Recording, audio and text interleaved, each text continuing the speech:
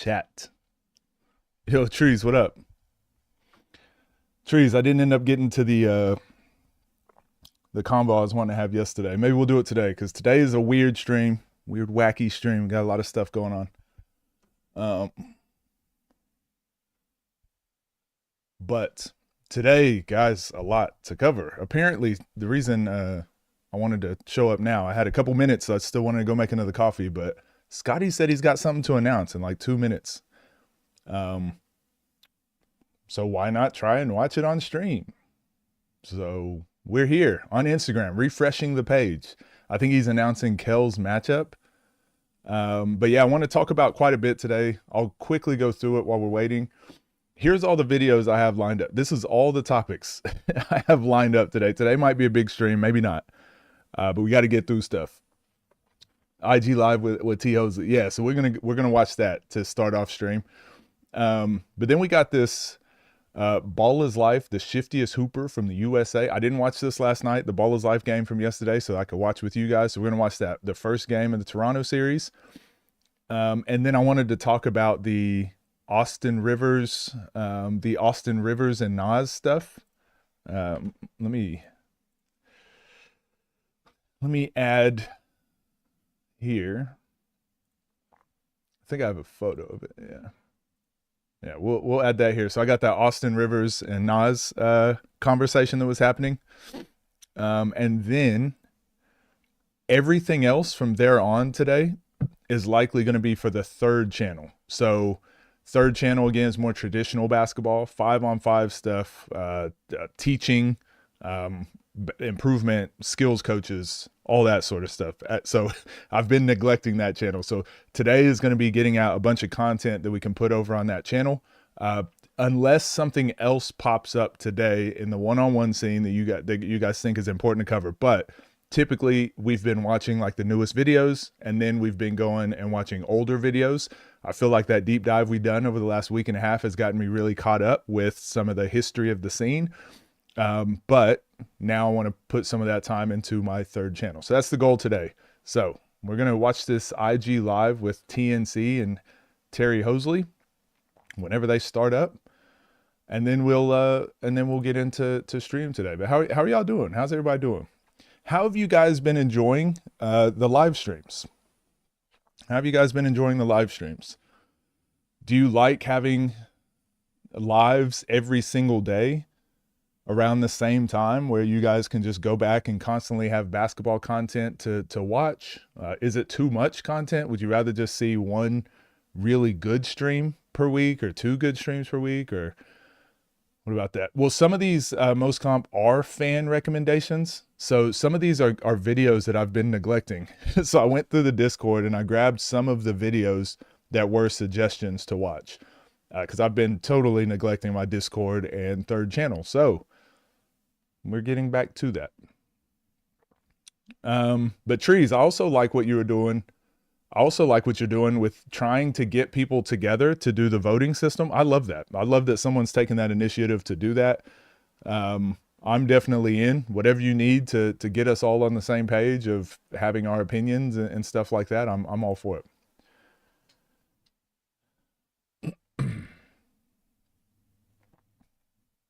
So yeah, just waiting for this, just waiting for the Scotty to go live, and then we'll go into that. Give some people a connection while watching the game. What do you mean by that? Oh, you mean like kind of like watch party? Agreed. That's why even like that Ball is Life video, it came out yesterday and I wanted to watch it, but I'm like, man, I want to watch this on stream with the community. It's more fun to watch with you guys. So now I'm like, instead of watching them by myself and breaking them down, I just wait until I get on stream. So it's really good for me. Great way to help make the space legit. Yeah, I think so too. Little movements in the right direction. You know, we talk about it all the time. It's just next best step. We don't need to fix everything all at once, but just the next best step. One of my goals was to make the conversations around rankings better. Some of the narratives that were always happening, I try to make better. And now I feel like I've looked back for the past 3 months and I'm like, conversations have actually been way less toxic. So I think everyone doing their part is definitely making the space grow for the better. Keep doing what you're doing, coach. Don't overthink it. And I don't mean overthink. I kind of just want to know what this is just my vision. Like I do the live streams every day, not because this is the product I want you guys to have. This is just like I'll just do a live stream and figure it out as I go. And I think we're slowly adding things like the chat. I'm trying to mess around and get it to where we're live streaming to Twitch at the same time. I've been neglecting that at nighttime. Once we finish stream, I just clock out. But I need to really put some time into that. Maybe I'll do it tonight. I'm just trying to like slowly add things, but I don't want to be putting too much time into something where people are like, yeah, this guy always putting out content. What's up, Gold? How we doing? All right, here we go.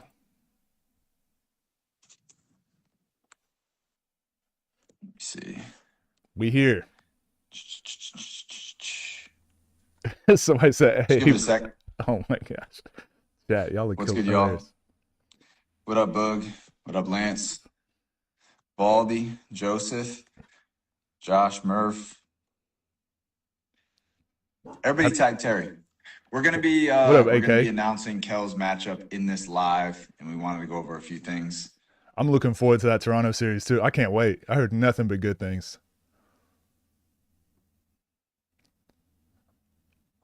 Keep sending it to Terry.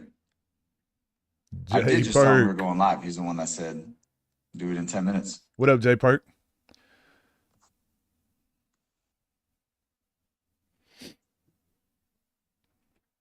Stand by. TMZ. How many that was funny. How many different TNC pieces of merch do you think Scotty owns? Do you think he never rewears? Like low calorie stack. Yo, I'm not gonna lie. I've been in the gym. I got my weight down. I was like 205 at one point. And I feel like he wears a new piece of merch every day. So trying to get right.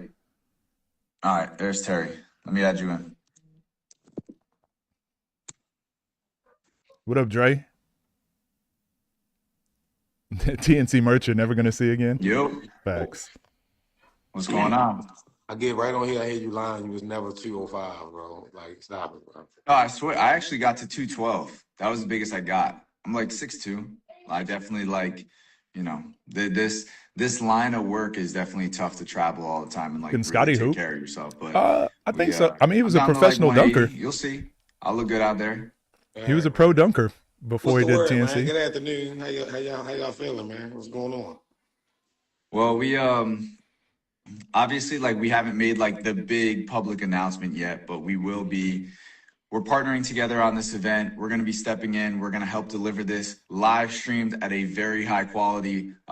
We got a ton of great matchups. Obviously, like the matchup on the card with the Kel and Dom situation, people were very excited about that.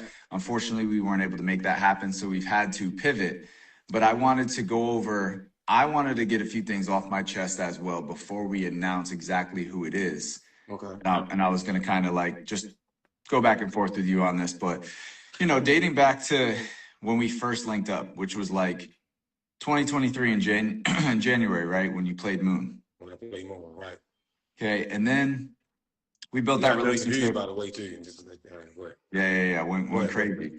We built that relationship and then we circled back and we did like a TNC versus Free Smoke. While it's like, of course it's like a versus, but at the end of the day, like we're not like coming in trying to like compete in a way that's just not outside of basketball. It's not like I want everybody to know like we are genuinely invested in Free Smoke's brand and your brand at providing a spotlight for the players to grow, because ultimately if we can help and they're able to come be a part of TNC, then that relationship is a two-way relationship. They come to TNC, you got them that opportunity, they come back to your platform, they keep playing there, they're building your platform, it gives you more resources to find even more talent, and then that system can flow really smoothly.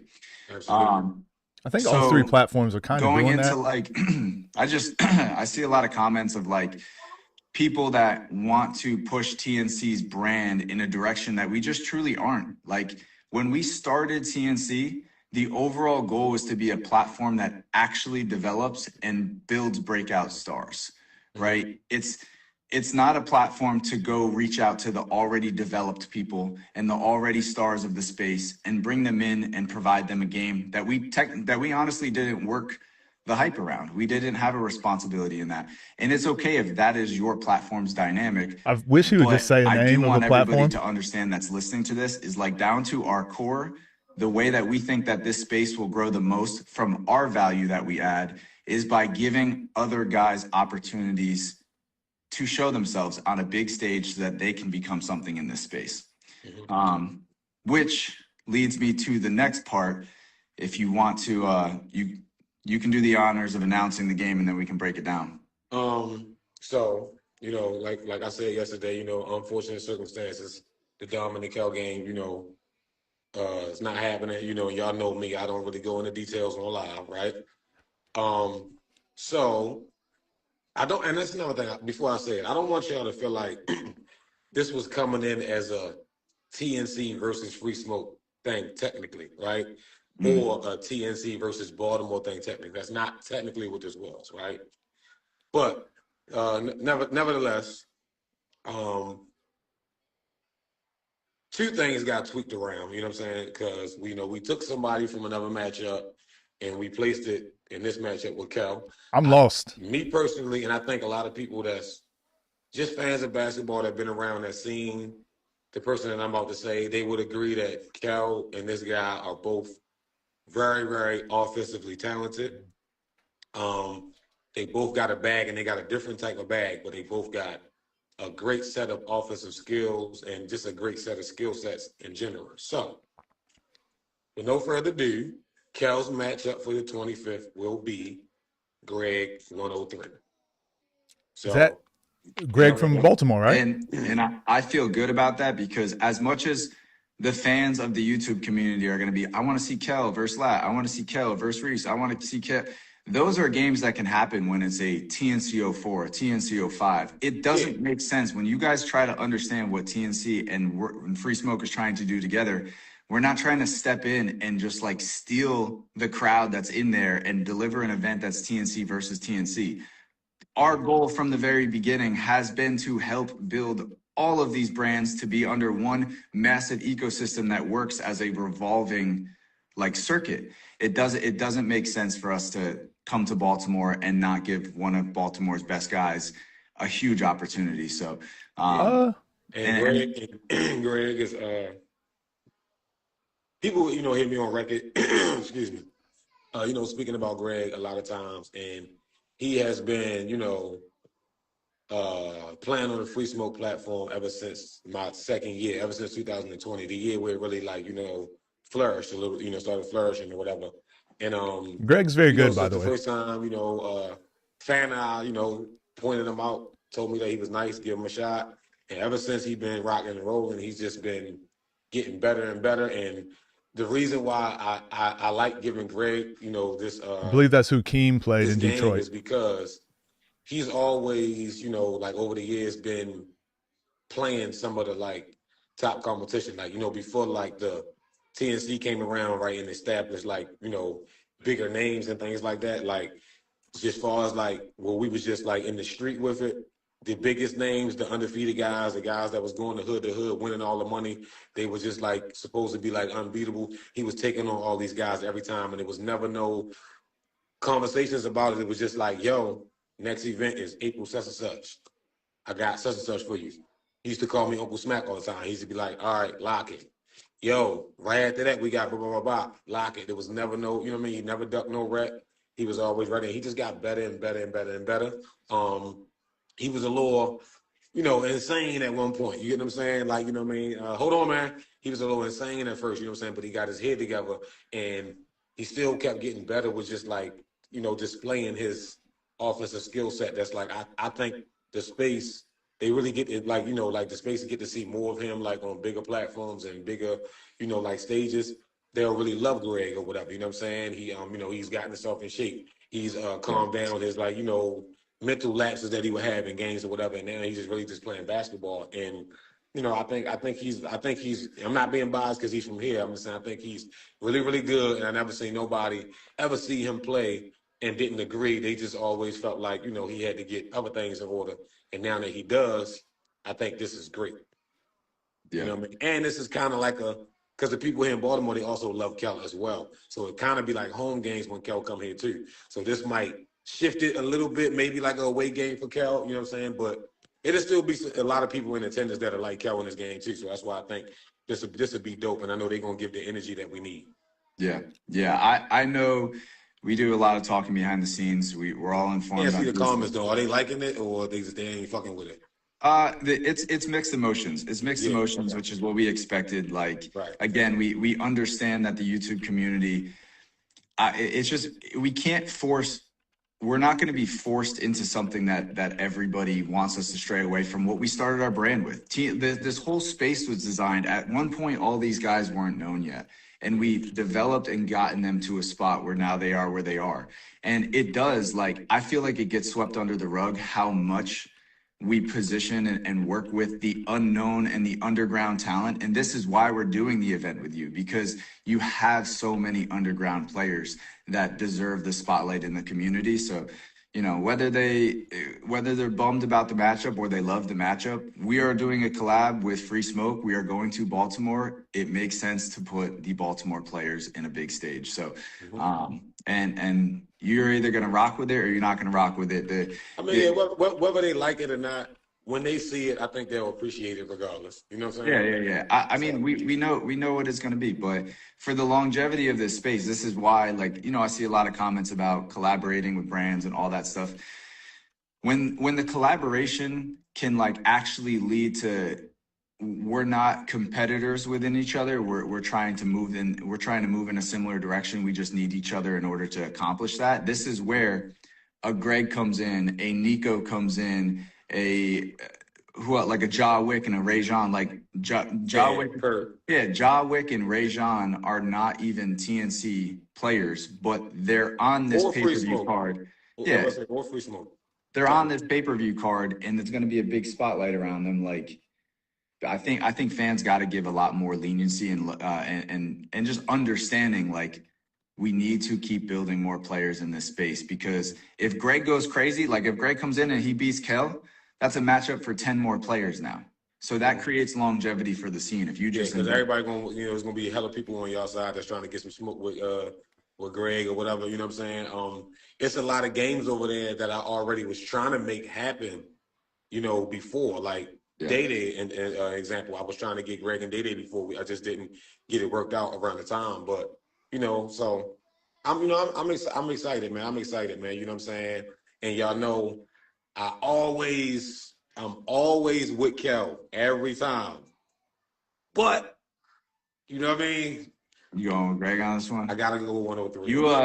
You think, what do you think the balance is going to be in the gym, percentage wise? How many people rocking with Greg versus how many Honestly, people rocking? I think out loud, because this is how they is here. All I'm right, telling we'll you, watch out for like loud is going another to be minute and a like half. come on, Greg, come on, Greg, come on, Greg. And then there might be a little silence, like, man, I don't know, man, he might fuck Greg up. Like that's how they be here. So I think out loud, the percentage would be like 65% Greg, but I think quiet, it might be like 55-45. Either way. Yeah. You know what I mean? Kel just said he just said Boog money line. Bug money line, yo. Y'all want to keep watching or? Fucking money line, yo. Yo, get Boogie in Switch here, the yo. fucking We crowd, about to man. switch the fuck out your crowd, yo. Yeah. What are you talking about?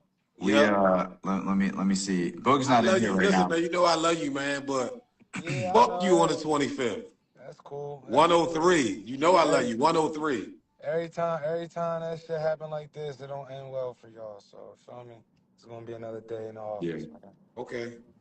Kel, can you just give your opinion on, like, you know, we talked about a possible matchup and like who it could be, and we talked about the idea of like bringing, you know, we did talk like a you and a Lat, a you and a Reese, like bringing them to Baltimore, but like why it also makes a lot of sense to like go play the Baltimore guy. Like, I know you like those away I games. like this game a lot because I feel like the people that are the fans, they don't really understand like how big this game really is.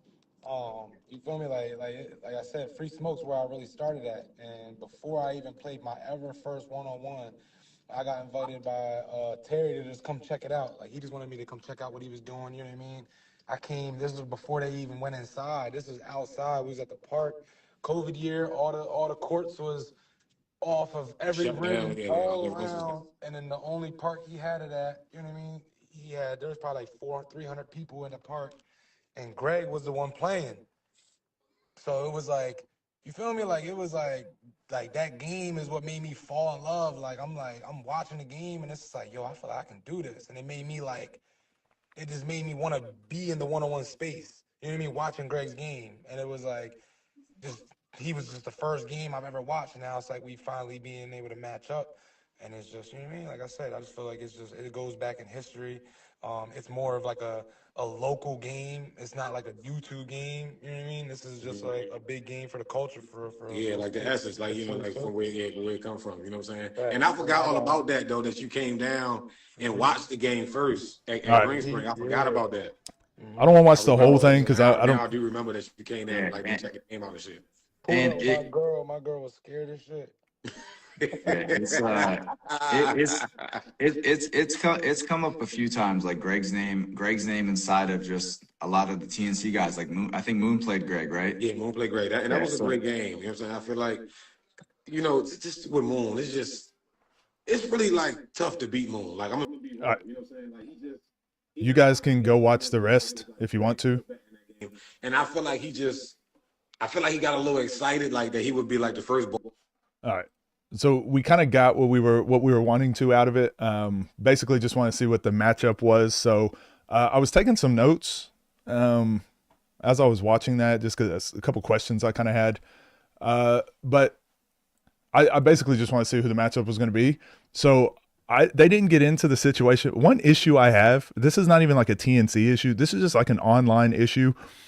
You guys have heard multiple times. You've seen my main channel. I'll call out coaches or trainers or whatever, and I'll call them out by name and I'll say exactly what the issue is or what the problem is, so that no one has to guess what my position is on something. No one has to guess how I feel about something.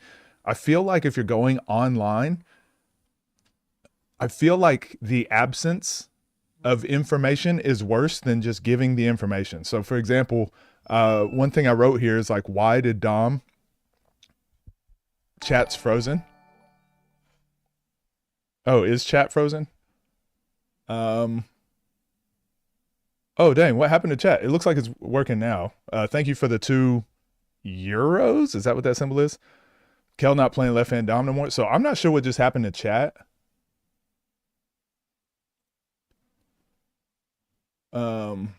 Oh damn. Yeah, I'm not sure what happened to chat. That was weird. I can see everything now. It might be the live that was messing with it. Let me try to catch up with what y'all were saying. Damn, my bad, y'all. I'm just quickly breezing through what you guys said. So I took some notes on. Yeah, that is. Oh, that's pounds. The worst part is I played in England too, and they used pounds. I should know that. Yeah, USA education, not that great. So I took a couple notes on that whole thing. One of the issues I have with these lives, and I just have with, it's not the 1v1 community, it's just like the online community.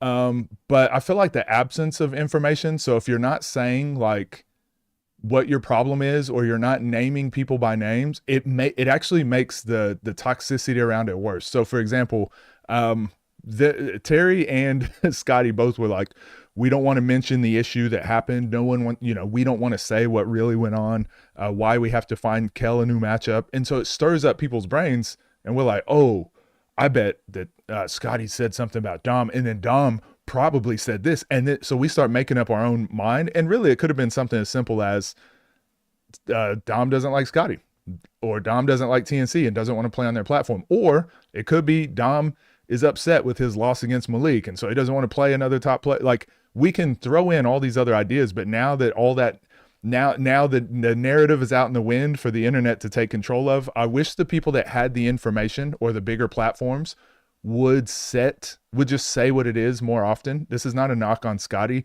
This is not even something Ball is Life or OTD gets right. I just mean people in general. I wish they would just squash the narratives early on, just so everyone else, you can go make up your own minds afterwards, but just say what happened. So what the whole issue that happened with Dom and Scotty, I feel like whatever it was, or Dom and TNC, sorry, whatever it was, I would just like to know what it was, just so we can be like, oh, this is why this matchup didn't happen. But the fact that we don't get that information, it makes it, all the TNC fans are going to be like, oh, we hate Dom, he's a terrible human. And then all the people that don't like TNC are going to be like, TNC sucks, they're ruining matchups, and they're not, whatever. I think it just makes the toxicity go further.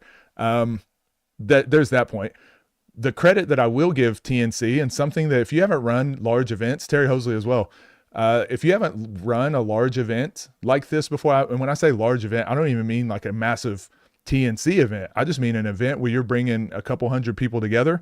When something goes wrong, having to pivot and give people something that is still worth their time is really tough to do. And I've seen TNC do this time and time again, and they do a really good job of it. So I want to say great pivot, first of all. And controlling like how fans see what happened. I still would rather the information, but they still controlled it and made it look good on their end, which is good, which is a good thing, especially for their brand. But Greg's a good player.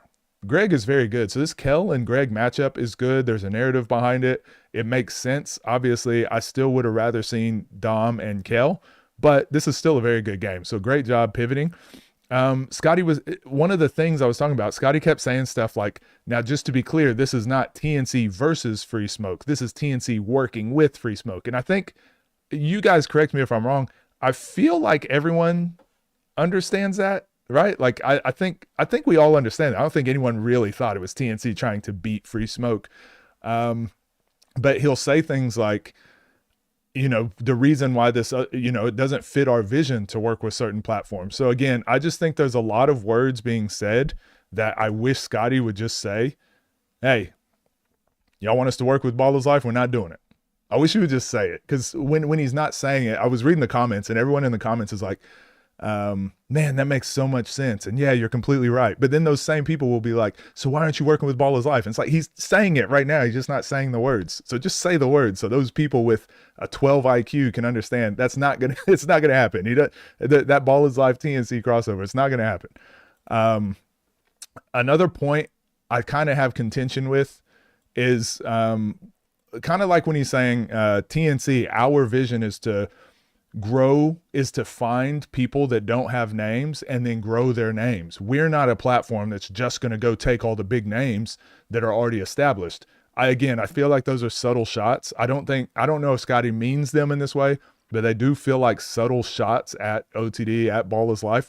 Obviously, like they're wanting to take any players that have an established name already, but I think both platforms do a great job of building up other players that don't have names. I feel like all three platforms have been doing a really good job, especially this year, 2026, of building up newer players. Again, you look at the Keems, you look at the Dooleys, you look at the Chris Likes, you look at the ABs, you look at, like, there's so many players that have been brought onto the scene in the past year. Dang, look at all these players that have been brought on in the past year, Bijan, that now are being contenders for moving into that top 10. Like, I feel like all three platforms are doing a really good job of it. So I wish more, I do wish, and this might be just be wishful thinking, I wish Scotty would just say what he means more often, because the fans will see it and be like, see, stays out of the drama. And I'm like, yeah, but this also kind of creates some, a little bit of drama, because Davo will see this, AK will see this and be like, oh, he's taking shots at our platforms.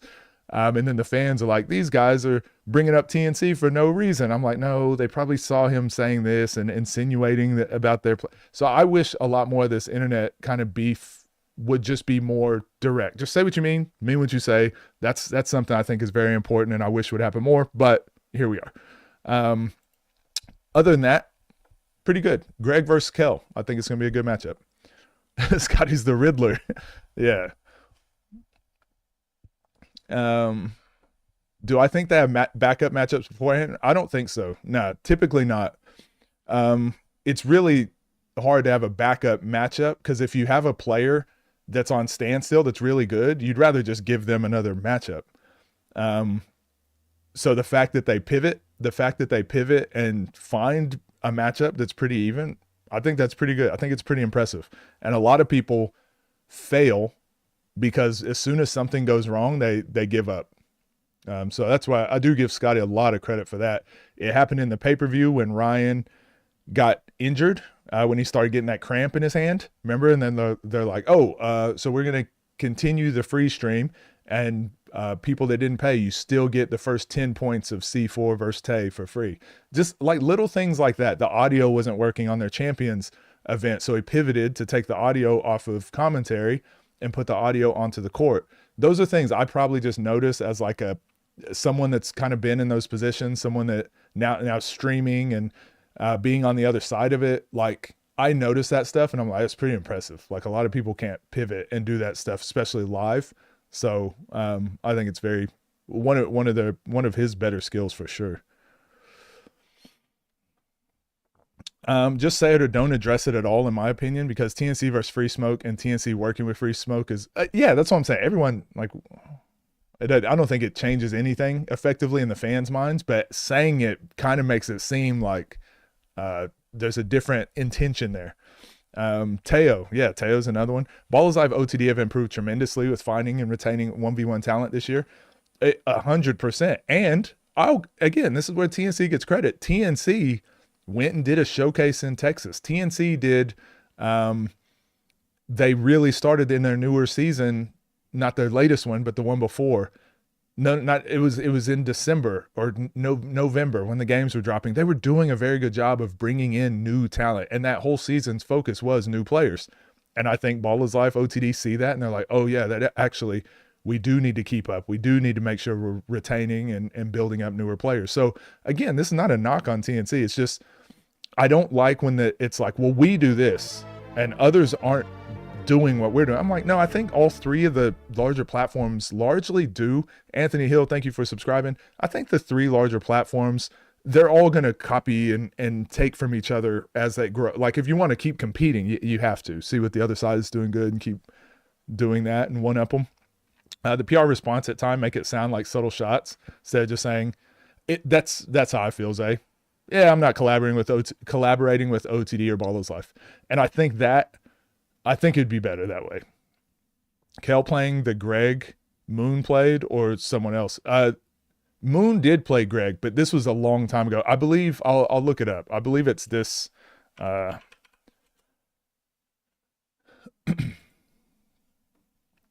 I believe it is Greg that played against Keen. Yeah, I think it's this Greg. He's 5-5 currently, so I'm pretty sure he played Scoob, ISO Hove, Nas, Fombi, Moon, beat Bruce, beat AB, a different AB, beat Simba, lost to Keem, and so he's 5-5. But his 5-5 is freaking tough. Like, his 5 losses are great. He's one of those players that's flown under the radar because his record is 5-5. But look at his losses. He lost to Scoob, which is like, okay, that's a good loss. 9-11, one possession game to Scoob. Actually, this was all ones probably. It's 2023, so a 2-possession game against Scoob, not bad. Then he beat ISO Hove by 1, but this is 2023 when ISO Hove was ISO Hove. Then he loses to Nas by 4. Again, not a bad loss. Loses to Fombi in a game to 30 by 6. Again, Fombi, top 5 talent. And then he lost to Moon on June's League, 11-13. So again, he's playing all the top talent and losing by like 1 or 2. Also, not saying that losses shouldn't matter, but then he beat Bruce 16-11. He beat AB 13-6, beat Simba 16-14. Then he lost to Keem 23-31 in Detroit. And then beat Jordan Hines, Baldhead, at the Grease Factory. So he's a really good player. If you've watched him play, you'll see he's definitely got talent. Bro could moonwalk through high-speed traffic untouched. What do you think about this? I'm calling it now. Summer Jam 2026 is going to be Nas versus Eugene or Nas versus Zay if Eugene isn't available. Scoob versus LP, Keem versus Fombi. I don't think it'll be Scoob versus LP. I think it'll be Scoob versus, I would love to see like Scoob versus Rob or something for Summer Jam. Keem versus Fombi, I could see that. Maybe Keem versus LP, I would prefer to see. But I think, didn't Moon play both Gregs? That's why that was confusing. I think he played G5 as well. Why is Dom not saying why he backed out? Well, yeah, but that's what I'm saying. Like, Dom needs to say it, but also if Dom said it, no one would take his word for it. And then if just Scotty says it, no one's going to take just Scotty's word for it. But for me, I'm the type of person that's like, I've been in these positions. There's 3 sides to every story, okay? His, hers, the truth. So there's going to be Dom's side. I want to hear what Dom says. Then I want to hear what Scotty says. Then we can kind of have a better idea of what the truth is, right? Okay, well, Scotty says Dom backed out because Dom just ghosted him. Dom ghosted him and hasn't reached back out to him in a month after he lost to Malik. And that is what it is. And we just go, whoa, that sounds like Dom's scared. And then Dom might say, man, I was hitting up Scotty and I said, I'll play, but I won't play if the game is at the TNC factory. If it's under the TNC umbrella, I won't play because I don't like how TNC does business. Then we go, damn, he doesn't like TNC. Then we can kind of come together and be like, all right, well, I see what Scotty's saying. I see what Dom's saying. I don't agree with both, but I see where the miscommunication or whatever was. But right now, Dom hasn't said anything, and Scotty's been kind of they didn't address it and say what happened. So now everyone's wildest dreams can come true, and you can make up whatever you want about this scenario.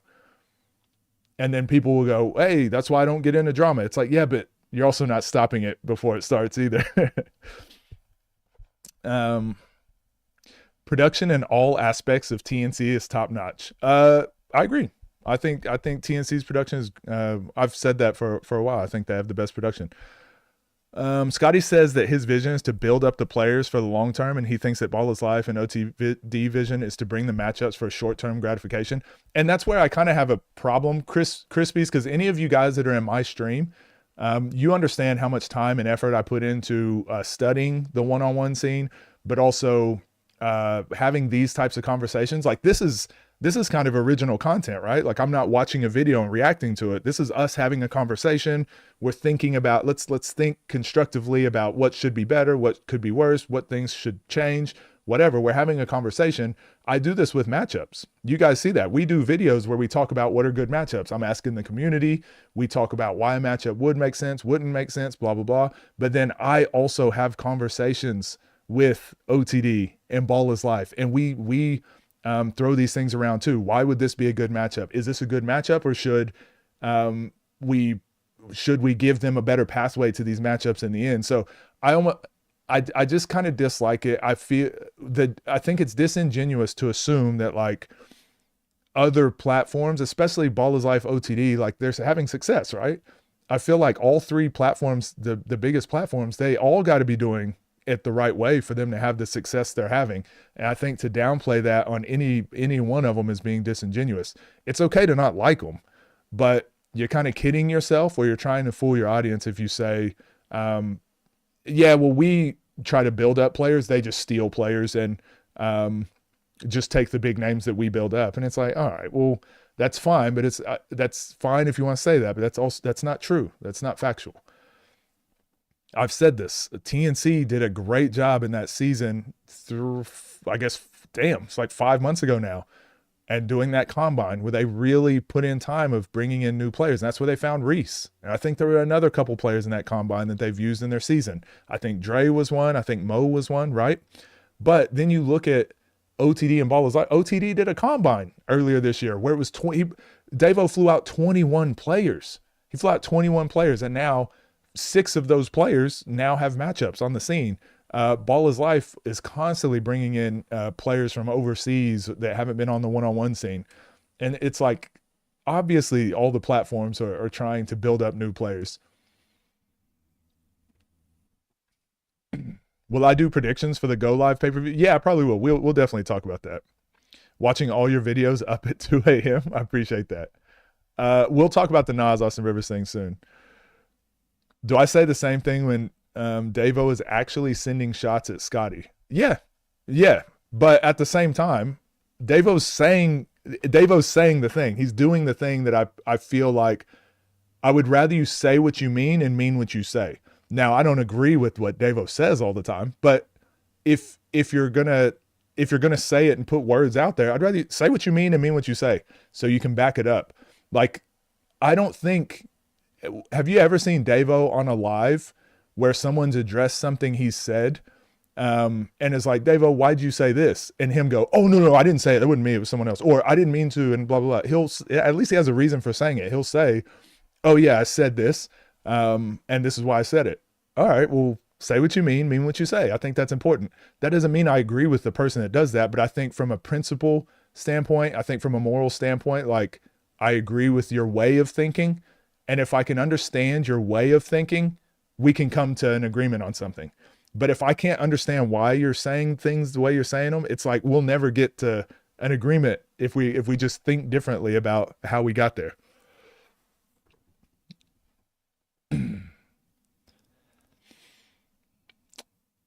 TNC's method will bring more future matchups to the space, while Ball is Life OTD's method is drawing those matchups up. So do you mean TNC's method of building up the Rob versus Nas game is better than Ball is Life OTD's method of not ever getting the Rob versus Nas game? What are you saying? Like, you can build up a matchup as long as you want to, but that means we're just never going to get some of those games. Now, on the flip side, Scoob versus Nas, Ball is Life OTD could have held on to that matchup for a year. We could have held on to that matchup and been like, no, we can't play them yet. Got to build up the narrative. Got to do all this. Or you check up. The matchup makes sense for both players. They're both number 1 and number 2. Check up. They checked up. It goes down as one of the greatest games of all time. Now there's another greatest game of all time right around the corner because that game happened. Now you have Nas versus Zay. Hey, check up. That's the next matchup everyone wants to see. And now there's going to be other matchups that came out of all those pay-per-views. Scar now has some legitimate, actual good matchups. I think if your way of thinking is to think TNC good, therefore Ball is Life bad, I think you're missing out on so much good basketball, and vice versa. If you're like, oh, Ball is Life OTD has the best matchups, TNC doesn't have any matchups, I just think it's the worst position to take as a fan of the 1v1 space. Yesterday, we watched the small guard tag team one-on-one. I hate tag team one-on-ones. I don't care for the small guard division as a thing. I just like good matchups. So that's not a game I would have typically been like, oh, I have to watch this game, the TNC game, right? The Boog, Zoe craziness. There's a lot of stuff that I would say typically I'm not a fan of, but I watched that game and it was by far one of the best games I've seen. It was one of the most entertaining games I've seen in the year, easily. And I said that when we watched it. That game was so good. I liked that better than Lat versus Moon. I'll be honest. But it's because I want TNC to do well. And I like what TNC does. And I like what they bring to the space. And the better TNC does, the better it is for the better it is for the whole health of the 1v1 community. That's actual sustainability. Having 3 platforms that are doing things slightly differently is actually growing the space way better than to just look at one platform and say they've got the vision, everyone else sucks. We might see Zay versus Robbie. There's infinite matchups. That's what I'm saying. They work in tandem since players are kind of playing on all 3 from time to time. Well, but the players are doing that. The platforms aren't making that happen, you know? Bronny versus Fambi is out now. Is it off of members only? We might watch that then too. Sorry, Baby Durant. This was supposed to be a third channel stream. We'll have to get to that later in the day. I think TNC did a good job grabbing small guards for sure. Yeah, the small guards is an interesting one because like we said, that category is still evolving and they're early adopters and early believers in the small guard category. Scotty recently addressed the OTD Ball is Life stuff on live. I feel like I've seen that, but people that are straightforward instead of speaking vaguely. I think I've seen that, Evan, but again, like I said, it's more of the same, right? It's more of the some of this stuff I don't necessarily agree with. I think loyalty to TNC specifically hurts the trajectory of their top players like Rob, Moon, Cam. And I've spoken about what does loyalty mean? What does loyalty mean? And this is just me speaking as a player that played overseas. Once I realized that loyalty wasn't a real thing, especially in professional sports, I was able to make better business decisions. loyalty to me is you build up. I have this saying on my channel, and you guys have heard it a lot. Do what's right for the game, right? So do what's right for basketball, do what's right for the kids, and everything will be okay. When you start going, but I built up a player and now they're going to go off and have success in other places. It's like, hey, that's how the world works, man. Like, that's how it works. Sometimes if you do the right thing for the player and they go off and have success somewhere else, if you've done it for the right reasons, that player will come back. That player will come back and be like, hey, you're the one that gave me my start. Appreciate everything you've done for me. If you listen to Zay talk, he always talks about Terry in a good light. He always talks about that's where he got his start. He always talks really in a high regard for those guys. So he's going to go back and have some games over there. I'm sure he wants to see them grow and have success. I think, like, you know, and that's how I was as a coach. If I had a player at my club, and I did this multiple times, and most directors didn't do this. Most club directors didn't do this. But if we had a player that was really good, let's say it was our best player, best under 14 boys player, and I looked at who his team was going to be the next year, and I'm like, they're not going to grade very high. Like, yes, we have built this player up. I've worked with him for 3 years straight, and that's how he's become the player he's become. But I would call other clubs and be like, hey, we got a kid that's really good, and he deserves to be playing in the highest division. Do you have room for him? And they'd be like, oh yeah, we do. We got a team, like, bring you over. And to me, I'm like, that was my role. That was my job as a coach. Like, I never want to be the ceiling. If I can send you somewhere and you can be better off, good. But because I did that so often, we had numerous times, I can't even count the amount of times we'd have those kids later on in their careers, 3 years later, 4 years later, would come back and be like, I always wanted to come back here and play. And I'm like, good, we got a spot for you. You've always got a spot here. You've always got a spot. So by doing the right thing by the player, it always came back and benefited me. And sometimes it didn't. Sometimes it'd be like, hey, we got a kid that's way too good. They need to play at a higher level. They'd go play. And then they'd be like, yeah, I'm glad I'm away from that terrible club. This club's way better. And they may have success, or they may fail and then leave that club and go to a worse club than what we were like. But that, to me, that's how it works. To say, like, we're building people up and you have to be loyal to me, you know, it's tough. That's a tough position. It's not a wrong position to have. It's just, it's a tough one because I don't know if that loyalty thing is real.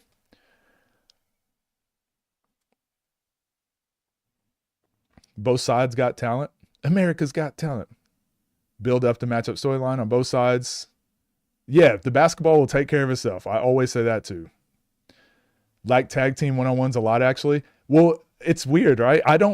I say I don't like them, but I feel like every tag team one-on-one I watch ends up being good. But that's how we think as fans, right? I say this all the time too. Fans don't know what they want. Y'all don't know what you want. And I'm a fan too. I don't know what I want half the time. I didn't want to watch a tag team one-on-one between Boog, Zoe, Mo, and Zay. I didn't want to watch that. Now that I've watched it, I'm like, jeez, that was one of my favorite games I watched this year. I just had a platform signing their top performers, but I wish those players had more agency than they do. Maybe. That one's a tough one. Because you do have to secure some exclusivity, maybe. I don't know. All that stuff's going to work itself out as time goes on. TNC is constantly trying to funnel in lesser names or completely new people and add them into the 1v1 mix. Hey, Shamar, you're right. You're exactly right. But, you know, this past weekend, I just went to Seattle. I paid my own way to go to Seattle, which is a 4.5 hour drive, you know, gas costing what it does, a couple $100 in my truck. And then I helped set up, you know, I helped them with their event. I didn't get anything out of it. I booked a hotel room so I could stay for 2 days, had good conversations with them. I'm going to help them with a rule book. I'm going to help them establish some other things to keep it consistent. And then I drove back home. And what did I get for that? I got nothing for that. But the enjoyment of helping a smaller platform that's close to where I'm at, helping them succeed. And I'm not signed to Ball is Life, but obviously, or Ball is Life or OTD, I'm not signed to them, but I do a lot of work with them. And I know that the better I help out these smaller platforms, the more it's going to help them out. But also, and I'm trying to get some of their players onto OTD Ball is Life. We're all trying to do that. But at the same time, I'll reach out to Scotty too and be like, hey, there's this kid over here that you should sign him. And then whichever of the bigger 3 platforms takes them, they take them. I don't care. That's how it's supposed to work. my channel, again, my first channel, I give away all that stuff for free. That's free information. I'm not getting paid for that. But I don't go around saying like, I build everyone up and then I don't get anything for it. No, because I look how many people come and watch and provide support just by watching my videos, you know, like it all works out if you're doing the right thing. OTD, like I said, did the combine. They're reaching out to smaller platforms to partner up and to do these types of events. And I went down to Pure Ones. I flew down to Pure Ones in Houston and did the same thing. And I'm trying to boost them up and make them do what, because I believe in what they're doing. They're a very good platform. They're really good people. Scoo versus Jerome Randall. That's a good one. I feel like it values both ways. TNC waiting makes you want it. For me personally, then OTD gives the matchup faster, which is also good. That's what I'm saying. We can have both. We can have both. And whichever one happens to be successful, then everyone will copy that strategy. Balls Live OTD have brought a lot of new talent to the space. Yeah. Loyalty is a word some people will use to hold you. Yes, I agree with that, Mizzy, especially in sports. And I don't think it's on purpose. Sometimes I actually do think Scotty means well. I think he's doing what he believes is the right thing. But at the same time, everyone has to do that. And sometimes it just doesn't line up. Not because they're bad people. Just sometimes you can't do what's right for this person and do what's right for you. Like, sometimes you have to take care. What is it? Apply your own oxygen mask first before you can put it on everyone else. Austin Rivers got to check up. Yeah, we're going to talk about that in a bit. Facts, as a coach, I always wanted my players to get good enough to be able to move on and play for a better program. Yeah, 100%. I always say, I never want to be the ceiling. I never want to be the ceiling for any of my players. I used to manage a team, and my saying was always, I want to build you up until you're better than me so you can move up further than I did. 100%. And that's how it should work. Trying to miss the point on purpose. I'm saying TNC has been doing that from the beginning, and OTD just started doing that recently. No, I get that, Shamar, but I'm just trying to point out, like, OTD, like TNC had a head start, right? Like they started before OTD did. So it's like a water is wet sort of thing. Like, I get what you're saying, but why are you saying it? It's not moving the needle forward. It's kind of trying to point out, see, TNC was first. And it's like, well, yeah, someone has to be. But they weren't first to start one-on-one basketball. They weren't first, how far we had this conversation. I did a full video on this. I think we sometimes say things and don't realize how much more baggage comes along with it. Speaking of smaller platforms, have you watched any of the new Blueprint? No, I have not, because I did watch those I did buy the membership, so as they were happening, I watched. I need to go back and watch those. Best Type of Human. So I was trying to point out, no, Shamar, you're not wrong. And this is a place where I want people to say their opinions, and then we can iron out those opinions, and either you're going to change my mind or I'm going to change your mind, or we just agree to disagree. There's definitely no hate. TNC Loki wants to be the one-on-one monopoly. Yeah, and honestly, so this is the double-edged sword now. People will get mad because Scotty says he wants to be the NBA. He wants everyone under his umbrella. But then I guarantee you, because you haven't heard Dave or AK say that, but I guarantee you, if there's an opportunity for them to take that mantle and be the number one and everyone under them, I guarantee you they want that too. So as much as I say Scotty sometimes doesn't say what he means, sometimes he does too. And I agree. Because if I'm an owner of one of the bigger three platforms, if that opportunity comes, yeah, I probably want that too. I think the top players, especially those who were there from the beginning, also have helped build and legitimate 100%. We all need each other. And this is the part I try to get across more than anything. So many fans, I think, that haven't been in these situations think like if TNC does bad, that means OTD, Ball is Life do better. We all need each other. Like, this does not work without a lot of people with visions and a lot of people with work ethic and a lot of people with creativity. Don't try stuff and fail. But we should, now that it's as successful as it is, there should be a safety net for each of these platforms to go try their own thing. And we should be a little bit more charitable to them, allow them to make some mistakes and keep going. But instead, we're so quick to jump on either platform. As soon as they make one mistake, everyone's like, yeah, screw you guys. Y'all suck. More personal feelings spilling into business. It is. I believe it is. Got to keep your eye on. Well, War, you're not wrong. Scotty is definitely someone you got to keep your eye on, but everybody, I believe everyone is, literally everyone. I think that's the best way to be. And so this is not a TNC thing. It's not a OTD. It's not a Ball is Life thing. If Davo said something about me behind my back that I didn't like, I would come straight to him. Be like, hey man, what's this about? And if he said, yeah, you're right, I was wrong in that scenario, then we're good.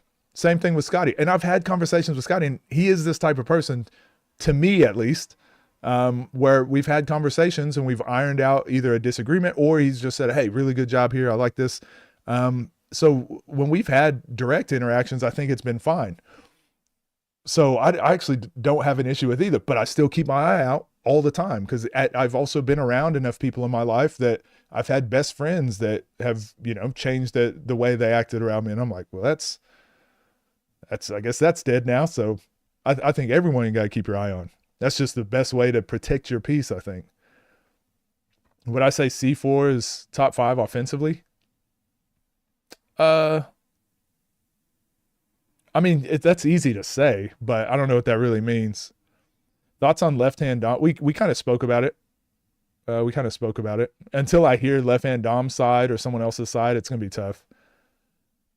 I always mix up Shamar's chats with me anyways, my bad. Is pointing it out due to actually give credit to TNC as it's been common to discredit. I feel like I credit TNC quite a bit. But it's similar to the Nas thing. If you're the number one, or if you're at the top, you're going to also get the most criticism. It kind of just comes with it. So I think some criticism of TNC is like fair, not because I agree with the criticism. It's just like, you can't be top dog and then people not have your like haters, you know? But now we're starting to see that with OTD. Now the OTD's blown up in the last couple months. It's starting to get weird hate. So there's some things I agree with where I'm like, oh yeah, OTD needs to be better at like this. But then there's some things where people will be like, OTD's production is trash. And I'm like, what? What do you mean? It used to be, yeah, but now it's pretty damn good. So yeah, I think all three platforms have their haters. It's always going to be that way. But as long as it's like for the right reasons, then we're okay. All right. Anyways, that's all I got on that topic. Damn, that was a long video. I want to talk about, let's look at this situation. We got a situation here. It was on this post. I got tagged in the post. Maybe we'll try and watch it. I don't know why. So I saw this from the Discord. I'm not sure why the comments aren't showing up, but it was basically this video. We're going to watch it and then we'll react to it. But this is the Nas and Austin Rivers situation that I woke up to this morning. So, but Austin Rivers will play well. I think I got Nas because the foul calls that Austin Rivers is used to getting, the refs aren't going to be that easy to throwing out calls. Like they're going to be a little more reluctant than what he's used to. Now, I'm not saying he's not used to physicality at all. Like he played so many playoff games. Yeah. But 1v1 basketball where you're not getting past, nobody's passing the ball. I think Austin Rivers would be better than Lou Williams in a 1v1. I think so too. I think Austin might be better suited for that right now. I'm saying that because of the bodies. Like Austin Rivers' body is better for this scene than Lou Williams' body, so he could definitely match up with Nas in the sides.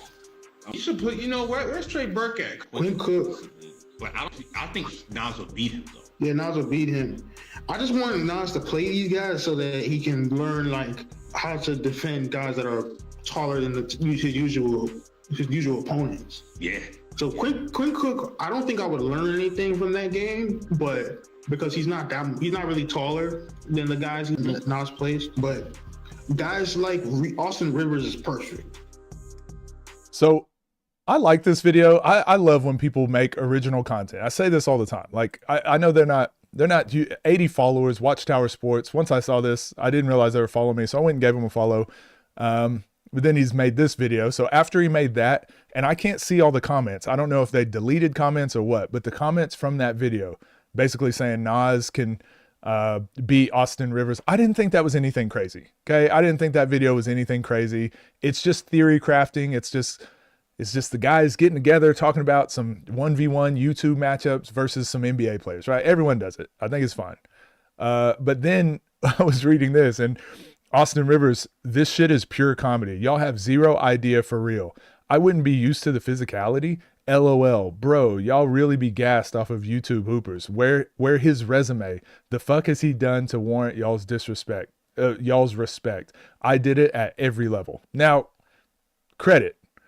Austin Rivers did do this at every level, okay? Austin Rivers is elite. Austin Rivers, one of the greatest high school mixtapes of all time. We'll look at his basketball reference. We'll just look at Wikipedia just real quick. But he's 33, went to Winter Park, Florida. Crazy mixtape. If you haven't seen, he was like one of the very first. Him, Michael Porter Jr. There's a couple other people. They were some of the first people to have really legit mixtapes. He was like one of the first ones ever. So go check that out if you haven't. But he's 6'4", 200 pounds, went to Duke. He was he first pick of the draft? I can't remember. He obviously went in the first round. 10th overall pick, one and done at Duke. But then he got to the NBA, and not that he wasn't great, but he just, he was just one of those players that as a high school player, I think he was like McDonald's All-American. Like, he's done a ton. Like, he's legit, okay? I have no problem with Austin Rivers believing he would beat Nas and being better than Nas. The part I had an issue with, the part I really dislike, because I actually think Austin Rivers, if you've seen some of his clips and things that he talks about recently, it's actually really good. He talks about basketball, like watching film and how to be prepared, and he just talks about it really good. Since he's retired, he's a really good voice for especially like the NBA scene and all that. But I really disliked how he said, what has he done? What is his resume? This is one of my biggest pet peeves when it comes to sports. Actually, when it comes to anything, when people have to list their resume as a defense, because Austin Rivers is 33. Bruce, who's playing constantly in the 1v1 scene right now, is 35. Austin Rivers is 33. You could just check up. You could just play Nas and show why there's levels to it, right? You could do that. Or if you've got the resume, your resume should speak for itself. So I think a resume is good when it speaks for itself. But when you have to throw out your resume and everything you've done to say why you're better than someone else, I really dislike that. It's like gatekeeping of sorts, because then you could just, it never ends. The gatekeeping aspect or resume aspect, that conversation will never end, because Austin Rivers, as far as I know, never won a ring. Like, he never did certain things in the NBA where he speaks on those things now. Any of those players could just be like, well, you've never done this, so you can't talk about it, or you can't, like, what do you know about this? You never did that. I think that's the dumbest thing. I hate it. I hate it more than anything. It's just so pretentious. But then he put another comment. We'll read this. I'm not playing a YouTube hooper, LOL, and I don't want to hear the Ty Lawson BS. Man's been retired for damn near a decade and has faced all types of injuries and setbacks physically, emotionally. He's like 1/4 the player he was. I'm still very much me. Y'all tripping with this bullshit. Y'all give dudes with no resume this undeserved clout and respect like they have done something in our actual game. No All-Americans, no state titles, no McDonald's game, no All-Americans, no high division offers or numbers or awards, no draft, no NBA resume. Fucking none. But they hoop on fucking Instagram and YouTube, and y'all eat that shit up. So again, this is the main issue I had with this post. Mainly because, like, the reason I like the one-on-one scene is because it's full of players that never made it. But as we've done the research, we already know less than 5,000 players ever in the history of the world, less than 5,000 players have ever played in the NBA. It's already a super exclusive class, right? So if you've made it, you're a part of an elite club. We get that. But at the same time, over the last time we did these stats, and these were stats from maybe 3 years ago, so it's definitely changed from then, but around 50% of the players that are in the NBA, around 50% of them are related to a former NBA player. So they have an NBA parent, they have an NBA uncle, they have an NBA brother, they have someone that's already been in the NBA. What that tells us is I don't like the nepotism word, because that's prevalent in every industry. But what that does tell us is you have a little, if your dad, which Doc Rivers played in the NBA, and his dad he just got inducted into the Hall of Fame, what, a week and a half ago, 2 weeks ago? You have a Hall of Fame coach dad, and you have a dad that played in the NBA. You probably are set up pretty well as a kid to go the correct route to make it to the NBA, right? Now, I was arguing with someone earlier, and they're like, well, you can't discredit what Austin Rivers is that. I'm not discrediting Austin Rivers. I'm just saying he shouldn't be discrediting other people. If you have an NBA parent and an NBA coach, like as a dad, the chances of you making the NBA are significantly higher than someone who doesn't have that. So now to diminish what someone else has done in their basketball career, it's kind of like, all right, what are we doing? You had a better starting point. You started here. This guy started here. Now you're being talked about in the same breath. Like, I think it's more impressive that Nas, who started where he started, and he was mainly a football player, now is considered like the number one YouTube player in the world, the number one-on-one player in the world. I think that's more impressive than someone who had a really good starting point and then stay like, yeah, you did what a lot of people expected you to do. Good job. I think that's great. I hate that this has turned into who's better, because they're not. I think the easiest way to sort it out is just check up or don't say anything. I feel like Austin Rivers stooping to this level to feel like he needs to say what he's saying is kind of proving the point. Right? It's kind of proving the point that your resume doesn't really matter, especially when it comes to one-on-ones. Like, just check up. You can just play Nas. But if you're going to use your resume, that kind of tells me that you feel some type of way about people comparing Nas to you. You feel some type of way, and I really dislike it. So the reason I wanted to do this video, I just want to talk about the gatekeeping. This is why when I'm talking to you guys, I never say, chat, you're stupid. I would beat you in my prime. I think that's a stupid argument. I try to have good arguments. I try to have good points. I try to have facts and statistics. I try to do those things. I try to win the argument based on the merits of my argument. And I want you to form your opinions based on that. I don't want you to form your opinions based on me being able to put a basketball through a hoop, right? Like, just because someone was good as a player doesn't make them a good coach. Just someone's a good coach doesn't make them a good player.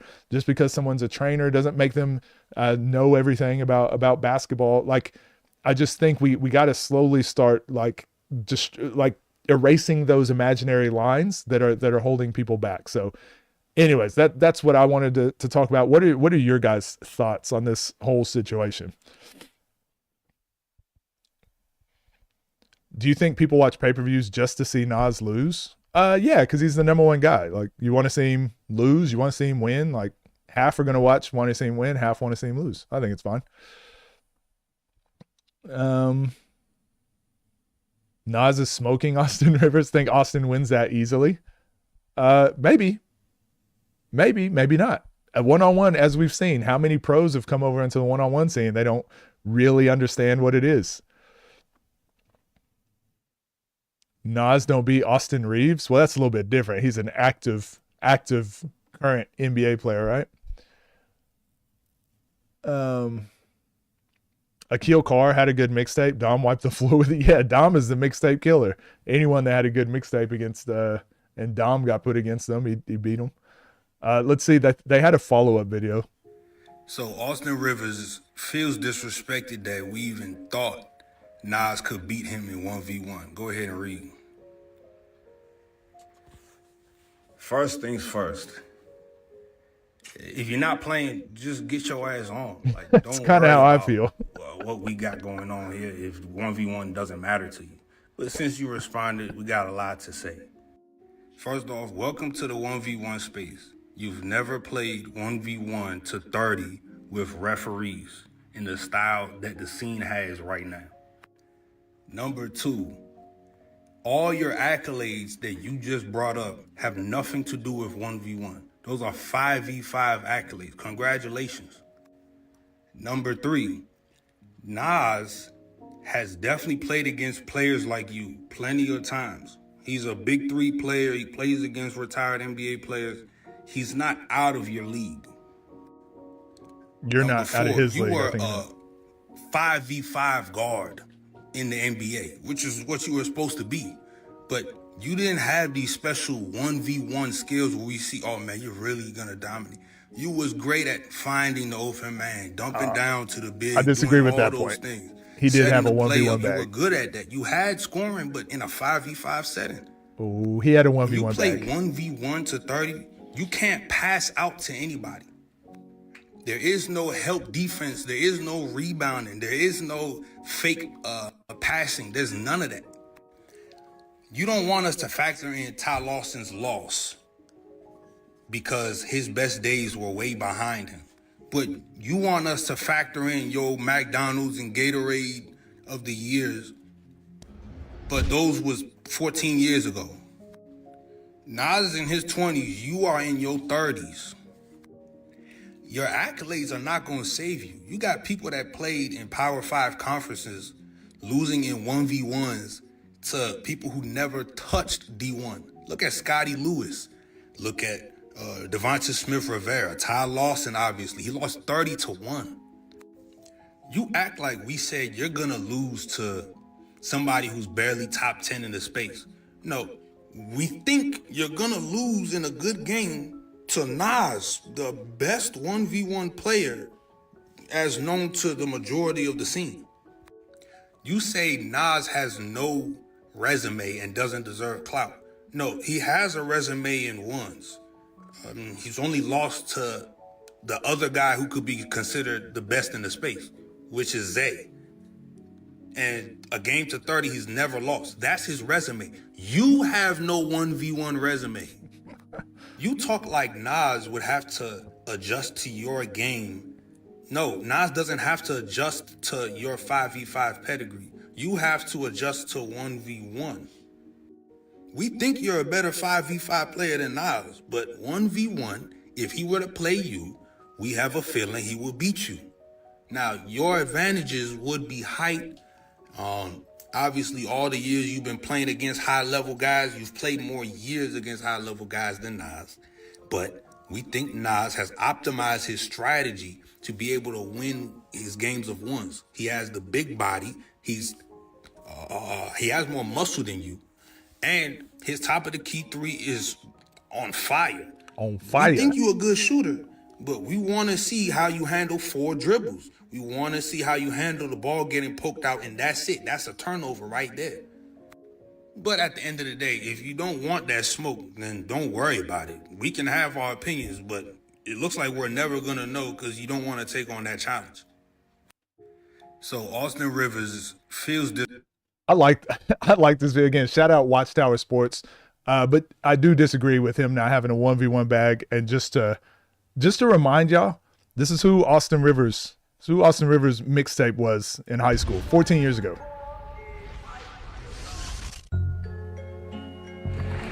Oh man, I gotta mute. Damn it. I'm watching Austin Rivers. BallsLife.com. Ballerslife.com. Austin Rivers definitely had a 1v1 bag.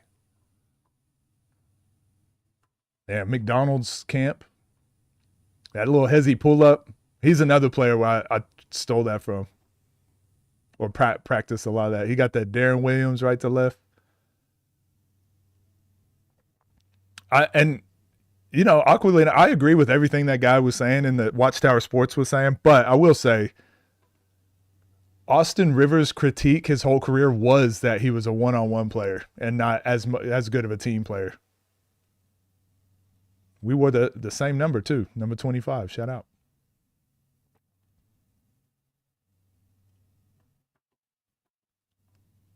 Yeah, this was him in high school. So imagine after going to Duke. Didn't he hit that crazy shot against North Carolina after going to Duke? I think I'm gonna get a lot better there. I think by choosing this school. Damn, Team USA was at under 18s, or I guess it's under 19s and under 17s.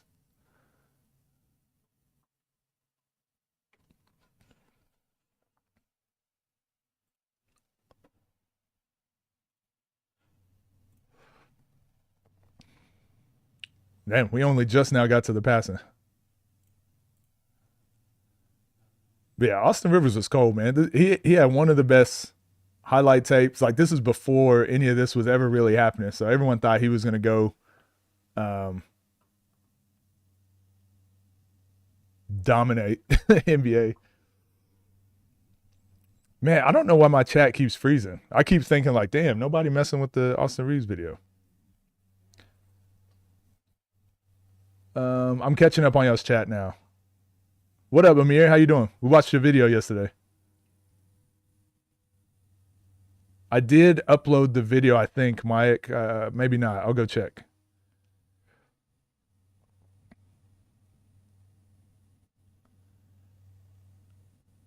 This is Nas and Austin Rivers. Everyone's talking about them playing. I want to hear this song. Yeah, I do too, but my whole stream will get copyright claimed.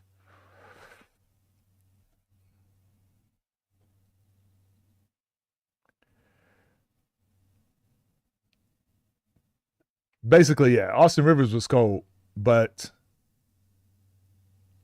I really dislike you guys can, yeah, he was cold. I really dislike the resume talk though. Again, he got put in these good environments, like went to good high schools, had good coaches, probably had individual trainers. Like his dad was in the NBA, now in the coaching Hall of Fame. Like to act like none of that stuff helped him get to where he's at too. And it's just like, oh, just based off resume. Well, I think it's just completely one side. It's completely unfair. But then seeing what Nas was able to do without all of that, I go, that's just as impressive to me.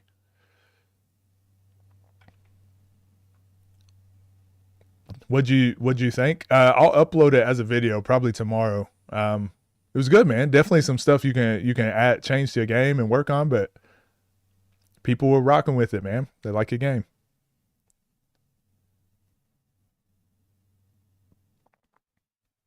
Yeah, I saw the response, but for some reason on my video or on my Instagram, it won't show the comments. But anyways, those are my thoughts, guys. I think it's pretty corny that Austin Reeves, well, not just Austin Rivers, I keep saying Reeves, Austin Rivers bringing up the resume.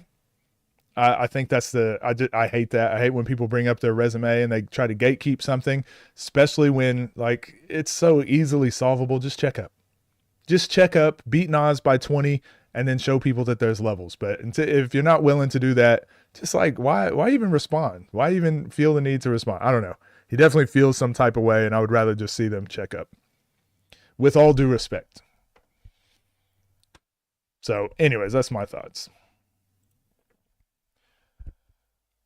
Yeah, chat's messing up today. I'm not sure what it is. Maybe I'll try and refresh this. That's happened twice now. Yeah, I don't know. Some days like my chat stuff just be all over the place. I don't know. You don't think he'll be able to handle Nas's physicality?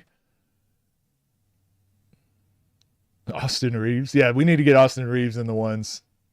Someone need to tag him and be like, Nas saying he think he can beat you. Yeah, so today's stream, we did want to watch, so I just wanted to watch this Ball is Life video. Shiftiest Hooper. And then after that, everything is basically going to be us getting some videos done. So breaking down some basketball trainers and just interesting videos like that. So feel free to leave a dislike, I guess, for those of you that didn't come for that.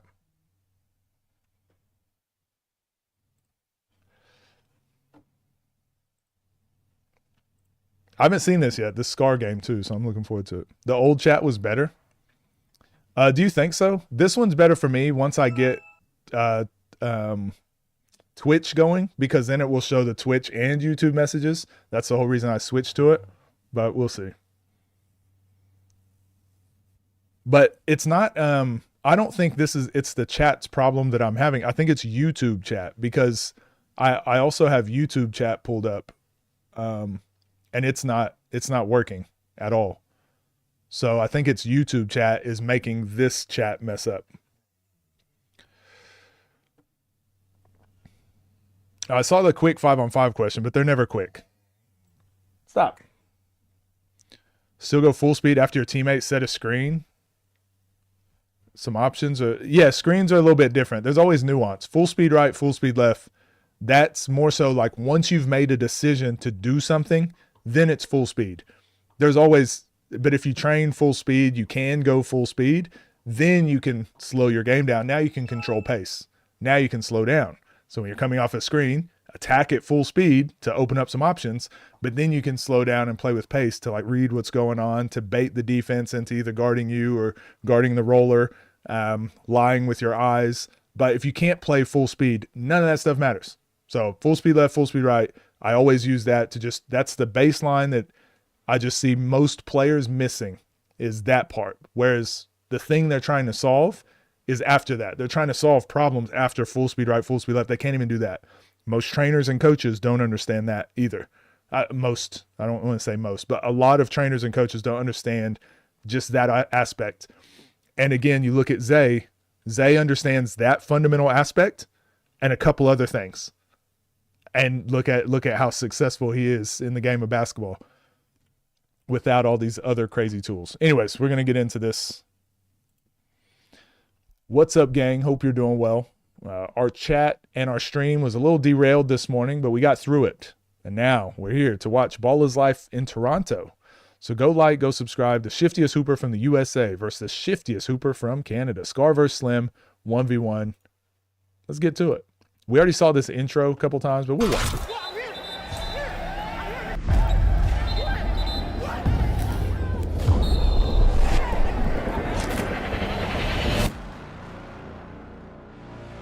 What up, Drew?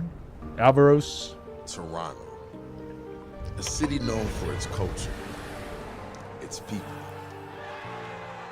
its diversity. Yeah, your conditioning definitely got to you, Amir. And the energy never sleeps. It's Toronto! Home of legends, of pride, home of the Toronto Raptors, a history that runs deeper than most realize. We didn't come here for what the world already knew, though. We came searching, and what we found was something we never expected. A hidden fire. A city that didn't just love basketball, it lives it. Every moment, every run, felt like something bigger. This wasn't just proving grounds, this was a statement. Toronto wasn't waiting to be discovered, it was waiting to be felt. So deep in there. Pause. That's what she said. Oh. Damn.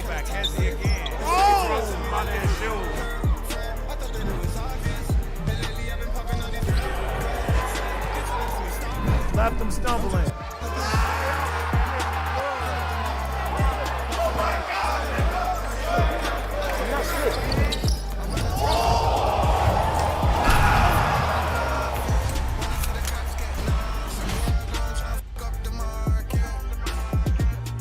What you're about to witness is some of the most intense basketball to ever touch this channel. Toronto, this is for you. Toronto was good, Ball's Life family. Mike, I already told you, I don't know where that video is. I think I posted it, but if not, I will check it after stream. And welcome to Proving Grounds. We have 7 matchups on the floor right now, 3 survivors with 1 ticket to Battlegrounds on the line. Dev, how you feeling about this matchup? Man, I could be more excited, man, because we came to Toronto. We came not necessarily across the seas, but across the border, and they love basketball you're good. here. You can tell we're going to get a big crowd. This is game 1 right here. Scar normally starts us off the right way, putting on the show. So let's pass it down to the floor and introduce the players. Ladies and Looking for my pen so I can write something for down. the hundreds in attendance and to the millions watching at home, welcome to This is why they wanted to do the announcer on Judgment Day, because I can hear this now. Ball is Life, ISO Legends Battlegrounds Season 3. For the first game, on the left corner, representing Ball is Life, we have the shiftiest, the alien, Scar. He's actually pretty good. Corner, representing ISO Legends from Toronto, we have Simba. We got a really good game right now. now, and Dev, what are your keys if you're Scar in this game? Matchup against Simeon. Scar, he has to make. My major was business in college. It was computer science at first, but then I transferred and they didn't have it, so then I did business. As long as he puts him on the ropes, try to tire him out. Yeah, this is gonna be like their last series. Lots of 2s, 3s, different styles of games, but lots of 1s as well. He's going to push into space well. I'm excited to see what he's going to do and see if he's going to be able to get into space against Scar. We know he's a really good defender. I appreciate that. Sugarbo, am I saying that right? Shug. And here we go. First shot up. Oh my God, this is good. Man, it's a lot of people in there though. Scar, man, to set the tone. Physicality is going to be the key in this game. Hesitation. Physicality is going to be the key in this game. Oh, the 2-foot gather gave him a chance to get fouled. Should just went up and got you an easy one. He wanted a dunk though. Scar is coming out hot already off rip. Goes to the line. He's showing his bagger early. That hesitation was absolutely filthy by Scar there, Dev. An announcer out of a cartoon or something, kind of. What a play by Scar early in this game. Now this boy can hoop right here. Try to go off the glass, can't get it to go. He can hoop. Been watching some film on him. Real shifty game, fun to watch. Scar with a left to right. Gets it poked away. Great defense there by Scar. Yeah, unfortunately, this game is after Judgment Day. Or before Judgment Day, but it's come out afterwards. So, like, Scar doesn't have that same fire that he did. Pull up, left it long. Interesting. So great matchup we have so far early in this game. Scar is showing off the bag. Whose Pops is announcing? Is chat, like, super delayed still, too? If Scar is going to get, what his approach is today. Now, to be honest, Sim is constantly, like, again, it's just full speed left, trying to get inside the elbow, try to get inside the block. This is what I mean. The game is as simple as you want to make it. And he doesn't, like, he misses this shot. But to me, especially if you're left-handed, like, this is a shot he can probably make over 50%, right? That's a pretty decent shot.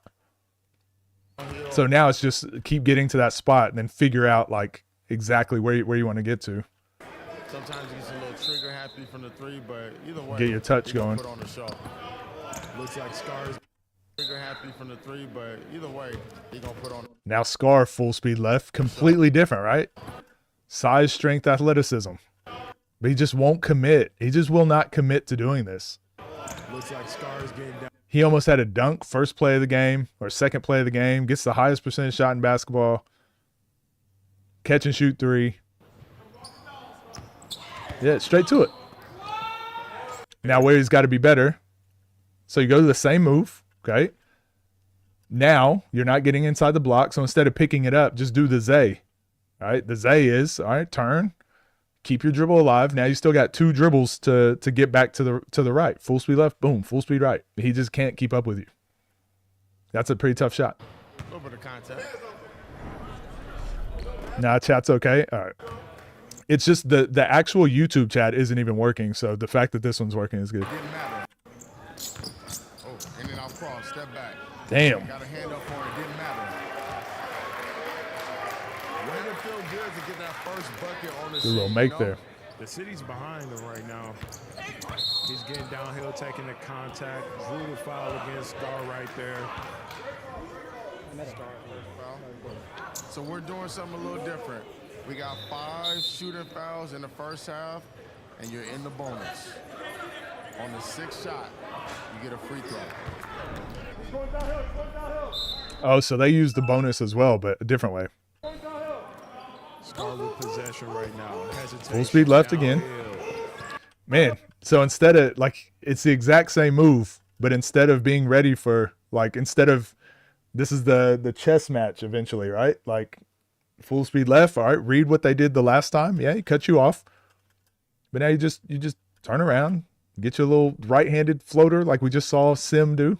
But he keeps going back to the same, like, It's a tough shot and tough angle. Just adjust. Can't get that one. Just not disciplined enough. Yeah. So we saw Judgment Day. Hopefully he's locked in and he's playing like that nonstop now, but you got to see it over an extended period of time. It's a habit. Shoot three from Simeon. He looks at the rim again. Called a carry on it. They called the carry on the play. Oh, YouTube.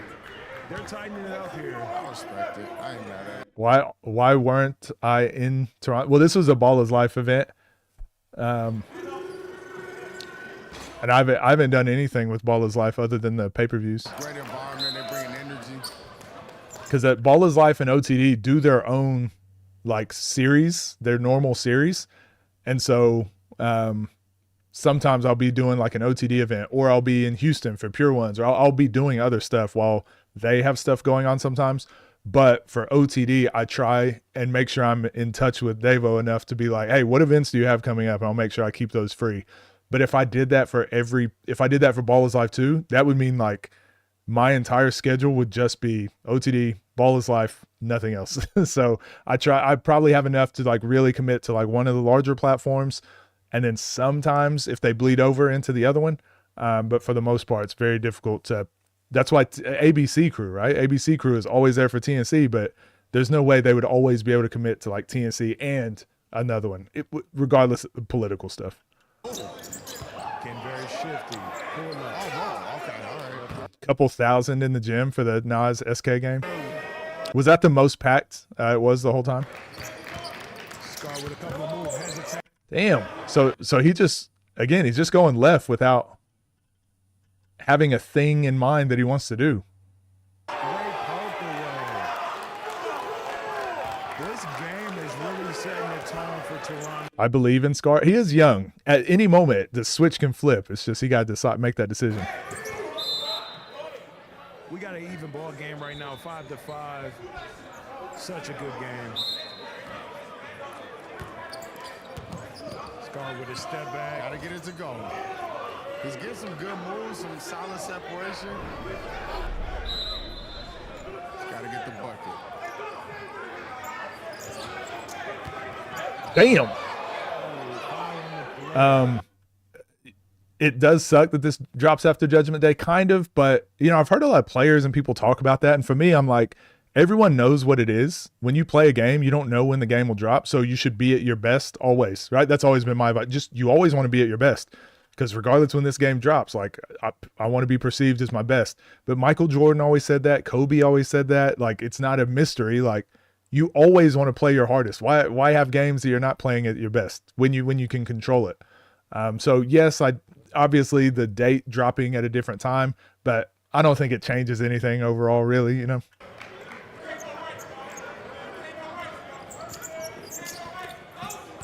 hands. The benefit of having a good corner, as you mentioned, Dev, you got Bino over there letting Scar know that Simeon can't go right. Scar's forcing the right-hand drive. There we go. Yeah, this is where Scar needs to get to. I think this is what Baby Durant's talking about. There's contact, but you can always push off here with the left while getting into your shot. This is really good by Scar. Hands free, right? Get your hands free for the shot, elevate over the top. This should be what Scar gets to all day. Like, you can't stop that. Scar with a big bucket there. I get these 20, he has a lot of losses, but like I said, sometimes it just takes time for the switch to flip in someone's head. Otherwise, Scar would probably have played a high-level college, right?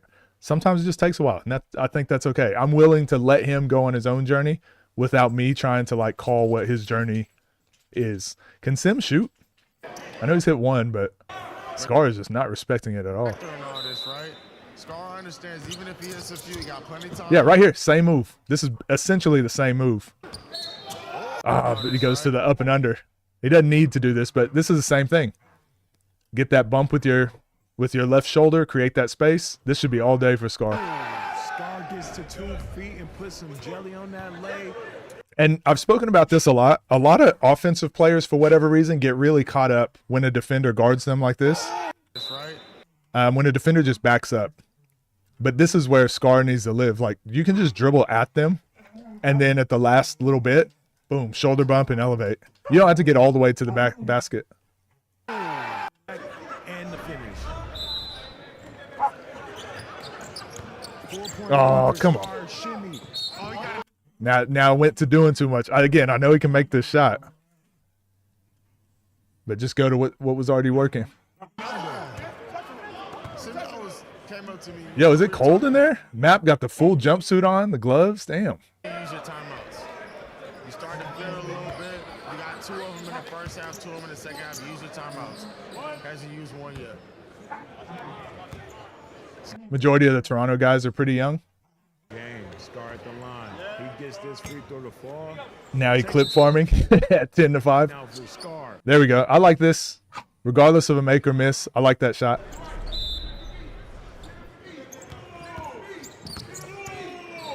So I want to point this out. Like, Sim is just having to work so much harder. But if you're an undersized player, we saw this with the small guards in the tag team, you're likely going to have to do a little bit more.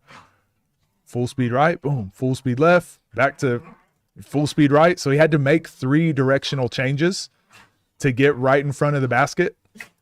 Now, because he can finish on the right or the left and body against him, he gives himself a chance to score. Now, it's still going to be tough because, again, the wingspan that Scar has, and he only ends up with a free throw, but that's Sim's win condition for this game, whereas Scar's win condition is just so much simpler.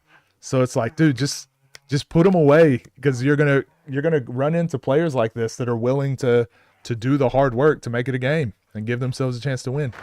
You needed that one. 4-point advantage right now for Scar after the free throw from Simeon. Pull-up jumper. No good. And even that, I'm not a fan of these one dribble pull-ups from deep outside the key. I like to get to the elbow, but as a smaller player, like, you're gonna have to hit some of it, like hands free, arms free, on balance. Good shot. No good.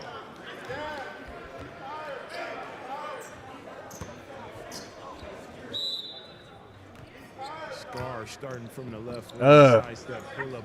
But this is the one he doesn't need, right? Just start on the 3. You're already open.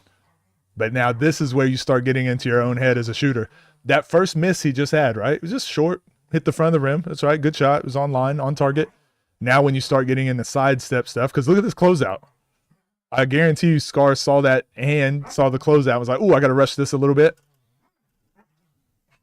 And now it's an air ball. It's like, no, just keep shooting the simple one. Eventually you'll find your range doing that. But when you start doing side steps and stuff, it's hard to find your range. The crowd's really in it. Full speed right. Scar. Wow, the crowd's really in it. Scar with the Damn, it's only a 2-possession game, and it looks like Scar is up by 12. Talking crazy. This ball is life versus so legends. Scar getting downhill. Right. This ball is life versus so legends.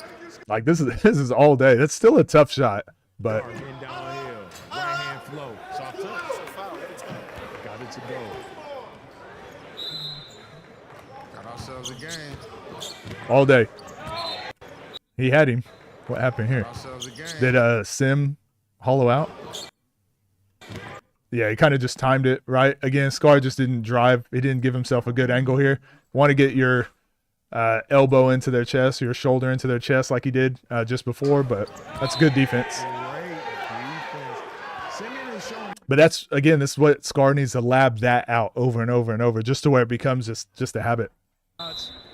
The importance of two refs, because one ref called a foul, thought it was up top, and the baseline ref actually changed the call, said he got the ball. So that was a good.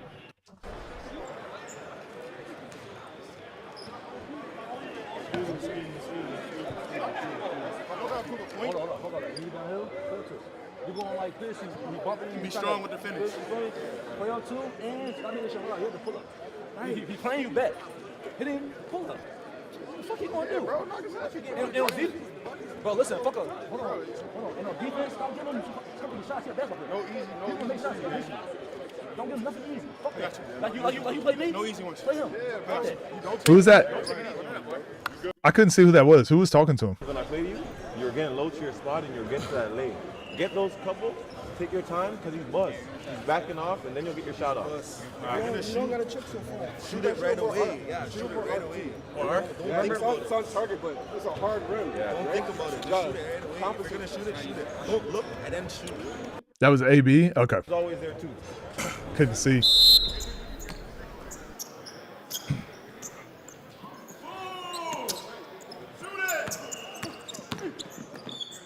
He's getting the good spots though. Back shot. Damn. Like you can't let him consistently get to these spots. Where to find that glass.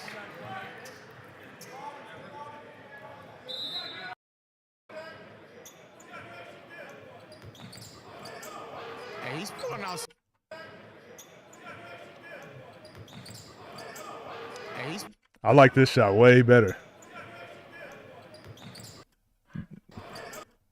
Damn, wide open from the free throw line. That's a layup. Hey, he's pulling out some stuff here, though. He pulling out some moves. He probably so cold in 5-on-5. Great shot by Simeon right there. Got to the pull up. Oh, back to it. He didn't get a clean pickup, but he went back to it again. But this is where your counter comes in. This is where you got your little hesitation to the basket now. Great defense by Scar, closing the gap there, making it tough for him to get to his set point. This environment is funny right Oh. Step back three from Scar. Why? Just no need. This environment. Damn. And he got his hand over the ball. Again, this messes up shooters more than meeting them up top. Funny right Step back three from Scar. Left it short.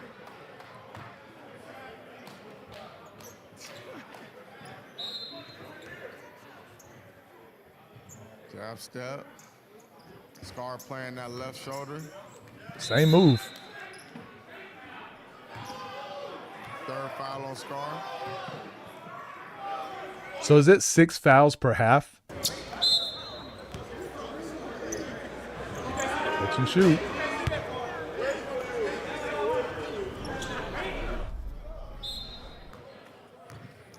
There we go. That's a good look. That's a great shot. If you can dribble into it, great shot.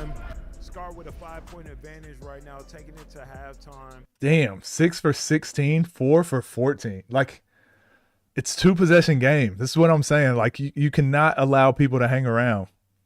So 3 of those 3-pointers were, I would say, bad threes. And again, I'm being overly critical of Scar. I'm being overly critical, but it's just because we saw what he was capable of at Judgment Day. But it's like these types of games, you just got to take away those 3 bad threes, turn those into more high percentage shots like layups or mid-range pull-up or just a catch and shoot 3. And that might be the difference between 3 more points and 1 more possession, which might also turn into another bucket, right? It's just like when you get to that level of top 10, you got to start looking at the game, especially make it take it. Like every possession counts. And I really like what I see from both these players. Because Sim is not shooting well, and he's down 2 possessions. All it takes is for him to hit like 2 crazy shots. Well, for Scar, keep going downhill. If you're not feeling tired, just do what you got to do. Try to keep going downhill so you can, just wear down on the defense. I'm trying not to use the word tired because everybody be getting on me about that, but he's doing a good job of everything that he's doing. Like, I think the 3-pointers are going to fall. He just got to keep taking them. A nice little balance, but more going to the wing.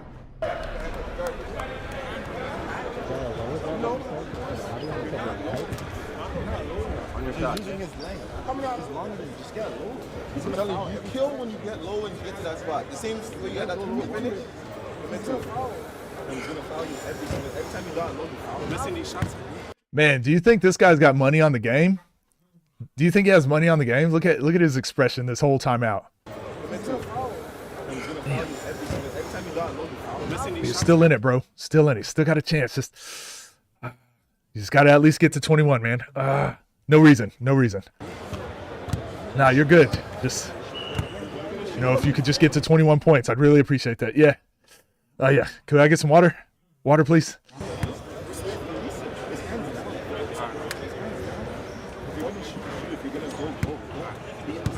Yeah, bro, just commit. Just commit. And your shots are on target. Just get it up and then aim at the back of the rim. I can't really hear. And you just absorb. That nigga's so smart. You don't even have to do that. Like, you just gonna jump up and you just absorb. Yeah, you don't have to lead. Because he's playing you like this. He's playing like this. Bijan would make a great coach as well. He's always got very solid advice. But he's like, yeah, you don't have to lean into him all the time. Just elevate over the top. Waiting for you to jump into him so he can come down. You know what I'm saying? That's all it is. This whole dude is middling. He might hurt himself. Mid-range or going left. Right. You love to go left. Just keep it tight. Right. Play conservative. Keep it tight. Hey, you're good, man. You're so good. I've been locked in. 8 layups. 8 layups.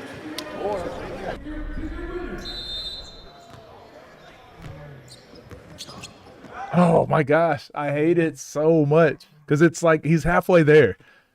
So this is why I preach full speed right, full speed left. Make your move.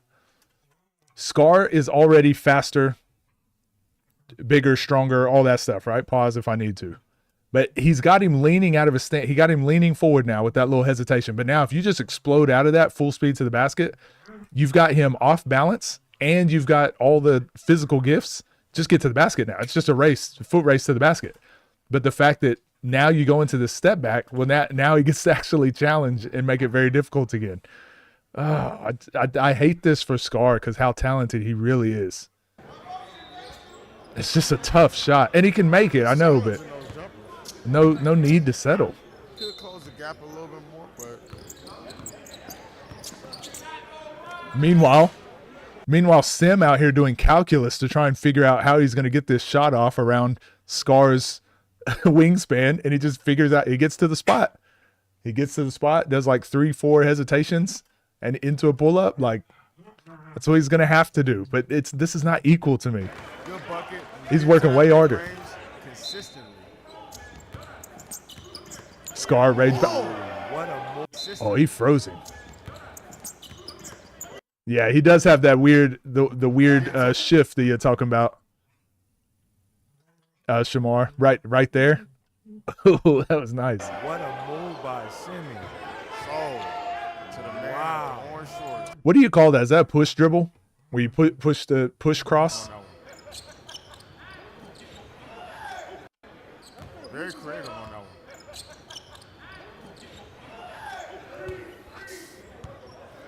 one. He's allergic to inside the 3-point line right now. 6-point advantage for Scar. There we go. Legs, getting downhill, a little bit of the jelly. Just keep it simple. Between the legs. But like he's there. Down. But he always got a jelly. He got jelly something. Downhill, a little bit of the jelly. I wanted that one. Plays like he's playing in AAU. I like Simeon. He's looking good. Yeah, I need to watch that, Nas. I need to watch that. Looking like left. He's looking good. Starting from the left wing. Step back. Looking like left hand. Like, again, I don't think that's a good shot either, but I feel like Sim has to just keep him off balance and take a bunch of different shots. Scar. I don't mind that one. Pull up. That's a good look, but use that to get to the basket. I'm being so critical of Scar right now. I'm being so critical. All right. Just that catch and shoot. Oh, he can't get those up, though. All right. Just that catch and shoot. It's a one-possession game. Nothing but the bottom of the net. If you're Scar, you got to start contesting these jumpers a little bit better. Oh, he slipped. He slipped. The crowd wanted a foul call on that play, but it can't go.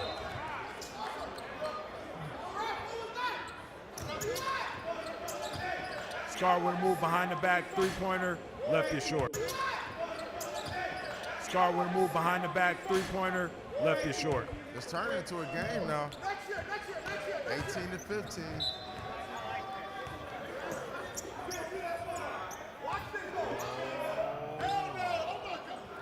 Shot a bit of a crater there by Simeon. But even this, I don't know. Correct me if I'm wrong. I'm being super critical of Scar, but it's because I want to see him be great. We saw what he's capable of Judgment Day. He's gonna hate me after this video, but even this, I still think it sends a message. If Scar is up and is like, I'm not even giving you a catch and shoot three. I know he missed, but I just think I think there's, when you are more physically gifted and you can just shut someone down completely, I think that's more important than crossing your fingers and hope they miss. Because he might hit it too. If he hits that, it's a tie game and now your back's against the rope. Shot a bit of a crater there by Simeon.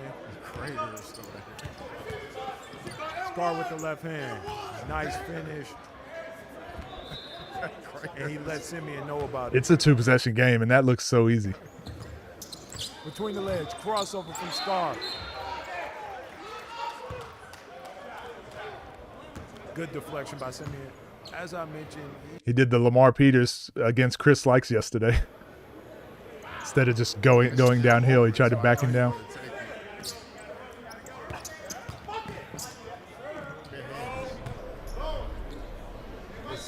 it seems like Scar is predicting Oh. Simeon's hold. When he's going downhill, I don't mind this. I don't mind it. Again, he needs to lab this out more. Because like you can see, he lost the ball. So I would say it wasn't that this was a bad decision. He lost the ball on his crossover, which didn't allow it. Like, look at his feet. He's got the angle to the basket, but he has to like slow down and gather the ball, and it forces him into this weird shot. But he just needs a lab. Full speed right, full speed left. going downhill, he's driving I don't mind that. with the left, but he's done a good job of mixing it up and getting to that midi. I don't think that's LP hand down move. but we're gonna see how this game finishes out. But same thing. Shot yet, but we're gonna see how Same thing. Didn't lose the ball. Didn't have to slow down to gather it. the game finishes out. Oh, legs. Oh, missed. Right hand we were looking for. Can't get the layup to go. Scar with a good contest downhill. I think Archie would be not. I don't know. I haven't seen Archie play. Really trying to find it from the three-point line. A lot of them are short. Think about Scar, he's just streaky, super streaky. Dang. Simeon with a huge Yeah, gave him another one. Now closing the gap against Scar. A Oh, little bit of hesitation. Gets to the left hand. yeah, he had him. That was Little bit of nice. hesitation. I don't know how Scar Scar's on the opposite side of his body and still got to the ball. Gets to the left hand. That's crazy. Away. Oh, he called foul. In a 5-on-5 game, it's probably a foul. In 1-on-1s, I don't really like that call. The ref kind of made that late. Thought it was a good deflection, but it was a foul down low. Free throw up, free throw good. I think we have a 1-point ball game. Ugh. Oh, good left to right. Can't get it to go. It's kind of a wild shot, and It's a 1-point game. What is happening? are finished with that right hand. I like that he's going and he's attacking hard though. Not talking about Scar, I'm talking about Simeon. Yeah. I like that he's attacking though, right? But he's gotten to the mid-range, the rack should open up, but he gotta finish when he get down there. Scar with it behind the back. Gets to 2 feet. Damn. Still anybody's game.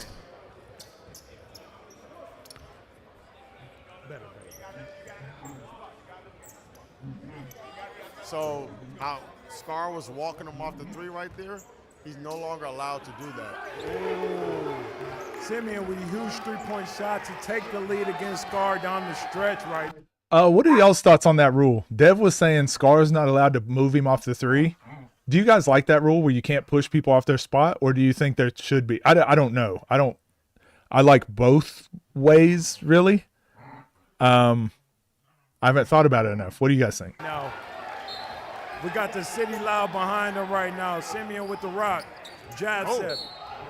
Oh, foul on the play.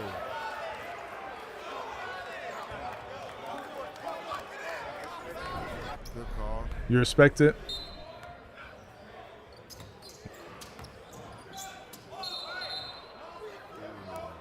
Travel on the play.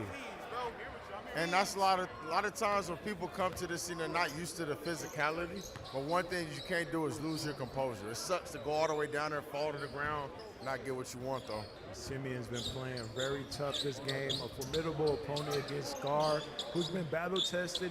The reason I don't mind it is because if someone's being physical and pushing me, I'm just gonna like let them push me, and then I'm gonna walk back to my spot.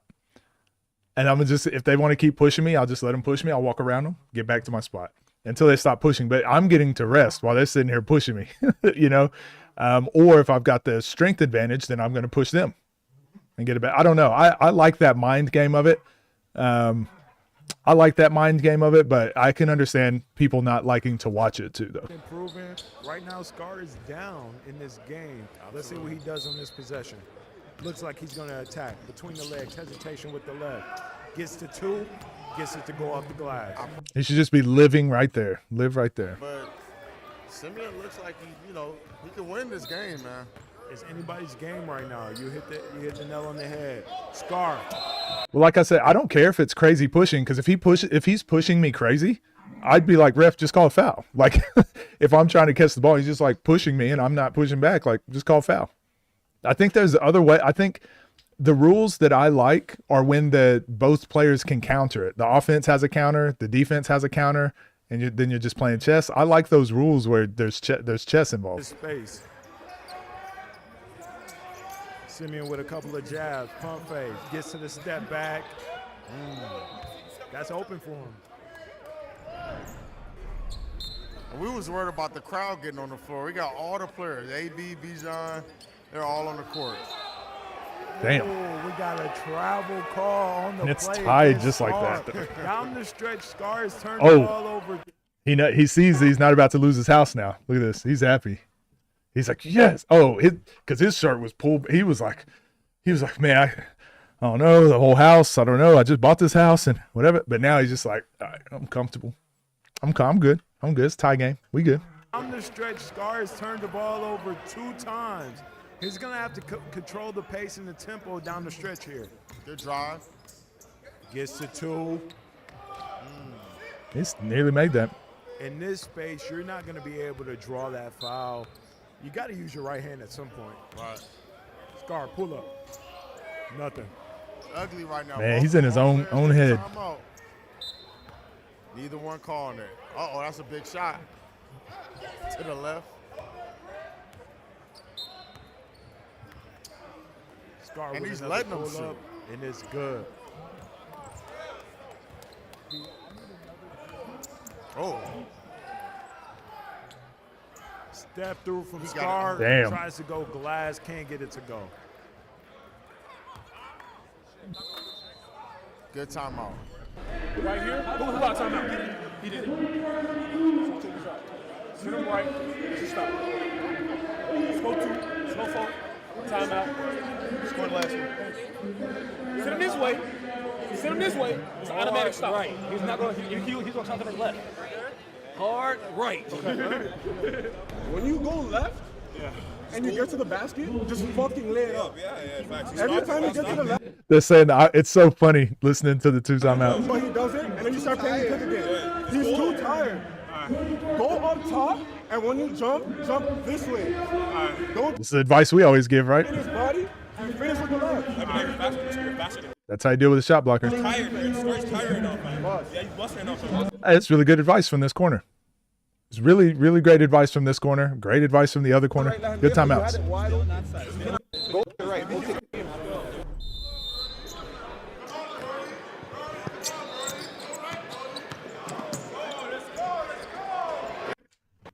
So, again, this is why the advice was so good in both timeouts. AB is telling him, hey, keep him on the right, keep him on the right, keep him on the right. All right, this is where discipline comes in. And Sims' corner is telling him, get back to your left. And when you get back to the left, just elevate. So now this is a game plan. Who's going to execute their game plan better? Scar, keep him right, keep him right, keep him right. And Scar, for whatever reason, just has to bite on this and be like, no, you can't go right. Okay, well, he wants to go left anyways. So now he goes left, and instead of shot faking and pump faking and whatever, what did they tell Sim? Just go up, elevate. Yeah, just go up, elevate. This is really good advice from both corners. Stop. Really good advice from both corners. Sorry, I had to regulate real quick. Really good advice from both corners, but now that's the game plan aspect. Can you apply what you just heard? Can you apply it onto the court? And this is one of the skills I always tell players they need to get better at. You have to be able to apply what the coach is telling you out there on the court. Scar, just let him off the hook. And that's where coaches are like, sub, get him out. Use the right hand there. Don't let him. If he goes up on the right, then so what? If he goes up on the right, but keep him there. Oh, again, let's him get back to his left. So easy. Got the finish. You should be there sitting on that as soon as it goes left. Like, I'm here. I'm going for that steal. Oh. Couple of moves. Yeah, if he scores from over there, we live. If he scores on that side, we're fine with it. That last second pump. He's showing his bag a little bit more. Scar's still looking to get a running start as much as he can. Lays potatoes. Oh, good move. The layup. Wow. But it's almost, this is territory where it's very scary. Now that it's 24-24, it's basically a 2-possession game. It just 2 threes is game. all of your habits and everything just starts to go out the window because now you're pressing. Everything matters now. Now you can't be like, oh, I'm going to go hard to the basket and just get a layup. It's like, you can't just turn it on now. Like we said with Gino Auriemma, when things get tough, whenever the pressure gets tight, you always revert back to the level of your training. You don't rise to the occasion. What a play. So if your training isn't like Zay's, straight lines and to the backboard every time, you're not going to do that when times get tough. Yep. Here we go. Right here. You got to finish. Gave him an open three. Contact. Simeon, 3-point shot is up, and it's good. And only 3 points will do it. That's all he needs.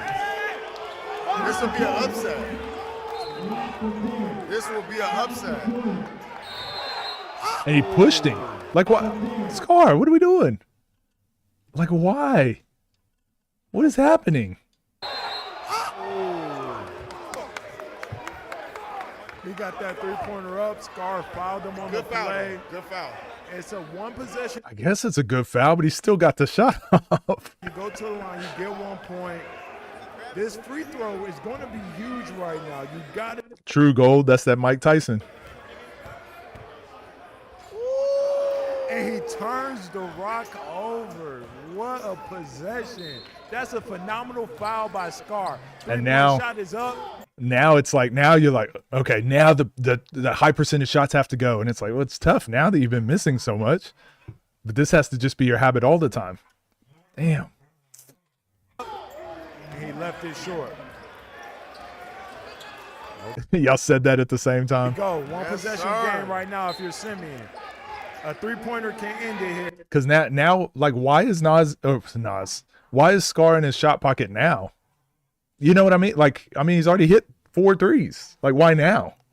You should be in the shot pocket before they hit 4 threes, before you give up 12 points. So it's like, we know you're capable.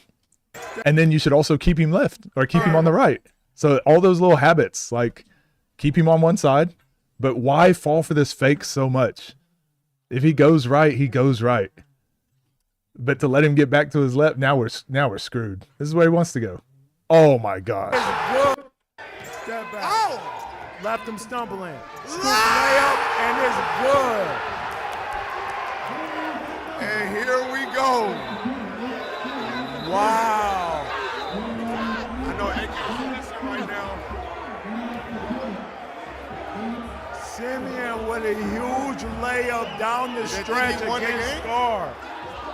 It's now 1 point will win the game for Simeon right now. 29-24 ball game right now. The city is behind Simeon. That was Dev that screamed, I'm pretty sure. What a game we have right here, Dev. Scar trying to muck it up.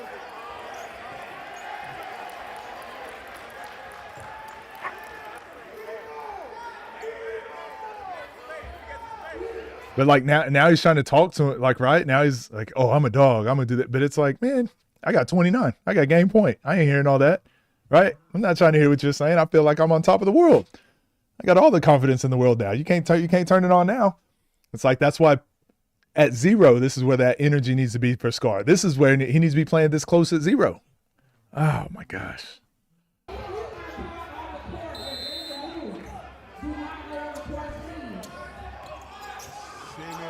Hands. All right, that's fine. Just do it. Don't tell us. Scar getting downhill. There we go. Right hand flow. He keeps going back to this. So if I were Scar, I would lab something out for when I get to here. Just jump off of 2 feet and elevate, get you a little left-handed baby hook. No one's blocking it, but having to jump off your right leg, fade away, switching back to your right hand over a contest, that's a really tough shot to make. He's getting to the right spot, but just his choice of shot is crazy. Right hand float, no good. Great defense, man. It was a tough lay, but not when someone wants to go left and finish.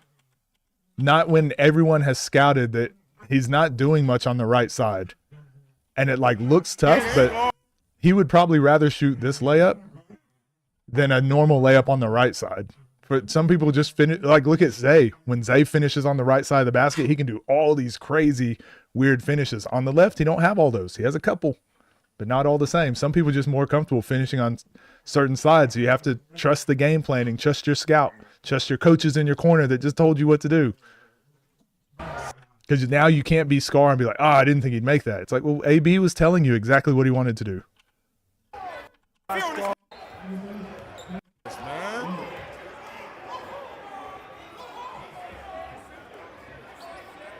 Man. I like Simeon, man. We might have found somebody. We might have found somebody on the scene now. That might have been a turnover. We might have found somebody. Sitting out with a jab. Lets him go left again. It worked. Worked out. We got Scotty talking about good defense by Scar. We got a trap on the play right now. Wow.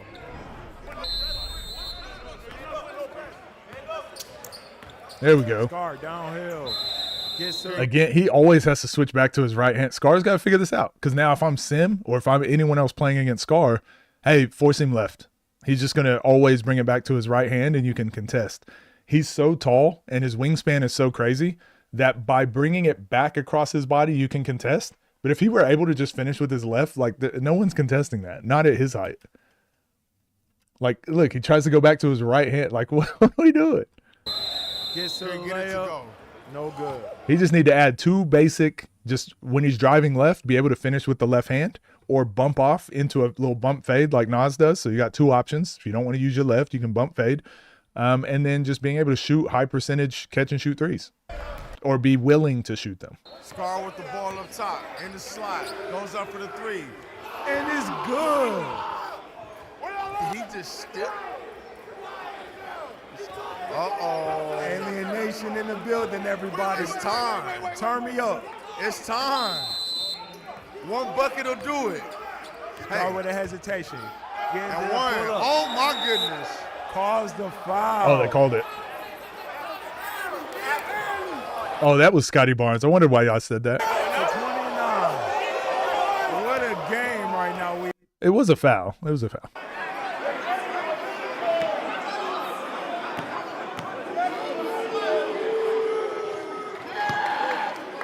Oh, 29-29. 29-29 right now. We're having a hard time seeing the scoreboard.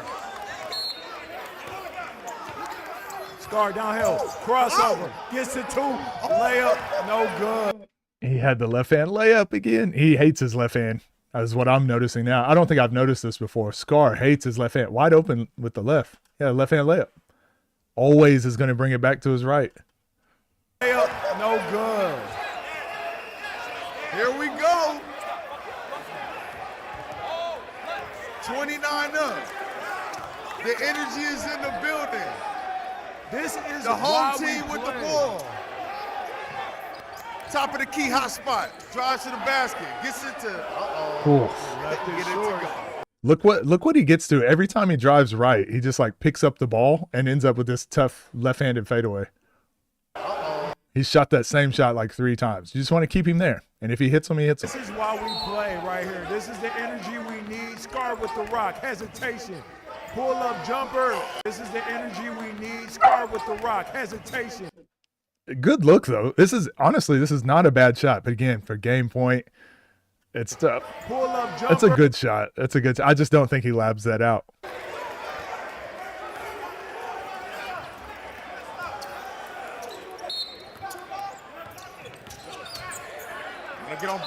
Not bad. That's good defense. No reason to foul, but They got to go to the free throw line, though. You have to go to the free throw line. That has to be.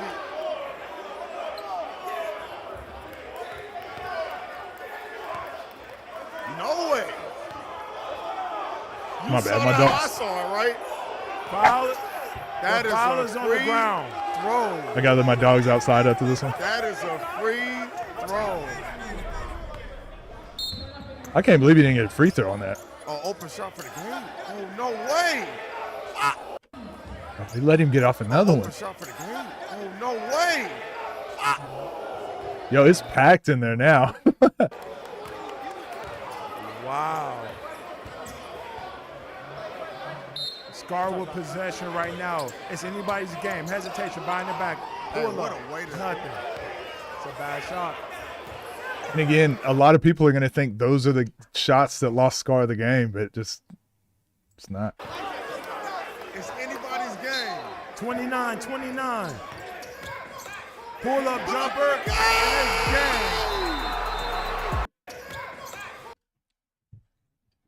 Back to the shot that got him back into the game. He hit like 4 of these throughout the game. Let him go left and pull up. Pull up jumper. And it's game. Simeon with a comeback. Damn. Was that Sim doing that? Oh, no.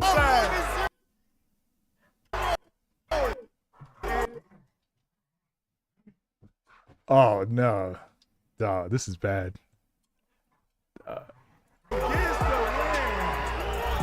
Damn, that cannot feel good.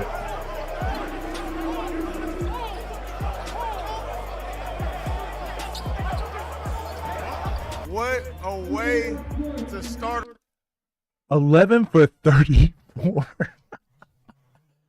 Oh, 4 for, golly. I'm glad that we're starting to get stats in the scene. I wish we could see stats for across the year, and because it'd make my job so much easier when I have these conversations with the players and be like, so, you're actually shooting 21% from the 3, so how about we get 2 feet into the key instead? Us off, bro. Yes, sir. But when I say it on commentary, I get roasted. All is like for Toronto, and you got the dub in your first game on this scene. Yes, sir. That normally never happens. Talk about how you feel today, man. I just wanted to put on for my city. I'm grateful for opportunity. I'm grateful for being beside you right here, you know what I mean? I came in really, really confident. I'm not gonna say I knew I was gonna win, but like, I knew he kind of dummied me down. My whole life I've been an underdog. So, you know, plus 1,500 in the 4th, I gotta win for my city, man. That's the way to show out. Shout out to Scar, though. Real tough opponent, not gonna lie. What did you learn here today? There's a lot of physicality, the conditioning, what else? The conditioning, you gotta be A1 in shape. You cannot take any possessions off. As you've seen, I try to gamble on the shot, and you know, you hit a couple. I gotta press up, and my conditioning right there, you know what I mean? But again, his conditioning did not look bad because I don't think Scar forced the issue enough. You gotta be a dog. If you take the foot off the gas, your opponent's coming right back at you. That's what I learned, man. Well, that was one hell of a game, man. I look forward to see you on the next one. All right, thank you so much. All these. Wow. Good game. I mean, it's a good learning. It's a good teaching point, but geez, Scar, come on. Again, I know I feel bad because this is before Judgment Day, and now we've seen how he played in Judgment Day, but actually, you know what? I don't feel bad. I don't feel bad at all. This video is going to drop now. The Ball is Life one already did, right? But my video is going to drop, and I'm going to be super critical, and people are going to be like, but Judgment, this was before Judgment Day. No, but this is what Scar needs to remember, this feeling. You don't need to remember the Judgment Day feeling. You need to remember this feeling. So when you train, just think of this game. When you're working on your shots, when you're working on your moves, think of this game. This is what you think about. So then when you get into your training and your trainer is like, hey, let's work on this jab, step back, fade away, side step 3. No. I'm not working on that. I need to full speed right, full speed left. I need to just work on the basics. I need to get to my spots. I need to be more efficient. Coach, that's what I need to work on. Remember this game. This is why. This is the story of Scar's career.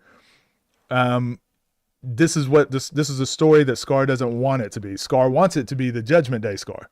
So remember this game. Always think about this one. Train to not be this Scar. And then that's what's going to get him into the top 5 conversations, the top 10 conversations. Always thinking about this game. Don't worry about Judgment Day. You did what you were supposed to do. Think about these games. But yeah, good game.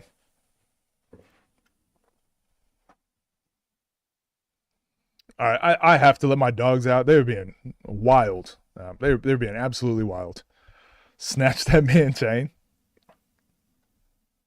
What are you talking about?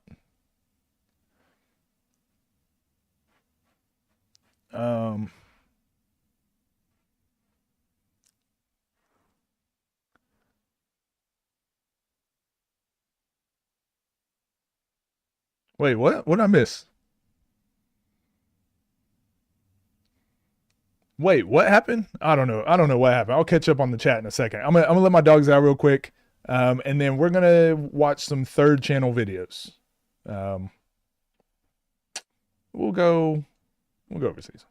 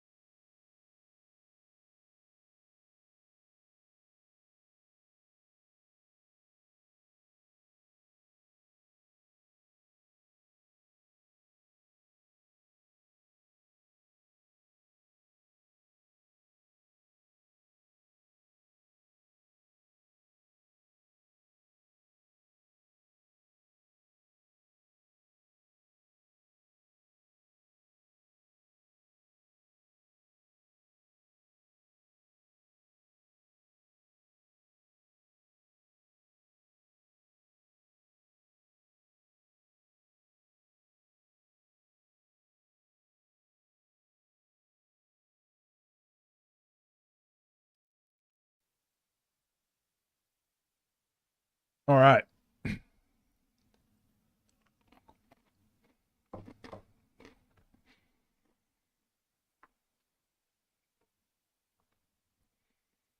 The things I do for you guys. Okay, it's a beautiful day outside. I should be outside, tanning, working on my tan, letting the dogs out, letting the dogs be free. But I'm here, okay? Dedicated to the game of basketball. Kidding. I love what I do. All right.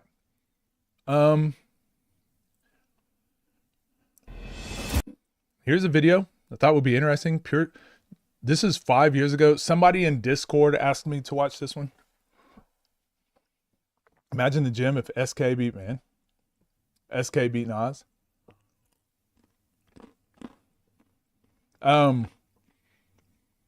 I'm not too into the fighting thing. I didn't see it, or I have no video of it. So I don't really want to, I'm not interested. I don't know.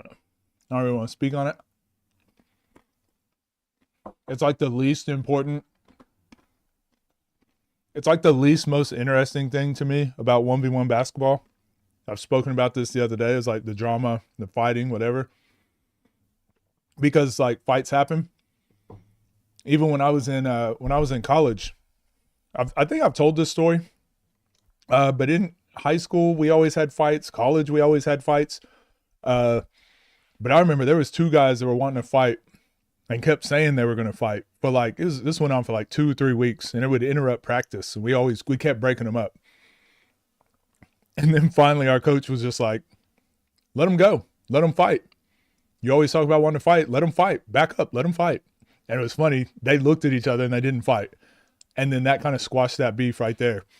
And then I was like, yeah, I guess fights aren't necessarily the worst thing in the world. Like sometimes if the fight needs to happen, it needs to happen. But it doesn't need to turn into more than what it is. If it's a fight, let them get it out. Okay. Business as usual now. Stop. You're okay. Lay down. Relax. Kick your feet up. Stay a while. So yeah. That's my thoughts on fights. Just doesn't interest me that much. It is what it is. But yeah, someone in Discord, this was maybe a month ago. I'm trying to get through some of our Discord requests and things like that. Someone asked me to look at this video. But this is Micro Skills, Michael Jordan, episode 1, mid-range and separation moves. This is Pure Sweat basketball. Go like, go subscribe. Pure Sweat is Drew Hanlon.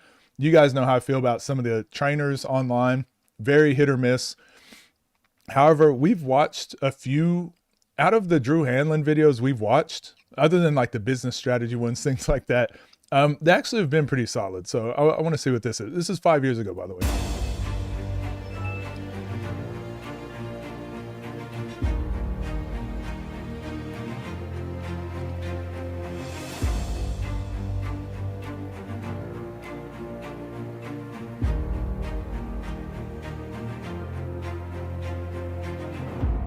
What's going on, y'all? It's NBA skills coach Drew Hanlon, and welcome to episode 1 of my 10-part film study on Michael Jordan.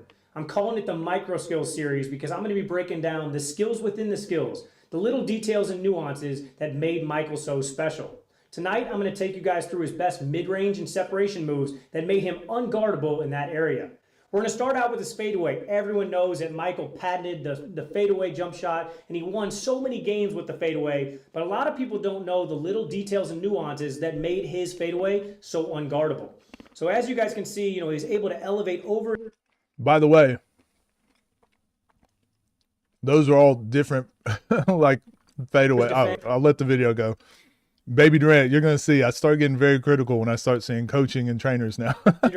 Get to spots and then just knock down the J. But there are a ton of different things that went into him getting separation and ultimately making the shots. So I'm going to rewind back the film real quick so that we can break down kind of the little nuggets, little nuances that made his fadeaway unguardable. The first thing you'll notice is he uses long lunges. The long lunge not only gets the defender to open Full speed right. up, but it also gets him to an advantageous spot on the court. Because this is also the way he would drive if he were trying to get a layup. Full speed right. Unguardable. The first thing you'll notice is he uses long lunges. The long lunge not only gets the defender to open up, but it also gets him to an advantageous spot on the court. So right now, that long lunge, drop the defender. You see the defender opens up their stance. And then MJ is able to quickly get that other foot around. So a lot of players don't have the ability to get that, foot set. They get both feet down, and then you can see MJ gets the ball up quick to his shot pocket, reclines back, and then knocks down the fade. On this clip right here, you can see how quickly the ball gets up. A lot of players do not get the ball over their head, and that's something that MJ excelled in. He really got the ball up quickly and then was able to get over their head, and that's clip right here to his shot pocket, reclines back, and then knocks down the fade. He pushes off on Shaq's arm there too, and watch what it does to Shaq. I say this all the time. This is something that's super underrated. Again, people don't understand fully. Dog, lay down. What are you doing? But one thing that people don't understand is, like, you can't move Shaq. You can't move him at all. And this is something that I think Scoob figured out with Nas. But if I can get Shaq to move laterally, now I can move him. Watch Shaq's body here as Jordan just gives him a little nudge. On this clip, like it kind of pushes him off balance just a little bit with that little arm battle. Now that he's off balance, like, Jordan's going to be able to get on balance quicker than Shaq. Here you can see how quickly he really got the ball up quickly and then was able to get it to his shot pocket in a hurry, so that defenders really had no chance. So again, that long lunge got the defender to drop, so you can see how long this lunge is. But again, it's just full speed right. Like, you think Jordan's going to dunk on you, so you start recovering like, hey, don't let him go dunk, and then he just pulls up. Defender drops. He quickly gets his other foot around so he can get on balance. He gets the ball up over his head, so elbows under the ball. Gets the ball to his shot pocket, and then reclines back and just knocks down the J. You can also see that he a lot of times used a balanced leg, a little kick out, so that he could really maintain his balance and remain squared throughout his shot. So again, he sees that rotating defenders are coming over. No reason to go challenge him at the rim. Long lunge, gets on balance. You can see he's squared up, but then reclines back so that he gets a little bit extra separation so he can knock down the J. Another thing that he was able to do is pick the ball up from different pockets. So you can see right here, outside of his tongue being out, you can see that the ball's on the outside of his hip, so that when he jumps up, he doesn't kind of square up. A lot of what you get from most skills trainers is like, they'll just tell you what's happening on the screen, but not like why. We kind of saw this with, was that Peter Daniliv that was talking about, if you want to be a good mid-range jump shooter, like, you got to have different pocket pickups and all these different things. Again, I think it's over analyzing. It gets into these things too deep. Really, the reason Jordan's fadeaway was so effective because he was relentless at getting to the basket. And we saw this when we broke down, like, Carson Edwards, Mike James, TJ Shorts, a few more of those EuroLeague guards. What made their pull-up so deadly is because how relentless they drive. So full speed right, drive all the way to the backboard. Next time you start going full speed right, well, that defender turns their hips and they're running with you. Now you just spring up into a pull-up. So all the things that work for them, it's the same thing that works here for Jordan. The only difference is Jordan also was like a freak athlete that it knew if he also faded away, he could elevate higher than anyone else. For the most part. So some of the stuff that he's teaching is unique to, like, Jordan's fadeaway, but some of the stuff too is just, it's just happening because it's happening. Square. What he does is he squares. The biggest thing is getting your shoulders square to the basket. In the air, he gets his. Kobe talked about this a lot. And then knocks down the J. So again, he had the ability to shoot over both shoulders. You can see right here, he's running away from the basket, still gets on balance, reclines back, uses that right leg kick to really get, good separation, and then knocks down the J. Another thing that he was able to do was hang. So right here, he jumps up. You can see he's in a position where he's going to get his shot blocked or altered, but he was just able to elevate so long that defenders were on their way down when he was shooting. So right here, you can see he hung just long enough that he could knock down the J. Couple more clips for you guys, but you guys can see that, he was really good at just elevating over. Next thing was his shot fake. Now, what made his shot fake unguardable was it looked exactly like his shot. We talked about the little wrinkles. And this is why we always talk about not doing the shot fake that everyone does like this, and then their foot goes backwards. They do that negative step. Because good defenders aren't going to fall for the shot fake.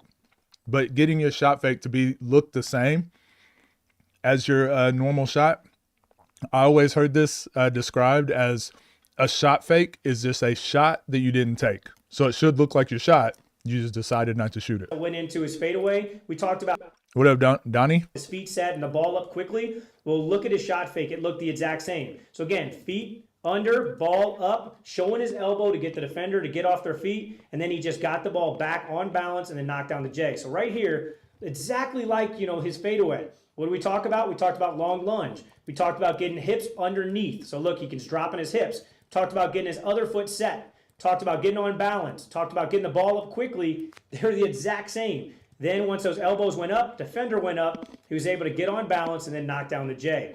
And again, anytime that you had somebody that was able to elevate so quickly, you had to react by jumping. These are all incredibly tough shots still. This is crazy. These are crazy tough shots. Elbow that he got multiple defenders off the floor every time that he shot faked. So again, then he regained his balance and then knocked it down. Next move we're going to talk about is step backs. So, you know, everybody has a good step back. MJ's was really good because he just hopped to kind of a good space. So right here you can see rotating defenders coming over. What does he do? He takes that long lunge, then he hops to a different angle, and then uses that mini fade to really knock down, you know, the jump shot. So right here, again, defender cutting him off. What does he do?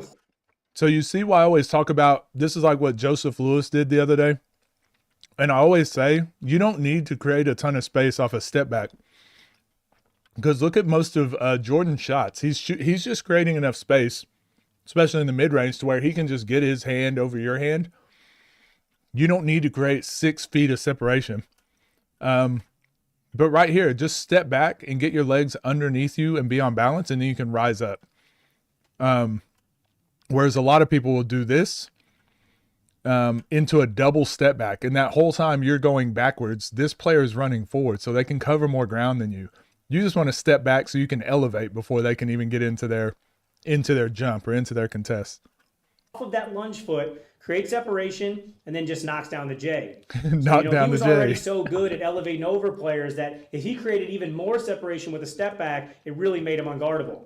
So right here, he's even with his defender. What does he do? Long lunge, gets the defender to drop. Then he keeps that ball protected. He uses that kind of lunge foot to load and explode. He gets on balance. And then yeah, so a couple things. Again, all of this can be simplified in what we talk about all the time, just full speed left, full speed right.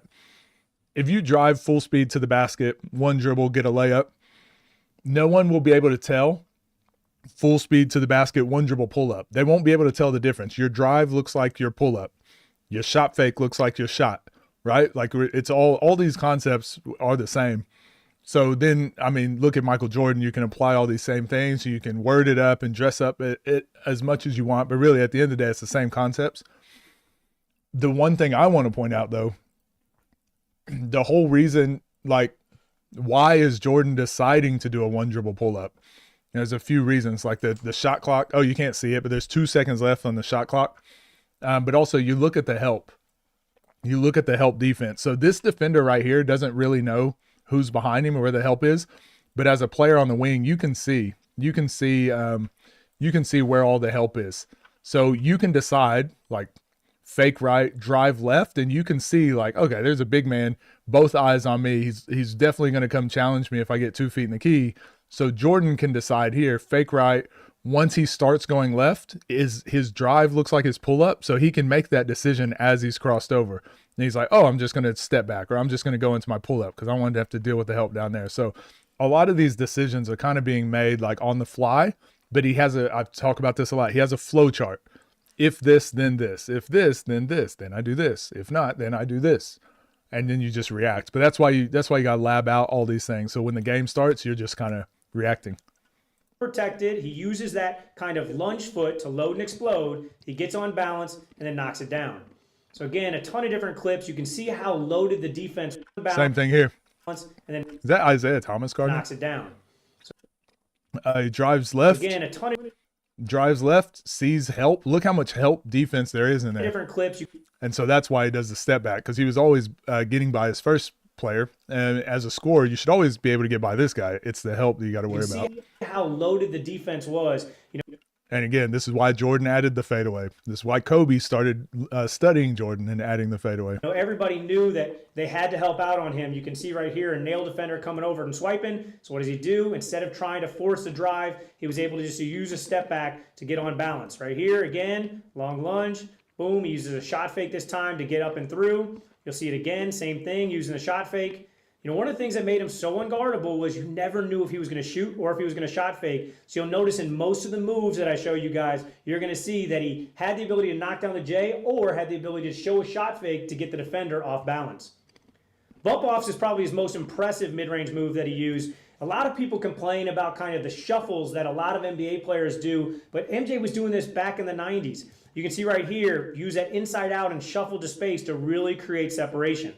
So now that we've seen a couple of them, I'm going to rewind back the tape and take you guys through the bump off, which is basically like an inside out shuffle. So right here, he comes off the pick, and you'll see that, you know, he's faking kind of a snake. He's faking that he's going to split through, but really what he's doing is he's using an inside out, and then he's going to use that kind of inside out jab foot to push off, and then he's going to shuffle. So he's going to take 1 foot, and then again, 2, 3. So it's not a travel because it's all about after you pick up the ball, you get 2 steps. You notice the... Well, at the same time, it's like, oh my God, we're going to get into this travel and what it gather situation. I've already done a full video, 2 videos on my main channel. No one thinks this is a travel. Just because his hand touched the ball while his foot is down, it's not the same as what we see a lot of today.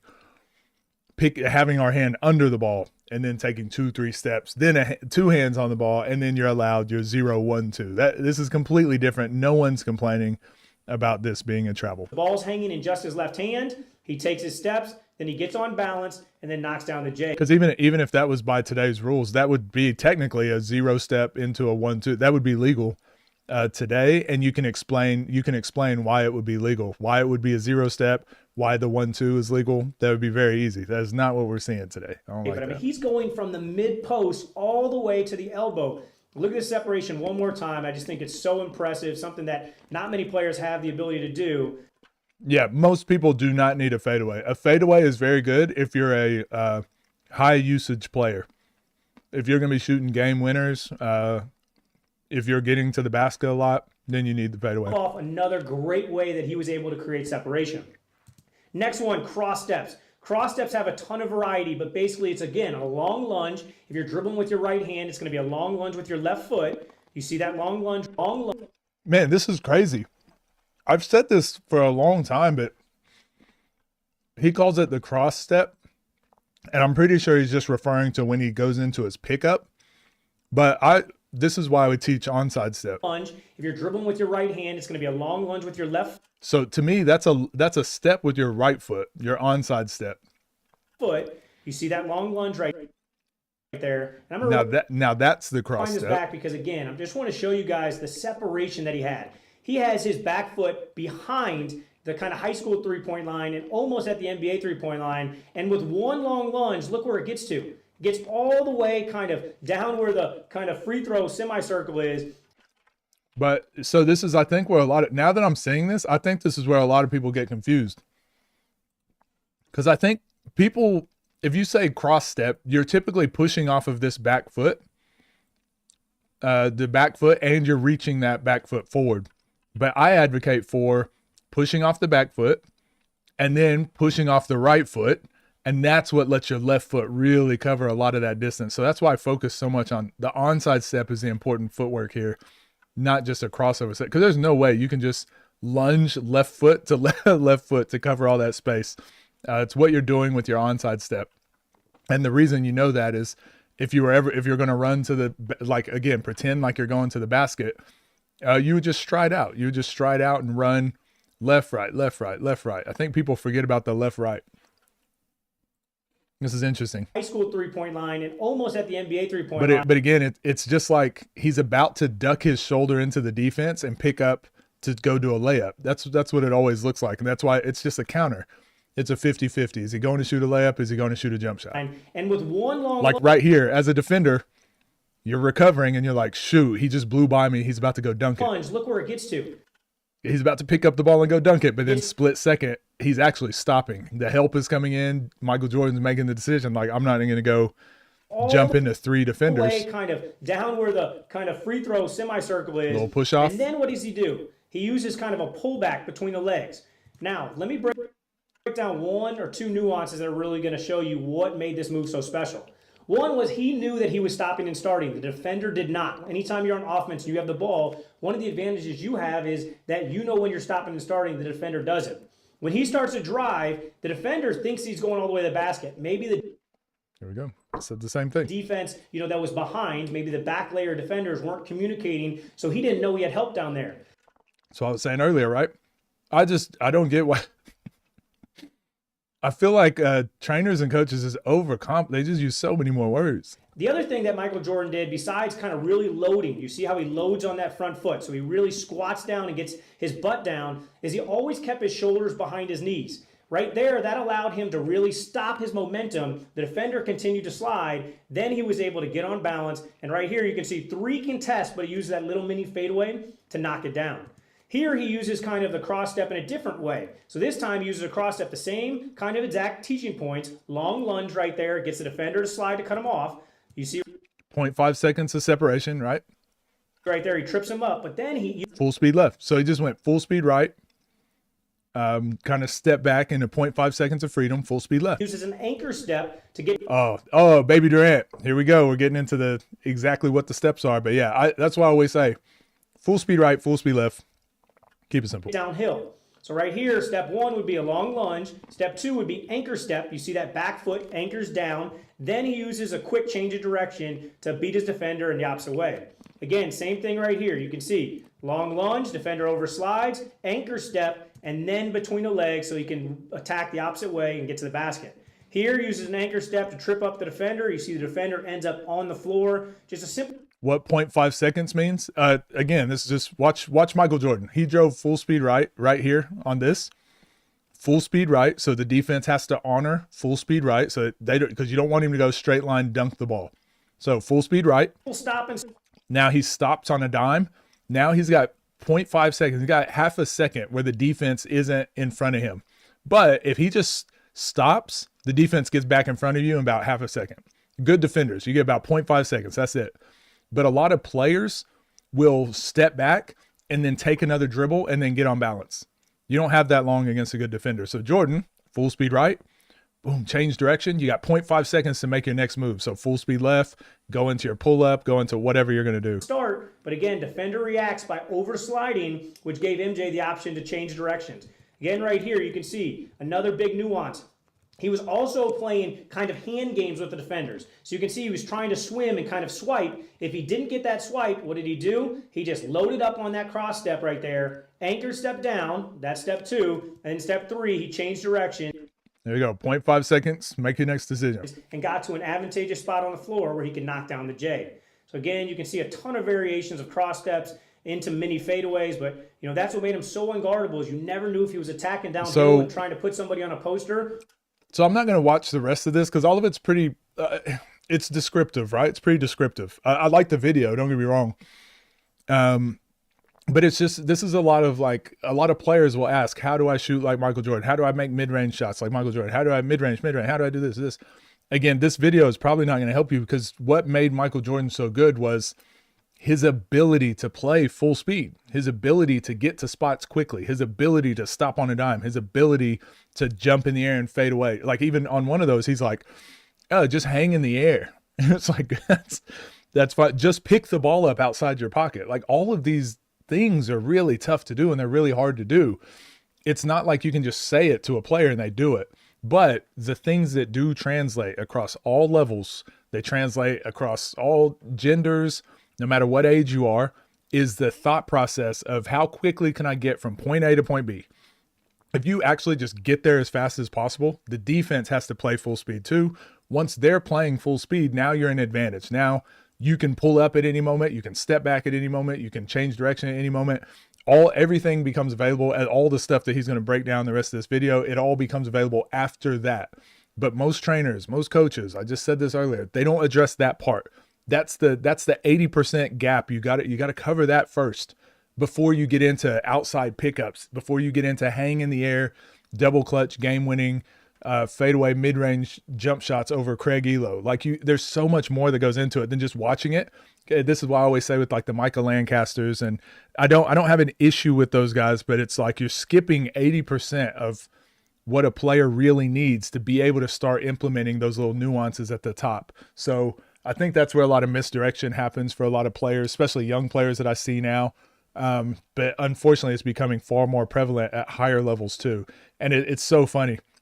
When I have these conversations, I have these conversations with guys in the one-on-one scene now, and I'll say something to them like, oh no, like you don't need to work on all this, just do this thing. And they'll be like, I've never heard of this before. So it's the funniest thing to me. I feel like it's exactly what Coach Blackwell says, upside down basketball. It's more fun. It's more fun to me for me to watch Michael Jordan play and break down what Michael Jordan does and learn those nuances. But like, that's after you've already mastered the other. It's more fun to break that down and talk about that and coach that, right? But not many people are going to get anything out of that. Like Kobe didn't even start doing the Michael Jordan thing until like his however many years in the league. And he realized like, okay, I can't just jump into traffic all the time and be the least efficient rookie ever. I gotta develop some other options. So anyways, what do you guys think of those?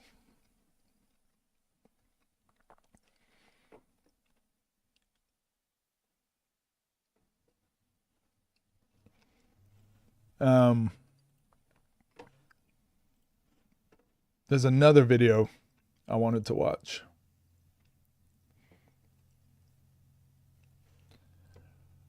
I actually do need some mods. Anybody want to be a mod?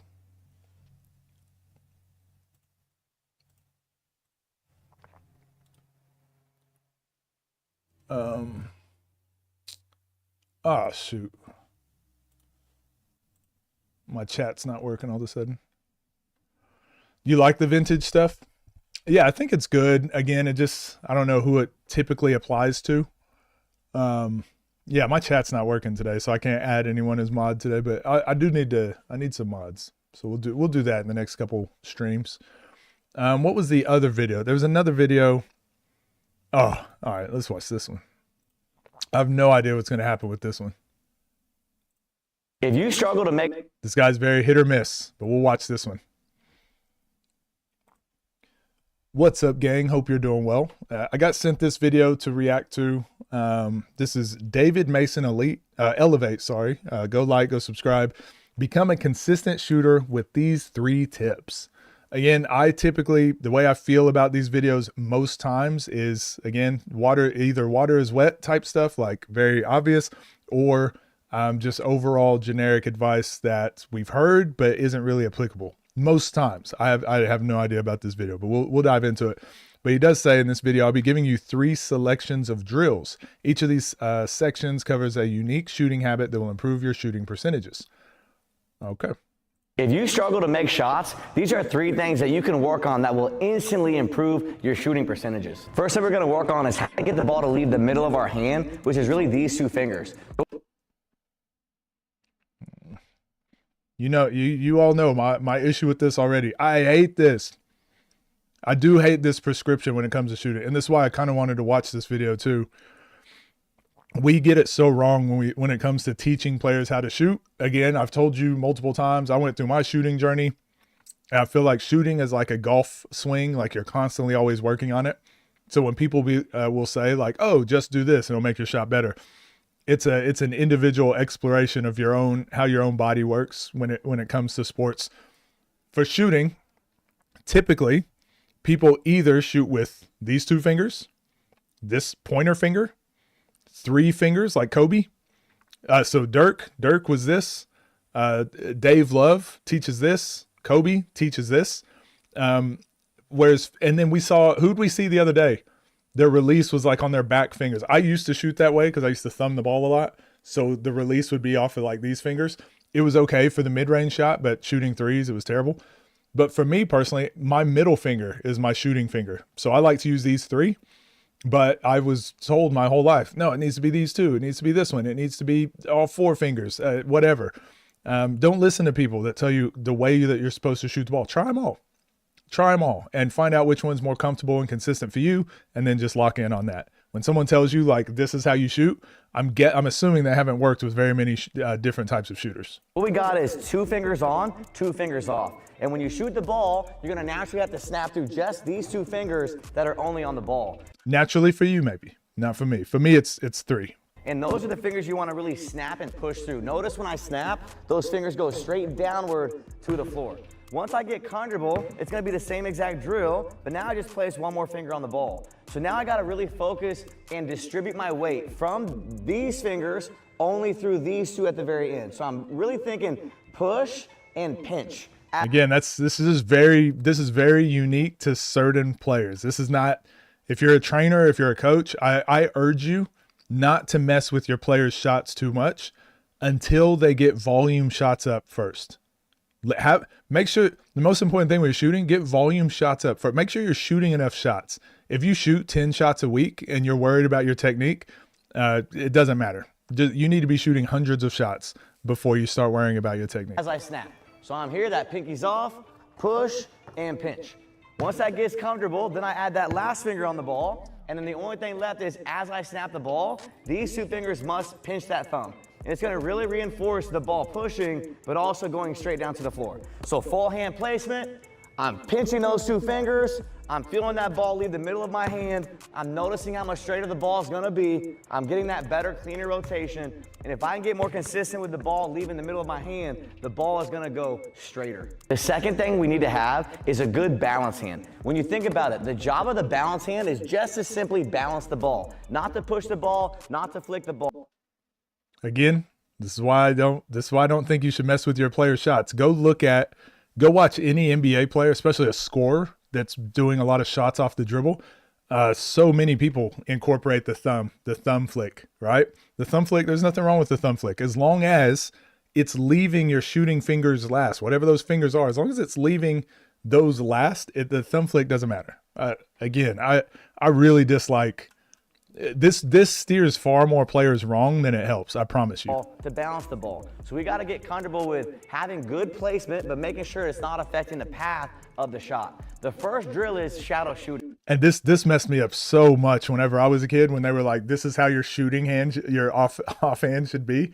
And then there's that little paddle that you can buy now that keeps your hand straight, and then you just shoot without it. But this hand, like, it's incorporated. It's part of your shot. The way you catch it, the way where you hold it, how it grips the ball. You can't do one without the other. Like, it is a part of it. There's a part of it for a reason. So you should practice it as a whole as much as possible.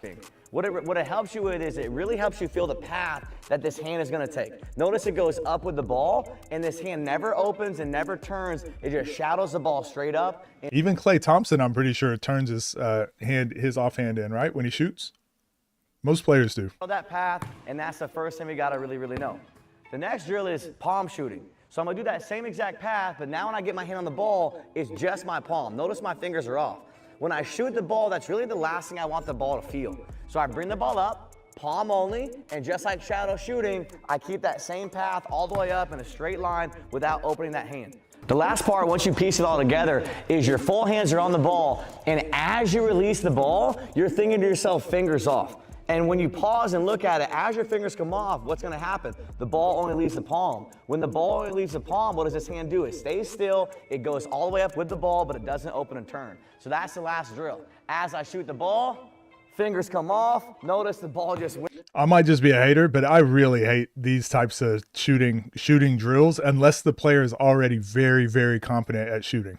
Hand should basically be able to wave to this wrist. You don't want it to wave to the rim. That's just another little guide to help you keep that hand straight. And when you get better by keeping that hand straighter and cleaner, that ball is going to continue that straight path that you desire. The last thing we have is shot path. Shot path is so important because it requires 2 main things. Getting where the ball can go down to up in a straight path, which generates flow and power, but also making sure the ball doesn't go away from the basket. So I don't want to catch the ball and let the ball swing away and then find the... Didn't we just watch a video where Michael Jordan does this to make mid-range jump shot? You see what I mean? Like, you can't package. These are just not holistic approaches. I also want the ball to be in a straight line from the beginning and a straight line straight up as well. So going to the drills, the first thing we're going to work on is getting the path to go down to up. A great drill to really improve that flow. So you're going to have both hands on the ball, and the moment the ball taps the floor, you're just going to go in a... Gold. Thank you for becoming a member. Might be a re-sign up or whatever. Straight up direction and shoot the ball to the basket. Bounce straight up. Notice there's no... I've seen this drill a lot too. Yeah, sure. Bounce. Go straight up the path. really working on that straight down to up motion. The next thing we're gonna work on is getting the ball in a straight path while going side to side. So I'm gonna go behind the back wraps. The moment I gather, I'm gonna pause, realize and feel where that ball is, and then go up in a straight direction as I shoot. That will be one rep. I do that same thing again. Go behind the back, pause, feel where the ball should be, watch it and feel it go up in a straight direction. Once I have the feel of that, I'll do the same exact thing, go in this direction, pause, catch it, and then shoot it. Once that's comfortable, I'm gonna take the pause away. So now I'm going like this, behind the back, find the pocket, going straight up. Notice too, when I gather the ball, I'm always down. We always wanna be down with the ball. Boom, I'm straight up in a straight direction. Great drill to really work on getting the ball to the same position while going east to west. The last thing we need is doing the same exact thing while incorporating different moves. We got 4 moves to work on. The first one's an in and out. And you would interchange left hand and right hand. So I'd be like this, in and out, boom, I gather to the spot, I go up in a straight direction. So I shoot that right there. I'm going again, I'm here, in and out, boom, I'm down with the ball. I think these drills are the best ones. Again, why? Because this is you're mimicking, you're doing the thing. So in a game, you probably have an in and out all the way to the basket. Well, an in and out pull up is important. Again, just reiterating, like, what's your pickup point? Like, where do you want to put whatever, all that other stuff you can. I think these are good. The ball's in a straight line and it's going up in a straight direction. Once I have that, I go between the legs. So I'm here next. Between the legs, gather and shoot. When that's good, left and right. I got crosses, cross, gather, and shoot. And then lastly, I got behind the back. Again, so I've spoken about this a lot, right? Like your pickups. This is what I was talking about. What's your pickup point? I do think it's very important if you're teaching players to score off the dribble. If they're having trouble, typically they don't have trouble with it because they're not playing high enough level. But if this is something they're worrying about, this is probably college level now, or you're playing a really high school level and this is your main score and you need to work on something.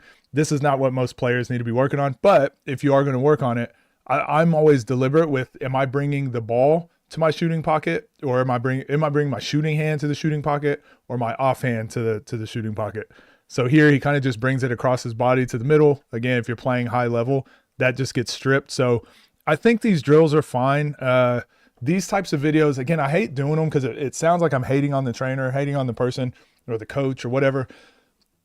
Are these drills going to make you a worse player? Probably not. And if you're in the gym and you're getting up a lot of reps of these, it's probably going to help. But also just shooting the ball is going to help. Like I promise you, if you're shooting hundreds and hundreds of shots a day, if you're shooting thousands of shots a week, it's going to help you more than all the crazy shooting types of drills you can do. Now, if you're a player that's already shooting thousands of shots a week, then you want to spice up your workouts with doing this sort of stuff. That's fine. Like if you want to just mess around with some different things, but you need to understand you're going in to like explore different options. You're exploring different things that may work for you. This is not how to become a better shooter. These are a couple drills that you can try that may help you along your journey. You got to look at things like that. So again, I kind of just dislike the perspective that a lot of the trainers and coaches attack this from. Again, mainly because everyone's shot is so different. All the things he was saying in this video, you go back and look at that Michael Jordan video. Michael Jordan's doing some of these things wrong, So it's like you can change. You can make anything into a drill. You can make anything the most important thing ever. But I think the most important thing for kids is like just shooting the ball. Just do the thing like we talk about. So anyways, that's my thoughts. Let me know what you guys think, and still go like, subscribe to the channel. And I'll see you guys in the next one. Yeah, so I don't know if chat's frozen or if you guys are just tired of me. But yeah, videos like that, that's why I stopped kind of doing those so much, because I feel like I'm always just so pedantic and so negative. And I don't want to come off as like pretentious or knowing better, but it really, when I do think about what I said earlier about do what's right for the kids, do what's right for the game of basketball, the amount of people, the amount of players that I hear watching these videos and they get more confused, I'm sure that he's getting that same feedback too. And I don't know why trainers, I saw a good post the other day that someone was like, man, most trainers are, it might've been, DJ Sackman said it. DJ Sackman was like, most trainers are training or are coaching for content, not to help, not for development. And I'm like, that's what all this feels like. It's just content. This is all just content. Unfortunately, the byproduct is there's a lot of young players that get lost watching these and wondering why they're not improving.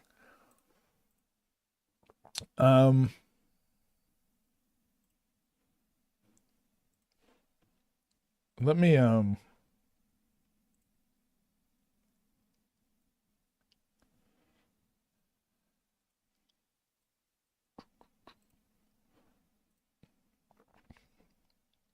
sorry, I just got to double check my chat. Yeah, I don't know why it keeps freezing. All right, so I can catch up on chat again. I don't know why it keeps freezing today. Yeah, I can see what you said, Yellow Hat. I had to go open up another chat thing. Saluminati, what up? Let's see. Just do this and become Michael Jordan. Have you ever argued with somebody about whether or not water is actually wet? No, but I've seen the arguments. Feel the middle of the ball. Everybody's different. Some cases need to be corrected. Is it working now on my other chat? It's not. Hold on. Let me try this.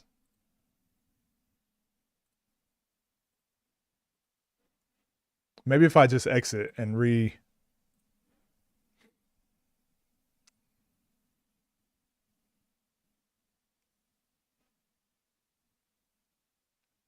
are we watching Fombi versus Bronny? I might watch that in a bit.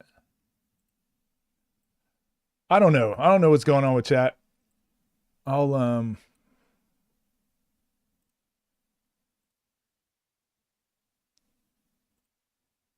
we'll use that one.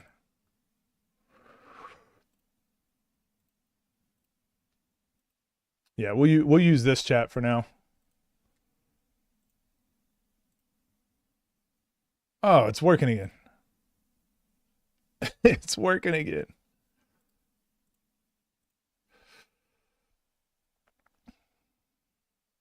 Am I taking suggestions for third channel vids? Yeah, sure. Sure. Hand injuries have changed my shooting form multiple times.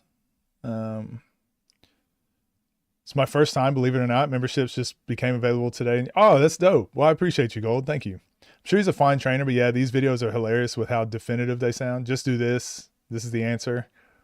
There's no ocean of context nuance you didn't even mention. You ever leave comments on these videos? I used to, but they never respond, or they would block. A lot of people would block my stuff or delete my comment. That's why I made this channel, because I was infuriated with the amount of nonsense that was out there. Did I watch any Jordan Reed yet? We did Kel versus Jordan Reed.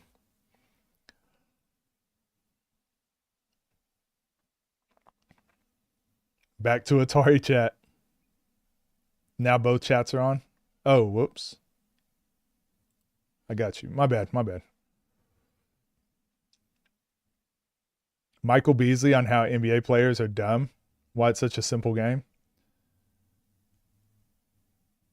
Who's the best player to watch for those 0.5 seconds of freedom? I mean, any scorer, any NBA scorer. They all have that mastered. They all understand that concept. What other channels do I have? Just 3. I've got the mid-range basketball, Mr. Coach Midrange, and Coach Midi the third. Maybe we'll watch this one next. It's a Jason Preston video. I like Jason Preston's stuff. We'll see what it is. You must do this ball handling drill. We might watch this. We'll watch one of these. This is 4 days ago. I like Jason Preston's videos. They're either I like the fact that it's more so from a player's brain. Again, we look at a lot of trainers and coaches, and it's like people. I'm not saying you had to have been a good player to be a good trainer, but most of them talk like they were good players. They're like, like we just watched, right? If you just do this thing, then this will happen. I do like listening to Jason Preston, because at least it's what like he thinks and what he believes got him to where he's at, and things that he personally did. So I like that aspect of it. But also some of his stuff that he says is just really on point. He understands the game of basketball at a high level. So again, go like, go subscribe. Jason Preston, you must do this ball handling workout at home every day. This is Devin the Lab's ball, by the way. Routine focuses, ball control.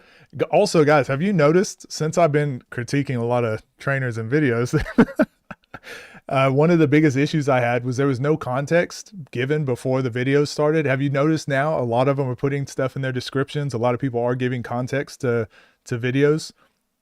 Ball control, change of pace, ball manipulation, game speed, confidence. This looks like an advertisement. I'm going to be completely honest. I'm not a huge fan of this.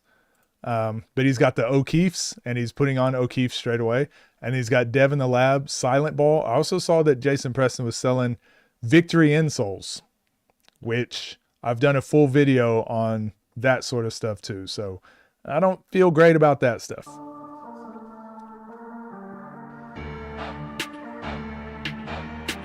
And I don't know if I can play this music. So quick warm up for body and hands.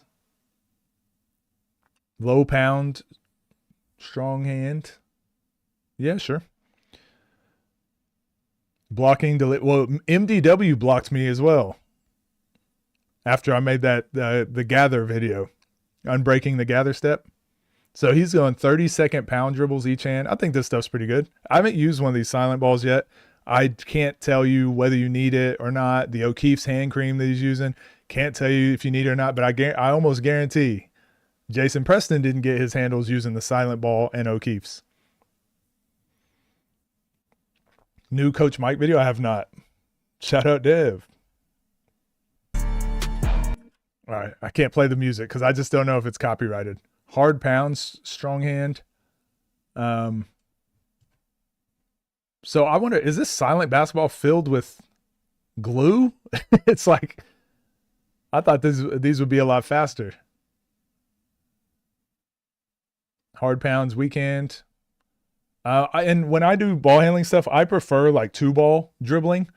But for beginners, this stuff is really good. You can do non-dribbling stuff, so just like leg wraps and body wraps and rolling the ball on the ground, things like that. Hard pounds. So 30 seconds.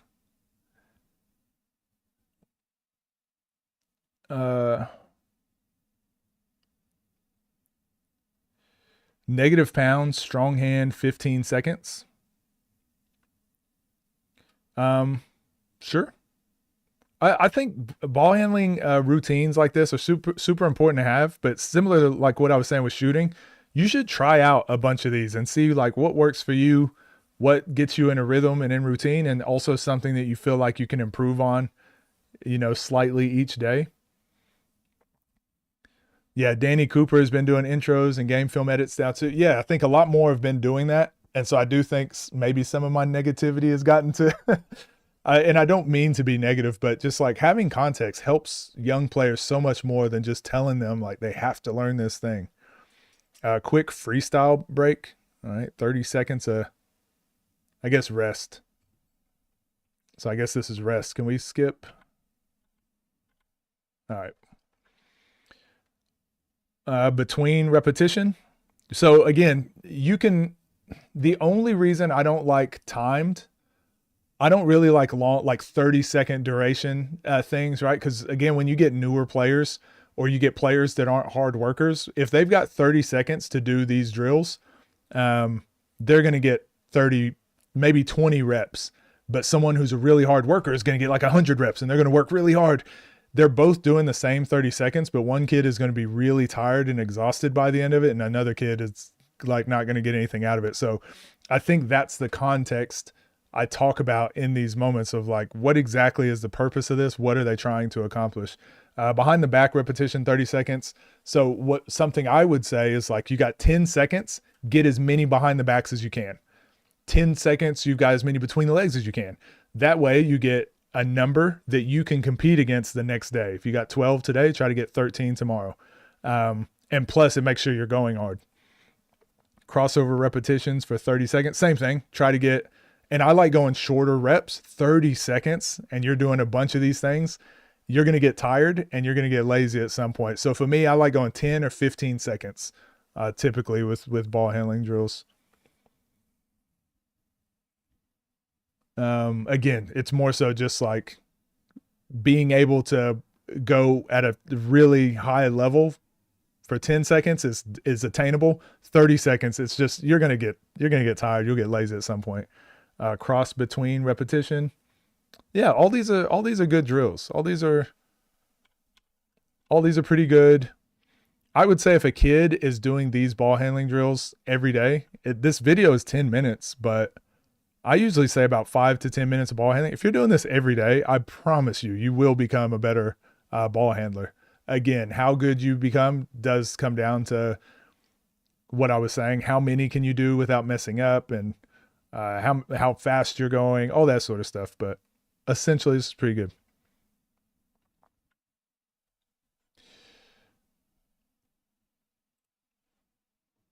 Oh my gosh. All right. Chat might be messing up again.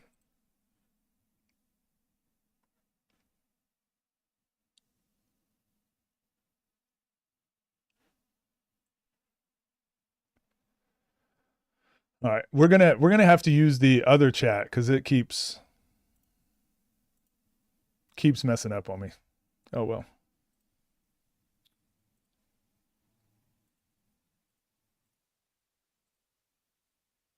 All right, we'll have to use this chat. The other one keeps messing up on me. We'll figure it out. I don't know what's going on.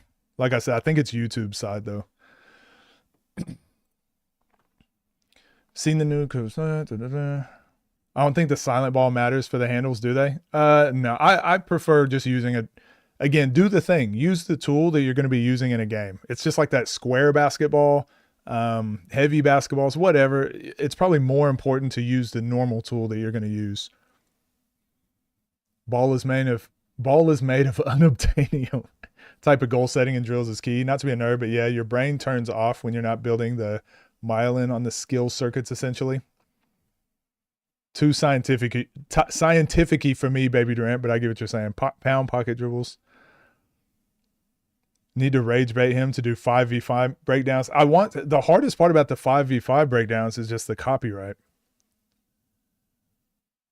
What are your thoughts, Coach? I feel like it's just too different. The silent ball is fine. Again, if you can't dribble a basketball in your house because it's too loud and your parents get mad, a silent ball is a good tool to use if you're wanting to dribble the ball. It's perfect.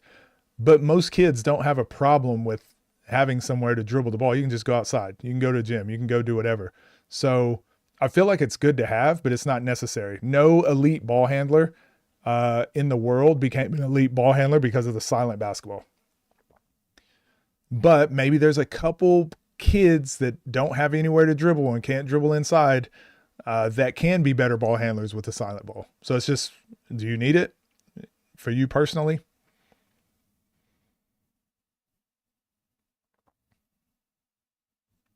But yeah, this is fine. I'm not going to keep going. I don't think he talks at all. Maybe he does at the end. Oh, hold on. Let's see. Three lucky winners. This is what a normal ball sounds like. And this is what a silent ball sounds like. All you have to do to enter is like this video. So definitely a giveaway, definitely a advertisement for the silent ball. I don't hate it. I don't hate it, but it does always make me feel a type of way when the educational content gets tied into also selling a product. But like I said, if you need the silent ball, there's definitely a use for some people to use that silent ball. I've never owned one. I've got access to the tool, whatever it's called, the little shed at our high school, and we have all different types of basketball equipment. The only thing that I grab every day, the ball rack. I just grab the ball rack with all the basketballs on it. That's all we need. We don't need the goggles. We don't need the weighted gloves. We don't need all the other stuff. We just need the ball rack and a court. That's all we need. So, yeah, I don't think any of the products are bad. It's just you have to understand if you personally need it, and I would say in most cases you don't. But this ball handling drill that Jason Preston just did, again, it's like we talked about with the shooting. If you need some ideas on some stuff to do with ball handling, this could be good. This could help you out. So yeah, let me know what you guys think. Yeah, I don't dislike, again, this Baby Durant, you're starting to see now. You're starting to see why I stopped doing these videos. I get too negative. I get way too negative when I critique trainers and coaches, just because it's just like, I feel like it's just every year we end up doing it, more pop up that are doing it to sell products or for different reasons than just to coach the kids that really, really need help. And I don't like feeling that way because I think most of them do mean well. Canada versus Slovenia World Cup game highlights just dropped. Free from copyright from 3. If it's on FIBA, it's not free from copyright. If it's from FIBA, I will instantly get copyrighted.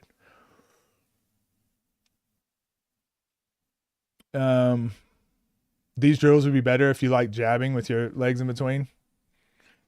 Kyrie said he uses trash bags on his hands, didn't he? Or am I mixing them up? Yeah, Kyrie used to say he put a bag around the basketball or something like that. Again, those are extra things you can do, but not necessary. It's like Barry Sanders, for example, used to train on gravel. Because he would run, and he was one of the best running backs at like cutting and changing directions. One of my favorite football players of all time. That's why I'm a Detroit Lions fan to this day.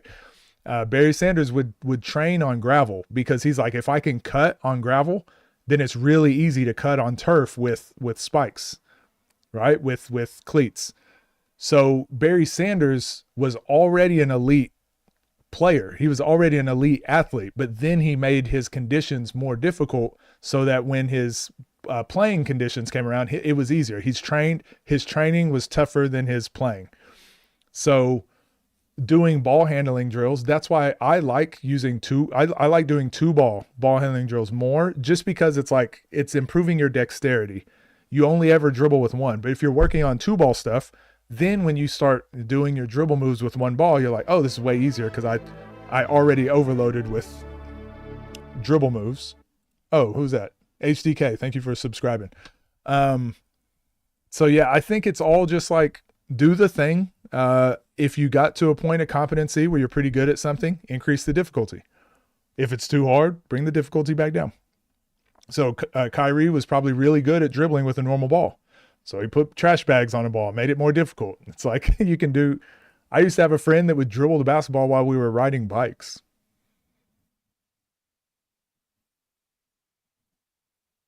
How long do you think a beginner needs to do those drills to be able to dribble confidently? I think 5 minutes a day. 5 minutes a day for 2 to 3 months will completely change a player's, especially a beginner, will completely change the way some players handle the ball.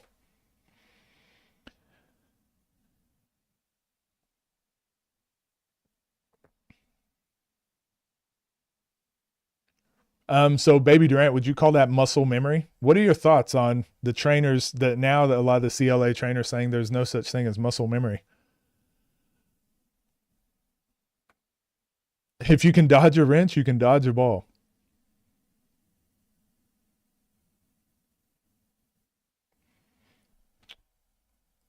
Man, y'all are way too nerdy in my chat. I am the full speed left, full speed right guy. Okay. Smitty, thank you for subscribing. I'm the full speed left, full speed right guy. I don't know what you guys are talking about with myelin and hemoglobin and Schwann cells. The hell is going on?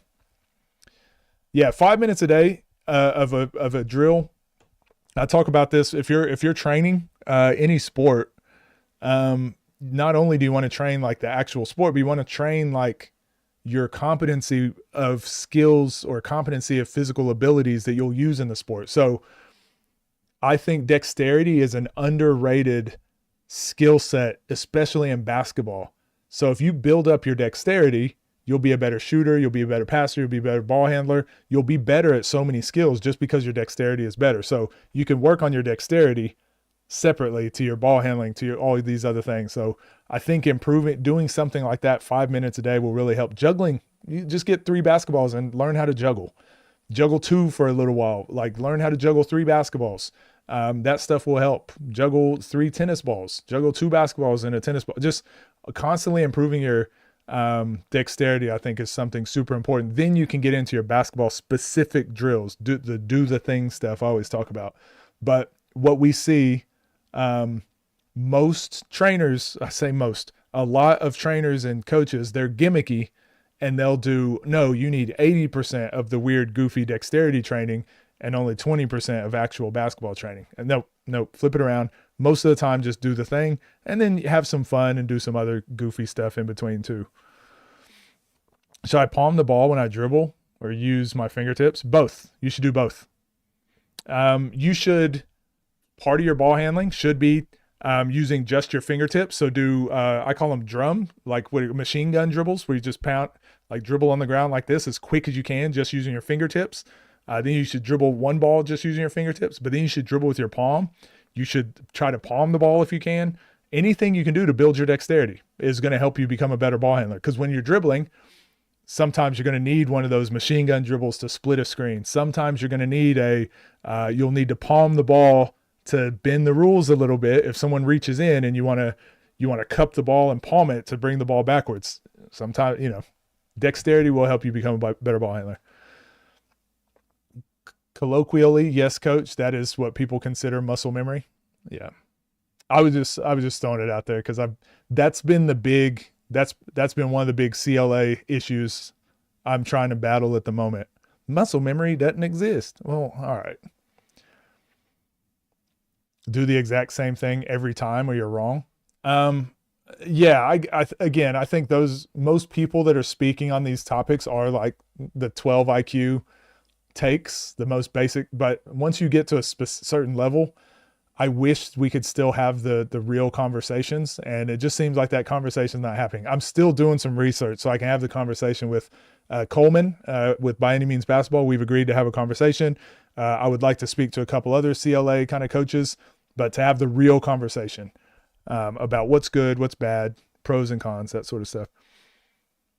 Trainers are refuting scientific facts. 2 to 3 months, OD, purely those drills or games on the side? Well, yeah, my answer is going to be, I'm going to frustrate a lot of people. My answer is always going to be do both.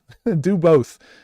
But if you do 5 minutes a day, if you commit to 5 minutes a day of doing a ball handling routine and challenging yourself 5 minutes a day, by the end of that month or 2 months, you won't need to do that every day. That will be locked in so much that you can move on to other ball handling routines. You can move on to other things, and you can always jump back into that for a warm up and be like, okay, I'm good now. I've refreshed my brain, refreshed my memory. I'm good with this. I don't need to spend 5 minutes a day. I've built up the skill, the dexterity to do that. I kind of buy it that it doesn't exist. What's that, muscle memory? Darius Acuff's game, like overall game or his most recent one? All mid-range shots come down to muscle memory. When people talk about muscle memory and doing things naturally, does that mean they read on the floor and the way they see things are completely natural? They don't have to think. So you know what? Let's have a full muscle memory conversation. Let's have a full muscle memory conversation. Can't wait for those combos. Yeah, I'm looking forward to it too. Will doing 10 minutes a day speed it up, or is that unnecessary? You're overthinking, Vetrix. You're overthinking. Because the very first day you do it, you'll lose the ball a lot. The very next day you do it, you'll lose the ball less. And the next day you'll lose the ball less and less and less. Then eventually you get to a point where you're like, I'm not losing the ball at all. Well, now you should speed it up. Now you should go faster. And then when you make it faster, you're going to lose the ball again. Then you'll get to a point where you don't lose the ball. And then you're like, wait, I need to speed this up again. That's just how any skill is going to work. Dave loves sandbox analogy. I think you spoke about it before, right? What up, Swift? How we doing? I like Acuff's game. I mean, how can you not? How can you not? Start a muscle memory combo. So that someone who only practices by shooting differently, randomly every shot, will get better faster than someone who does repetitive shooting drills. This is a great conversation. All right, so my thoughts are exactly what I just said for the last thing. Doing both is going to be best, right? And I'm a kind of a living testament to this, but to me, it's just kind of what makes sense. This is why I don't like the conversations typically around CLA training or traditional training. When it comes to improving on a skill, so if I want to get better at shooting the basketball, this is why I say just go shoot the ball. Go shoot the ball more. Because a young player just needs to shoot the ball, build up strength in their shoulders and their forearms and their fingers, get a feel for how they're shooting. They experiment with shooting with this finger, this finger, this finger, two hands, hook shots, whatever. Go shoot thousands of shots. Go do that first. To me, that is the exploration and building up all these random attributes. Then you can go to a coach or a trainer and, well, hopefully it's a good coach or trainer, but then you can go to a coach or a trainer or a shooting specialist, and then they can dial in like, okay, maybe we're just going to catch and shoot. But the constraints, I guess you could say, the constraints are you can't move your left foot. So you can reach and move your right foot. You can do all this, but your left foot has to stay still. Now, to me, that could be looked at as traditional training because there's a lot of times where you want to put your left foot, you want to plant your left foot so that you can catch and you're not stepping out of bounds, right? Or vice versa. You want to plant your right foot. You want to catch and shoot. So you would be repping out the one movement of keeping one foot planted. So that would be traditional coaching because you're working on one repetitive thing. But someone who shoots jump shots, step backs, all these different shots is also getting better at catch and shoot threes where they're planting one foot. So I think it all works together. And then the skills that you learn with planting one foot are kind of going to spill over into your step backs. They're going to spill over into other avenues. So while I agree that someone repping out but a ton of different shots is going to be better than someone who reps out just one shot, I do think you're also missing part of it where there's a specific point that I think CLA misses, and I've spoken about this a bit on the channel, and this is going to be one of the in-depth conversations I want to have. I don't think CLA training accounts for mastery of a skill. So again, we look at Michael Jordan with that mid-range jump shot. Michael Jordan shooting all these different types of shots, threes, floaters, dunks, layups, mid-range, fadeaways, straight up jump shots, hang in the air shots, doing all of those. He kind of got really good at doing all of those pretty well, but then he did eventually master his fadeaway to where it looked the exact same every single time. So it's like, I feel like at the very beginning, it's like traditional. This is how I feel. I could be wrong. I think traditional work on one thing when you very first start, just so someone knows what they're trying to do, then branch off into try everything, try a bunch of different ways of doing stuff. Then when you get back to the top, it's like, okay, now let's single out each individual thing that we want to master. So that's my thoughts when it comes to mastery and basically muscle memory. If you practice the thing over and over, it becomes a habit. But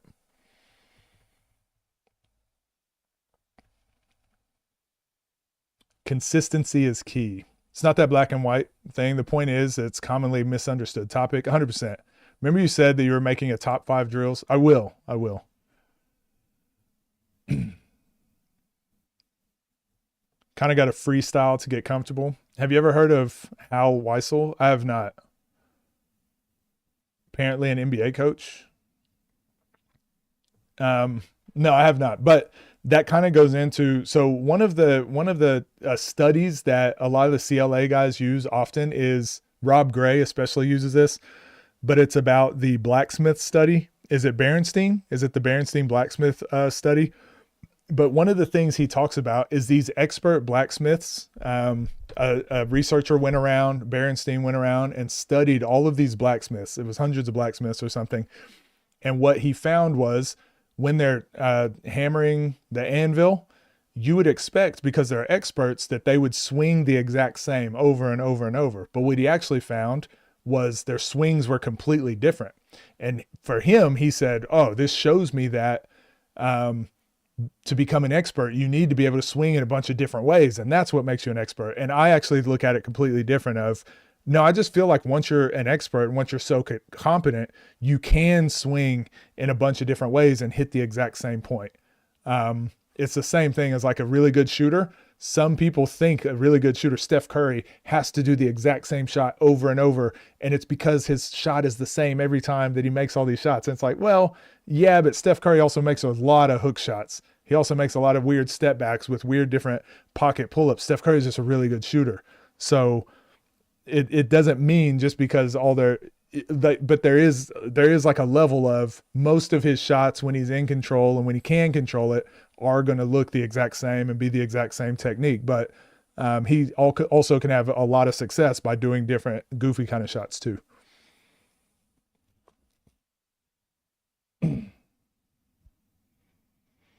Generally agree with you about the mastery thing. Just think there's a certain amount of pedantry where one would just argue whether it's block training because XYZ or variable. I agree. That's why I kind of hate the whole topic of traditional training, block training, CLA training. I often say a good coach is just a good coach, or good training is just good training. Once you try to segment it or identify it as a specific thing, you've completely just changed what it is.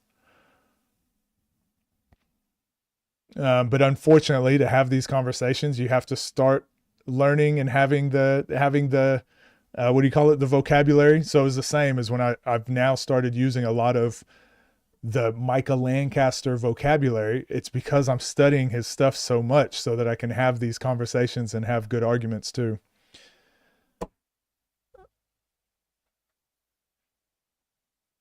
But what were we originally wanting to argue? Oh, muscle memory. Yeah, so all of this comes back to like, I don't know. Do you guys play, if you play video games? Oh, Yellow Hat. I know you play video games. Have ever practiced full CLA, so opinions are mostly based on vibes? Yeah, so Yellow Hat, you play video games. For me, I just think of skill building the same way I think of skill when you're trying to play a new video game. I think of the same way as in sports. Like, if I want to get better at a fighting game, and you have to remember back to before you were good at fighting games. I know for me, I can always think back to this moment, but if I'm trying to play a new fighting game, my fingers and thumbs, they just don't even move. They don't even move the right way to be successful. Even if I know the combo, if I know what move to do, if I know what to do in my head, I physically can't do the thing. So there's no amount of there's no amount of knowledge that's just going to get you to be able to execute the thing. But what you can do once you have that knowledge is you can actively train your hands to get better at certain techniques that you'll need to be able to be good at the game. So whenever I wanted, so Super Smash Brothers is one that I'll use as an example. But when you jump in Super Smash Brothers, if you push the jump button, your character jumps all the way up in the air. But to do some of their attacks, you actually need to just barely jump. So you got to barely tap the button. It's like a really quick tap. When I first started playing Super Smash Bros., I couldn't just barely tap the button. I pushed the button too hard every time. So I couldn't even do combos. I couldn't do anything. So what did I do to get better at that? I just practiced tapping the button. So that would be your block training, right? I would just tap the button. But I would also just play the game for fun and also try to remember to just tap the button while I was playing. So that can be your CLA training. That can be your just play, right? That can be my moments of I'm playing, but trying to actively learn while I'm playing. Then now I'm starting to attack. Now I can barely jump and then attack. Barely jump, then attack. Barely jump, then attack. And then you can barely jump and you can fast fall. So you can fall to the ground faster. So now instead of just pushing the button one time, now I've trained my brain and my hands to get to the point where I can jump. I can tap the button, tap the attack button, and push down on the thumbstick all in the same amount of time I used to just push the button. All right. So I've block trained my ability to have success in the game. But then the CLA training was trying this one repetition thing over and over and over. So I feel like they link together so well. Now when I play Super Smash Brothers, I don't even think about it. So that's the muscle memory aspect to me of like, I don't even think about jumping or doing a combo or what. Some of it is it's just second nature. I can just do the thing without having to think about it. So when I hear people say muscle memory doesn't exist, I'm like, explain Super Smash Brothers. Difference is though, you can spend way more time gaming than playing ball, depending on who you are. Who do I main in Smash? Zero Suit Samus. I'm a Metroid fan, so Samus, Zero Suit Samus. Ridley. An electric input and Tekken, exactly. Short hop, fastball, L cancel, crouch dashing. Y'all out there doing crouch dashing, Korean back dashing. I'm pretty sure I built so much dexterity and whatnot from playing video games. Yeah, I did too. Mid-range smash, Tony, we could. Card strategy games, but yeah, same thing for everything. 10,000 hours. Yeah, I agree. What is CLA? Constraint-led approach. So it's just putting constraints on your training. So instead of make 10 jump shots, CLA training might be make 10 jump shots, but you have to shoot it to where the ball goes over the backboard. Like you have to shoot it higher than the backboard. Now make 10 shots. Make 10 shots on one leg. Make 10 shots on the other leg. And then CLA training would say, now when you go shoot your normal 10 shots, you're better, right? That was very basic. That was very basic, but something like that. You just put constraints on specific drills or skills. Fox and Smash Bros. Now that I think about it, all the quick finger taps and far range attack strategies linked to your hoop skill set. For me, it's all like 50-50s and mix-ups and mental stacking. That's what fighting games, video games in general helped me with. Isn't that you just playing more and having more brain power and space to focus on the nitty-gritty once you become better at the basics? Well, but that's what I'm saying. How can you pull apart and say one can exist without the other? That's the part that I struggle with. To me, that it all works together. So like I talk about mental stack. So if I'm playing a character that has 7 jumps and I have to keep count of my jumps, so I'm getting back to stage, but I'm also fighting that whole time, my brain is going to be fried because I'm counting jumps. The other person's not counting my jumps. I got to keep up with my jumps. I got to keep up with my combos. I got to keep up with what moves they're doing, but your brain gets fried. But the more you play that character, eventually you don't count the jumps anymore. You get a feel for how many jumps you have, what combos you can do, like how much distance you can cover. Then your brain power is not used on that anymore. Now your brain power is used completely on the other player, what they're doing and whatever. So now you've expanded your brain power. You've expanded more space to think of more things. But also you had to put that time into getting to that point where you're not taking up that brain power. So when I think about CLA training, I am probably going to have more success in CLA training because I've also done so much block training. But the kids that do a lot of block training in different specific skills will also have success in CLA training, or vice versa. CLA training kids will have success with block training because they've built up a bunch of random dexterity and good skills through CLA training. Your muscle memory doesn't technically mean my bicep remembers how to do this thing, right? I don't think most people think that. That's why I say I hate the discussion between traditional training and CLA training because each side just assumes the other side is a complete idiot. I think being able to use both, being able to see both perspectives is actually what makes you a better coach, better player, better trainer.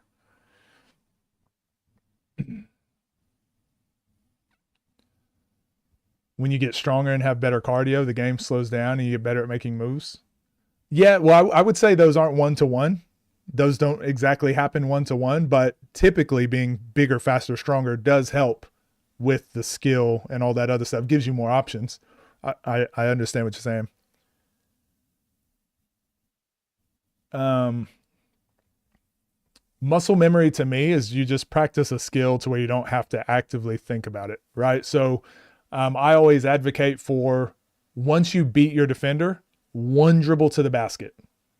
The reason I teach that is because if you can get there in one dribble and your footwork and everything gets you prepared for one dribble, in a game, you don't have to think about it. You don't have to think of all these other things. Get there in one dribble. But the reason I like that is because you can lab out now. Okay, if I get there in one dribble and their help side comes over, I can D-Wade over the top, I can Euro step, I can jump stop.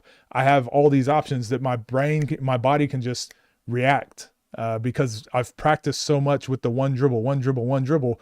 I can go rep that out. I can go do the block training so that whenever I get put into a 3-on-3, 2-on-2, a 5-on-5. Now I can just react to the thing that I've practiced over and over. But you still need that practice in live game scenarios to put it together.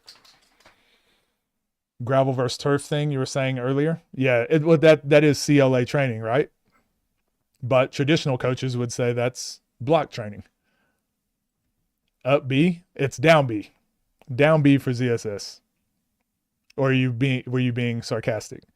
Rep out certain situations. Do you mean building muscle memory? Yeah, I mean, you can call it whatever you want, but Brawlhalla clears smash. Principle of CLA doesn't sound bad. What's the main issue with it? There's not a main issue with it. There is nothing wrong with CLA. There's nothing wrong with traditional there's nothing wrong with any method of any type of learning or whatever. The problem that most people have are when people treat them like gospels or like the only way. So a lot of people will treat CLA as like scientific based training, scientific based coaching, scientific based approach. So when you say that, it sounds like, oh, well, obviously we want to be scientific about it. But a lot of the science built up around CLA is like either false science or it's not very strong. It's more like studies have been done, but the studies aren't conclusive. But when you say science-based, it makes it sound more proper. But it's the same thing with block and traditional training. A traditional coach might say, well, we've always done it this way and it's always worked, so that's why we do it. But then that's not a very satisfying answer to why we should do something a certain way, right? Because it's always worked. Well, could it have been better? Is there a better way to do it? Nope, we've always done it this way. So there's good and bad on both sides. But at the end of the day, I think the coaches that are willing to just go learn CLA training, go learn traditional block training, go learn multiple different ways and then figure out what works for you. Just like I say with skills training in general.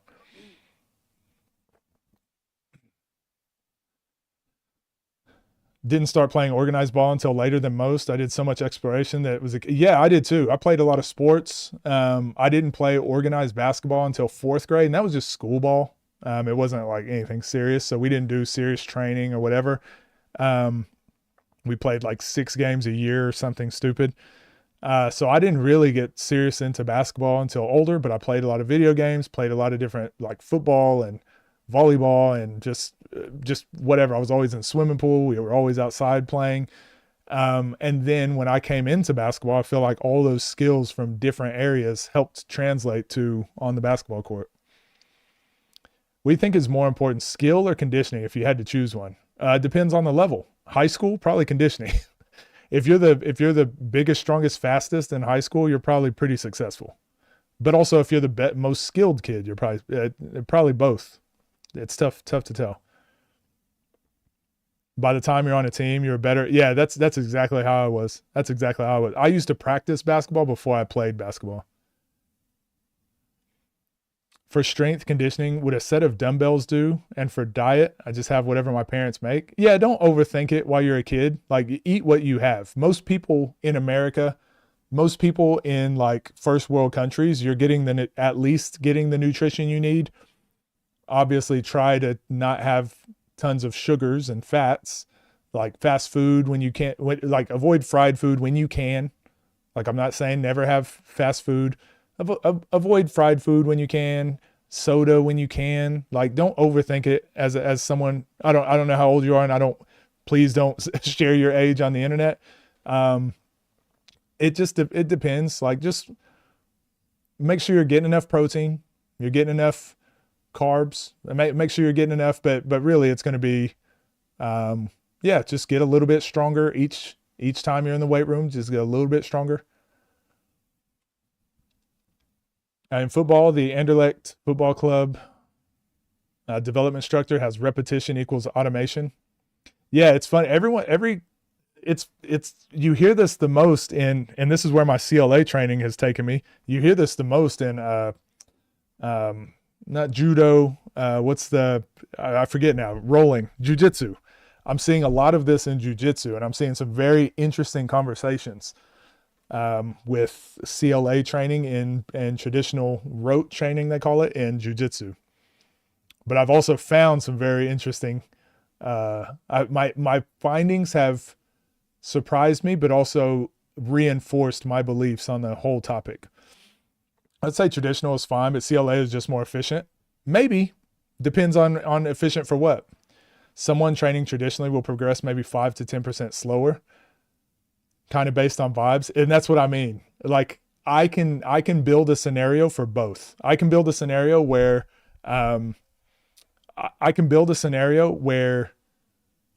traditional training is better, and I can build a scenario where CLA training is better.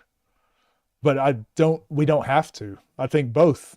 I think the most optimal is always going to be someone who is able to train in both. Haven't played in a long time. If you're not elite, conditioning. If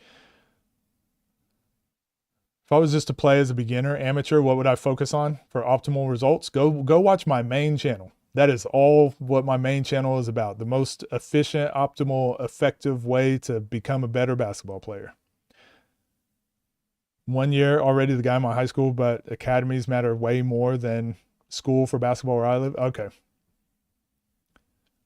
Skill versus conditioning with LP. But they both also have a lot of skill. So it's tough to make it 1-to-1. Have I done any martial arts? No. I mean, when I was little, nothing serious, but I study a lot of sports in general, just because for most sports, any problems that you run into in a sport, typically another sport has already solved it. So I like studying different sports just to see how they work. I like game theory and stuff. Any tips to get better with dribbling? We just did a video on that. And I've got a video over on my main channel. Do I read a lot of books? I used to read a lot. Now I just read books whenever I find something that interests me. How do I study? A lot of YouTube. YouTube is a really good way to study. Listen to experts debate. I listen to a lot of experts debating each other. So, for example, I am doing a project on CLA training versus traditional training. And most of my research on it has been listening to debates of experts arguing their points for CLA training versus traditional training. And then from listening to their debates, sometimes they'll cite different studies or different books. So I'll write that down. And then in my own time, I'll go back and look at those studies. That's the way I study and improve my knowledge. I just find things that are interesting and I go look them up. And then try to add to the conversation in some way. Try to find something that, or add my own personal knowledge to it somehow. ABC versus OTD commentator, 3v3, that'd be dope. Who influenced me to play basketball? My mom. I was raised by a single mom, and she had me really young. So she was about to go to college when she had me. So then when she went to college and was playing basketball, I was just always around it. Went on trips, went on the away trips and stuff with her. And I've just always been around basketball. Grew up in the gym. When you read a book, you end up retaining nothing. Well, you're probably not interested in whatever you're reading. I typically that's why I said I only read stuff I'm interested in. So for example, I just finished, I don't know where the book is. I just finished Coleman's book on By Any Means Basketball's book on his type of training, which is kind of more CLA. I did Transforming Basketball. I just ordered a couple books. I won't say what they're about because we keep politics and religion out of online discourse. But I just find interesting books that I want to learn more about. And so typically I'll be taking notes or something throughout it. I showed you guys my notes for Transforming Basketball, right?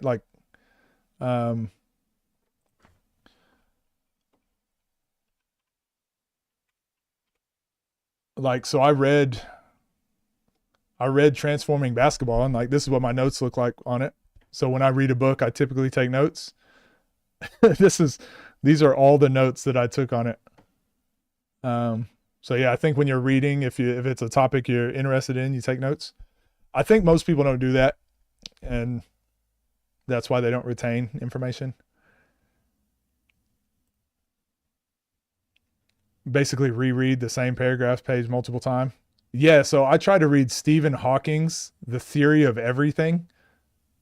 I can't remember when this was. This was way before COVID. This is like 10 years ago. I remember trying to read that book.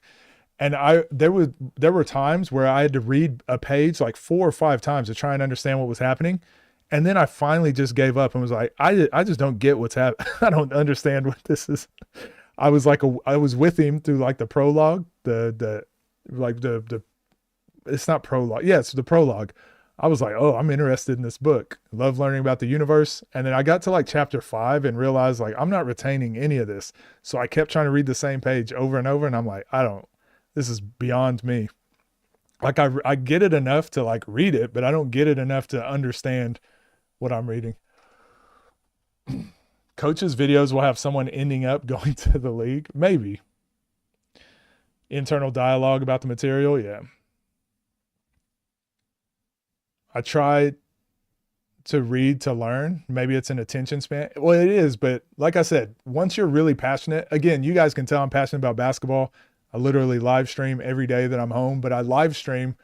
Look at the videos we just watched. We watched Jason Preston. I watched how to become a consistent shooter. Like I'm thinking about the things they're saying too. Do I like this? Do I not like this?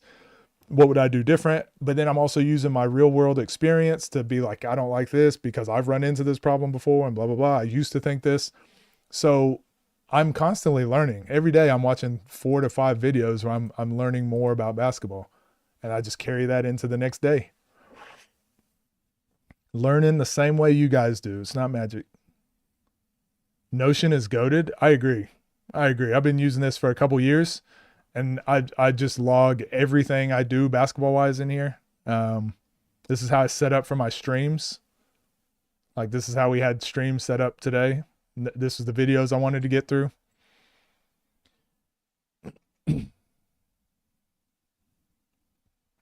There was a few more videos I wanted to get to, but I wanted to watch this one, but I think it's a little bit longer and it's going to lead us into a longer discussion as well. But do I follow a structure when studying a topic? Not really. I've just gotten better at finding out what topics will interest me. Because if I'm interested in it, I'll want to learn everything about it.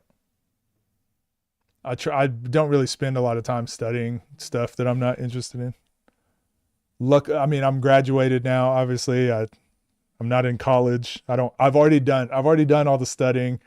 I've already taken calculus. I've already taken trigonometry. I've already taken all the, I've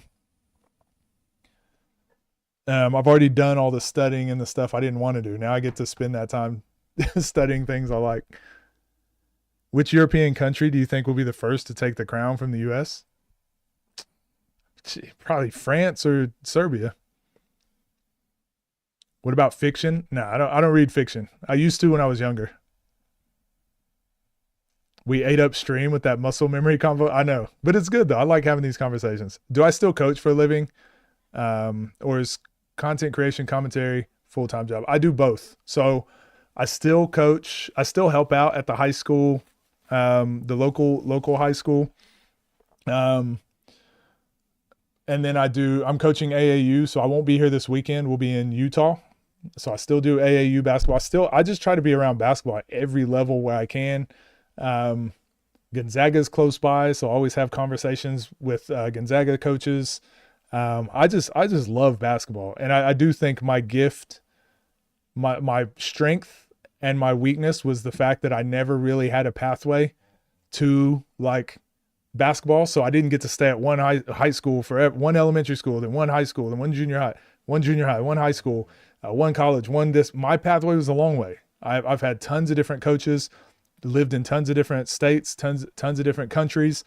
I've coached thousands of like my pathway was so different that now it's just how I enjoy basketball now. I could never imagine myself being in one place coaching one team for whatever. I like just sharing as much basketball knowledge as I can in all these different places, but I like learning as well. I like learning every avenue. That's why the one-on-one scene is now just like enveloped my time, because I'm like, it's this new thing that I get to learn and absorb myself into and try and figure out, a lot of stuff that I'm trying to figure out. So Kalina Smith highlights. I know, I wrote them down too. I've got it. Oh, that was going to be the next video. It was right after the Jason Preston video. We've got it. So you were one Damn, Baby Durant. You ruined your own video. Ruined your own video request. So yeah, I do a mixture of all those basketball things full time because it keeps me from getting burnt out. How do you develop discipline? Again, I think you got to find something you're passionate about and then try to give yourself some goals. Just stay on the path. Any new hoopers on the scene made YouTube channels? I'm not sure of any new ones. Bijan's got one. Keem's got one. Tariq, I think Tariq is now starting to make content. I'm going to be honest. I'm kind of over the whole like, oh, players, you need to make content. Some of them will and should. Most of them are just not going to do it. I'm seeing the writing on the wall. They're just not going to do it. It's too much work. The Max Preps vid you chose, and it's a good camera angle for 5v5 too. What up, Exotic? How we doing? Build habits bit by bit. Yeah, that's good advice. Baldy versus Day Day just dropped. Oh, we could probably react to it too because it was out on TNC League already. Dang, got one? What you mean? Oh, they tried to argue with you. But we have already gone 4 hours. We may just leave that for tomorrow. At least, hey, Baby Durant, I tried. We got a few videos done on the third channel. I might just have to do third channel videos on my own. I may just have to do those off of stream. It is what it is.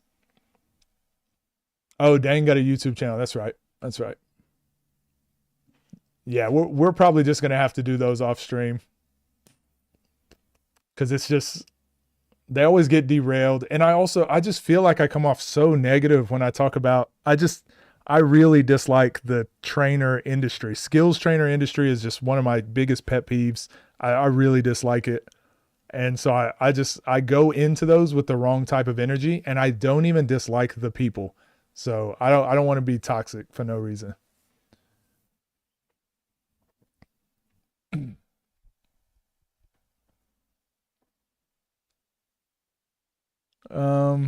What else? Y'all got anything else for me today?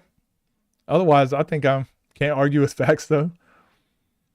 When's the next main channel video? I've been trying to get it done. The problem is time. I've been trying to get it done. It should be out. I should have it done. So again, I'm just traveling this weekend and I haven't decided if I want to shoot the video and then try to edit it while I'm at my AAU tournament, which might be annoying, or if I just try to edit it when I'm back and I have like my full setup and it's easier to edit. What about Phil Handy? Very similar. I like Phil Handy, but I think most of what Phil Handy teaches is still like it's what do you call it? It only applies to like a very small percentage of players for the most part. Phil Handy is usually really good with the like when he did that he did a training session with Juju Watkins, and when he's working with her, it's like, oh, he's showing Juju Watkins some stuff that like he learned from Kemba Walker, that he learned from Kobe, and he learned, okay, this is really good. But like some kid that is a sophomore in high school and can barely run a straight line, he doesn't need to learn what Juju Watkins needs to learn, right? We saw Tyler Relf was working with AZ Fudd. Remember before the season started, and I was like, AZ Fudd does not need all of this stuff that Tyler Relf is working on. But AZ Fudd already has catch and shoots. And she didn't do that stuff in the season either. But AZ Fudd needs straight line drives, pull up jump shot. She can already do the basic stuff. So when they go work with these trainers that teach them outside the box stuff that might expand their game in some way or might add a little 1% edge, it makes sense for those players. It doesn't make sense for 99% of other players. They're already in the 1% or the 0.5%. They're already in the elite category. So now skills trainers aren't going to ruin them. They're probably not going to make them that much better. But like a Phil Handy who got to work really close with Kobe, he can share other things with a Kyrie. He can share some of those things with like really high level players. But I just think a lot of his stuff doesn't translate to most normal players.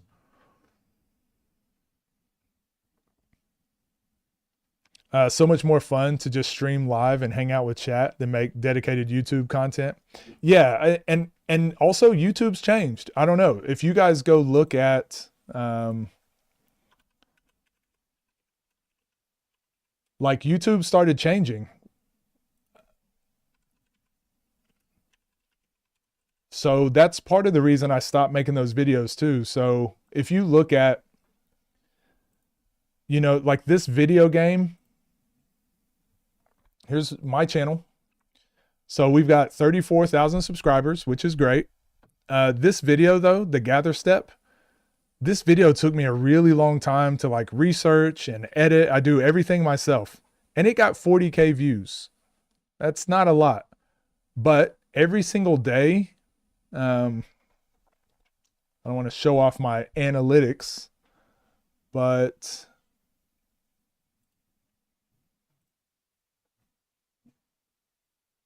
so it got 40K views and it probably took me 20 to 30 hours to make. Took me a long time to make.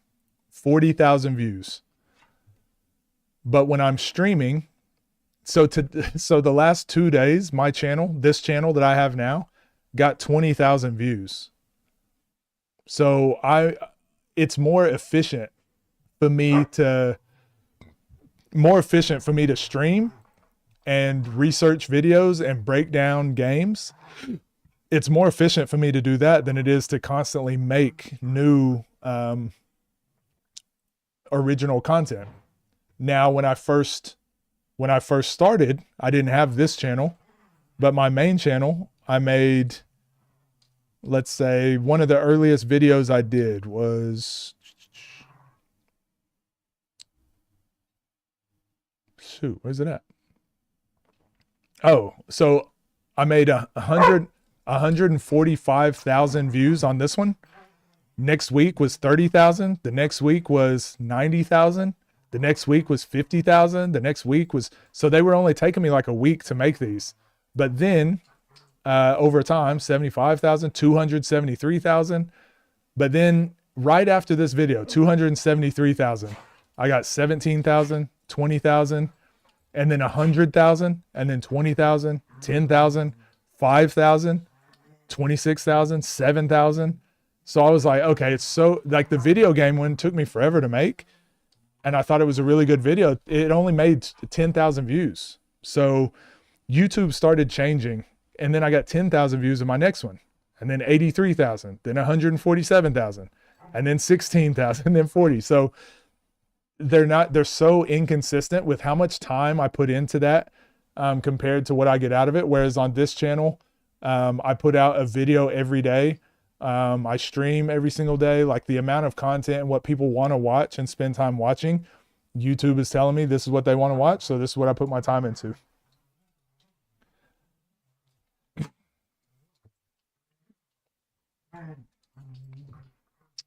Who do I prefer, Luka or SGA? I like them both. By any means, basketball. Yeah, what's up? NBA, WNBA draft content. Yeah, but WNBA, again, any NBA, WNBA stuff is so tough with copyright. I'm really frustrated with that because I started my channel. I used to do a lot of WNBA stuff.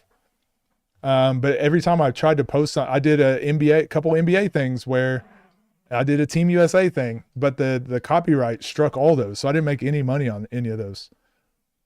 So I just stopped doing it. Breakdownception. What happened with the video with Coach Charlotte? I think it's on the Patreon. YouTube has changed for sure. Show off. No, not show off, because that's not enough money to do content full time. Do I have an editor? I do not. I do everything myself. Do research for main channel on stream. Yeah, that was the goal. So we did transforming basketball on stream. I'm wanting to do, there's a couple other videos I'm wanting to make for the main channel that I want to research over here. But yeah, just right now I'm traveling so much. It's tough to get everything done. Just streaming is basically full speed left, full speed right. It is 100%. 10K is good. 10K is good, but I get at least 10K views a day on this channel right now, just streaming and posting a breakdown every day. So to go spend 30 hours to possibly get 10K on a video, it's like, make it make sense, man. Fighting game video is a banger. I've sent that to a few of your players. Yeah, I thought it was really good, and I've been wanting to make that video for a while, but to put so much time in and it only gets 10K, I'm like, ugh. It's pretty draining. It's really draining to run a channel where you put a lot of time in and it doesn't do well. But the fun of this channel is I don't want to rely on it for money. I'd rather just make a video when I want to make a video.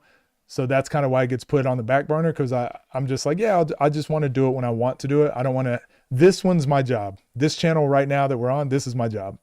I don't want to turn all these other channels that are supposed to be good, entertaining content. I don't want to make those my job. Draft content. So it will be college film from a third-party channel, I guess you could say. Well, but that's the problem. Like the Lamar Peters highlights we did the other day was from a third channel, and I didn't make money on that video because it was using his college film. But we'll have a look at him for sure. We'll have a look at him I'll give it a try. Is the main channel like a creative outlet? It is now. It is now, yes. But the whole reason, so what I did with this channel now that I do it full time, I've finally given myself weekends off. So now I don't work Saturday and Sunday. Now, obviously it's busy time with coaching. I have to make a decision. Do I want to do content full time, or do I want to keep doing my real world coaching? And if I did content full time, I'd be able to work on this channel on the weekends and my third channel on the weekends. But the problem is, I think the real world coaching is what keeps me from turning into a content coach. You know what I mean? A lot of the issues and problems I complain about, it's because I'm seeing it every day when I go coach. Leagues are stingy with the copyright. It's crazy. It's crazy. So all of those WNBA videos I did, every single one got hit with copyright. And it was just from using clips, like 5-second clips. And then any of the FIBA one. So the NBA ones were actually fine making these videos, but then the FIBA one, I used like 4 seconds of a clip of the Team USA, and instantly it got struck. FIBA is the most strict of anyone.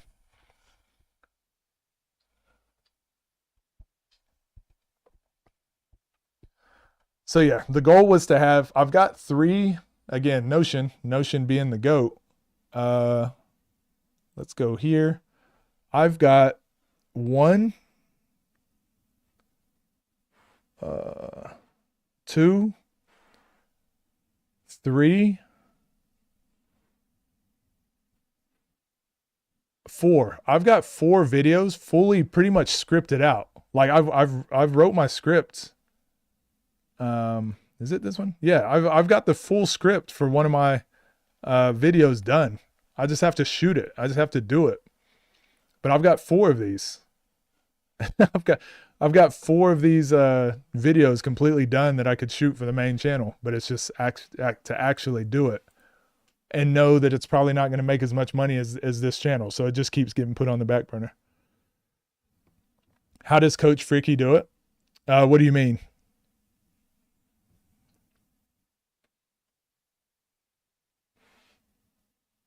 Streaming these videos on Twitch. So that's why I want to, now you're thinking like a content creator, Gold.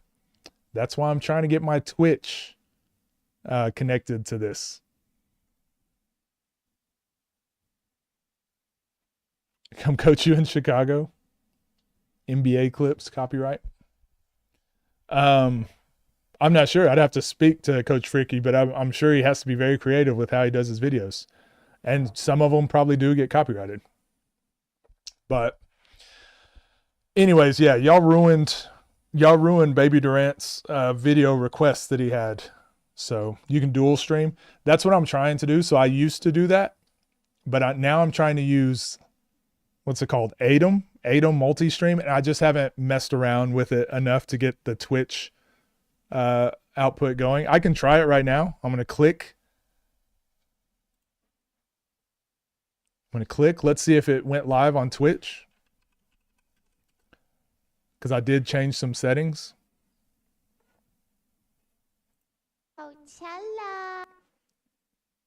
Nope. So it's not working. I still gotta work some change something so that the output goes to Twitch, but I'll figure it out. It shouldn't be too tough. I've been lazy. I'm gonna just be honest. I've been lazy. But you started from Twitch. Yeah, so it's my video settings in YouTube they're too high quality for what Twitch will allow. So I need to rescale. And I haven't felt like rescaling because then I got to change my canvas size and all that. So anyways, blame Dev. Yeah, let's blame Dev. All right. We're going to end stream there because my dogs are going crazy and need to go outside. But we'll be back. Fell for the muscle memory comment. So we'll be back tomorrow. And that'll be probably the last stream of the week because I will be in Utah and most likely won't stream while I'm on the plane. So other than that, take care, guys. And I'll see you. See, I haven't merged your Twitch and YouTube chats. Yeah, well, that's why I had that new chat. Yeah, we're getting there. Yellow hat, you know the struggle. All right, I'll see you guys.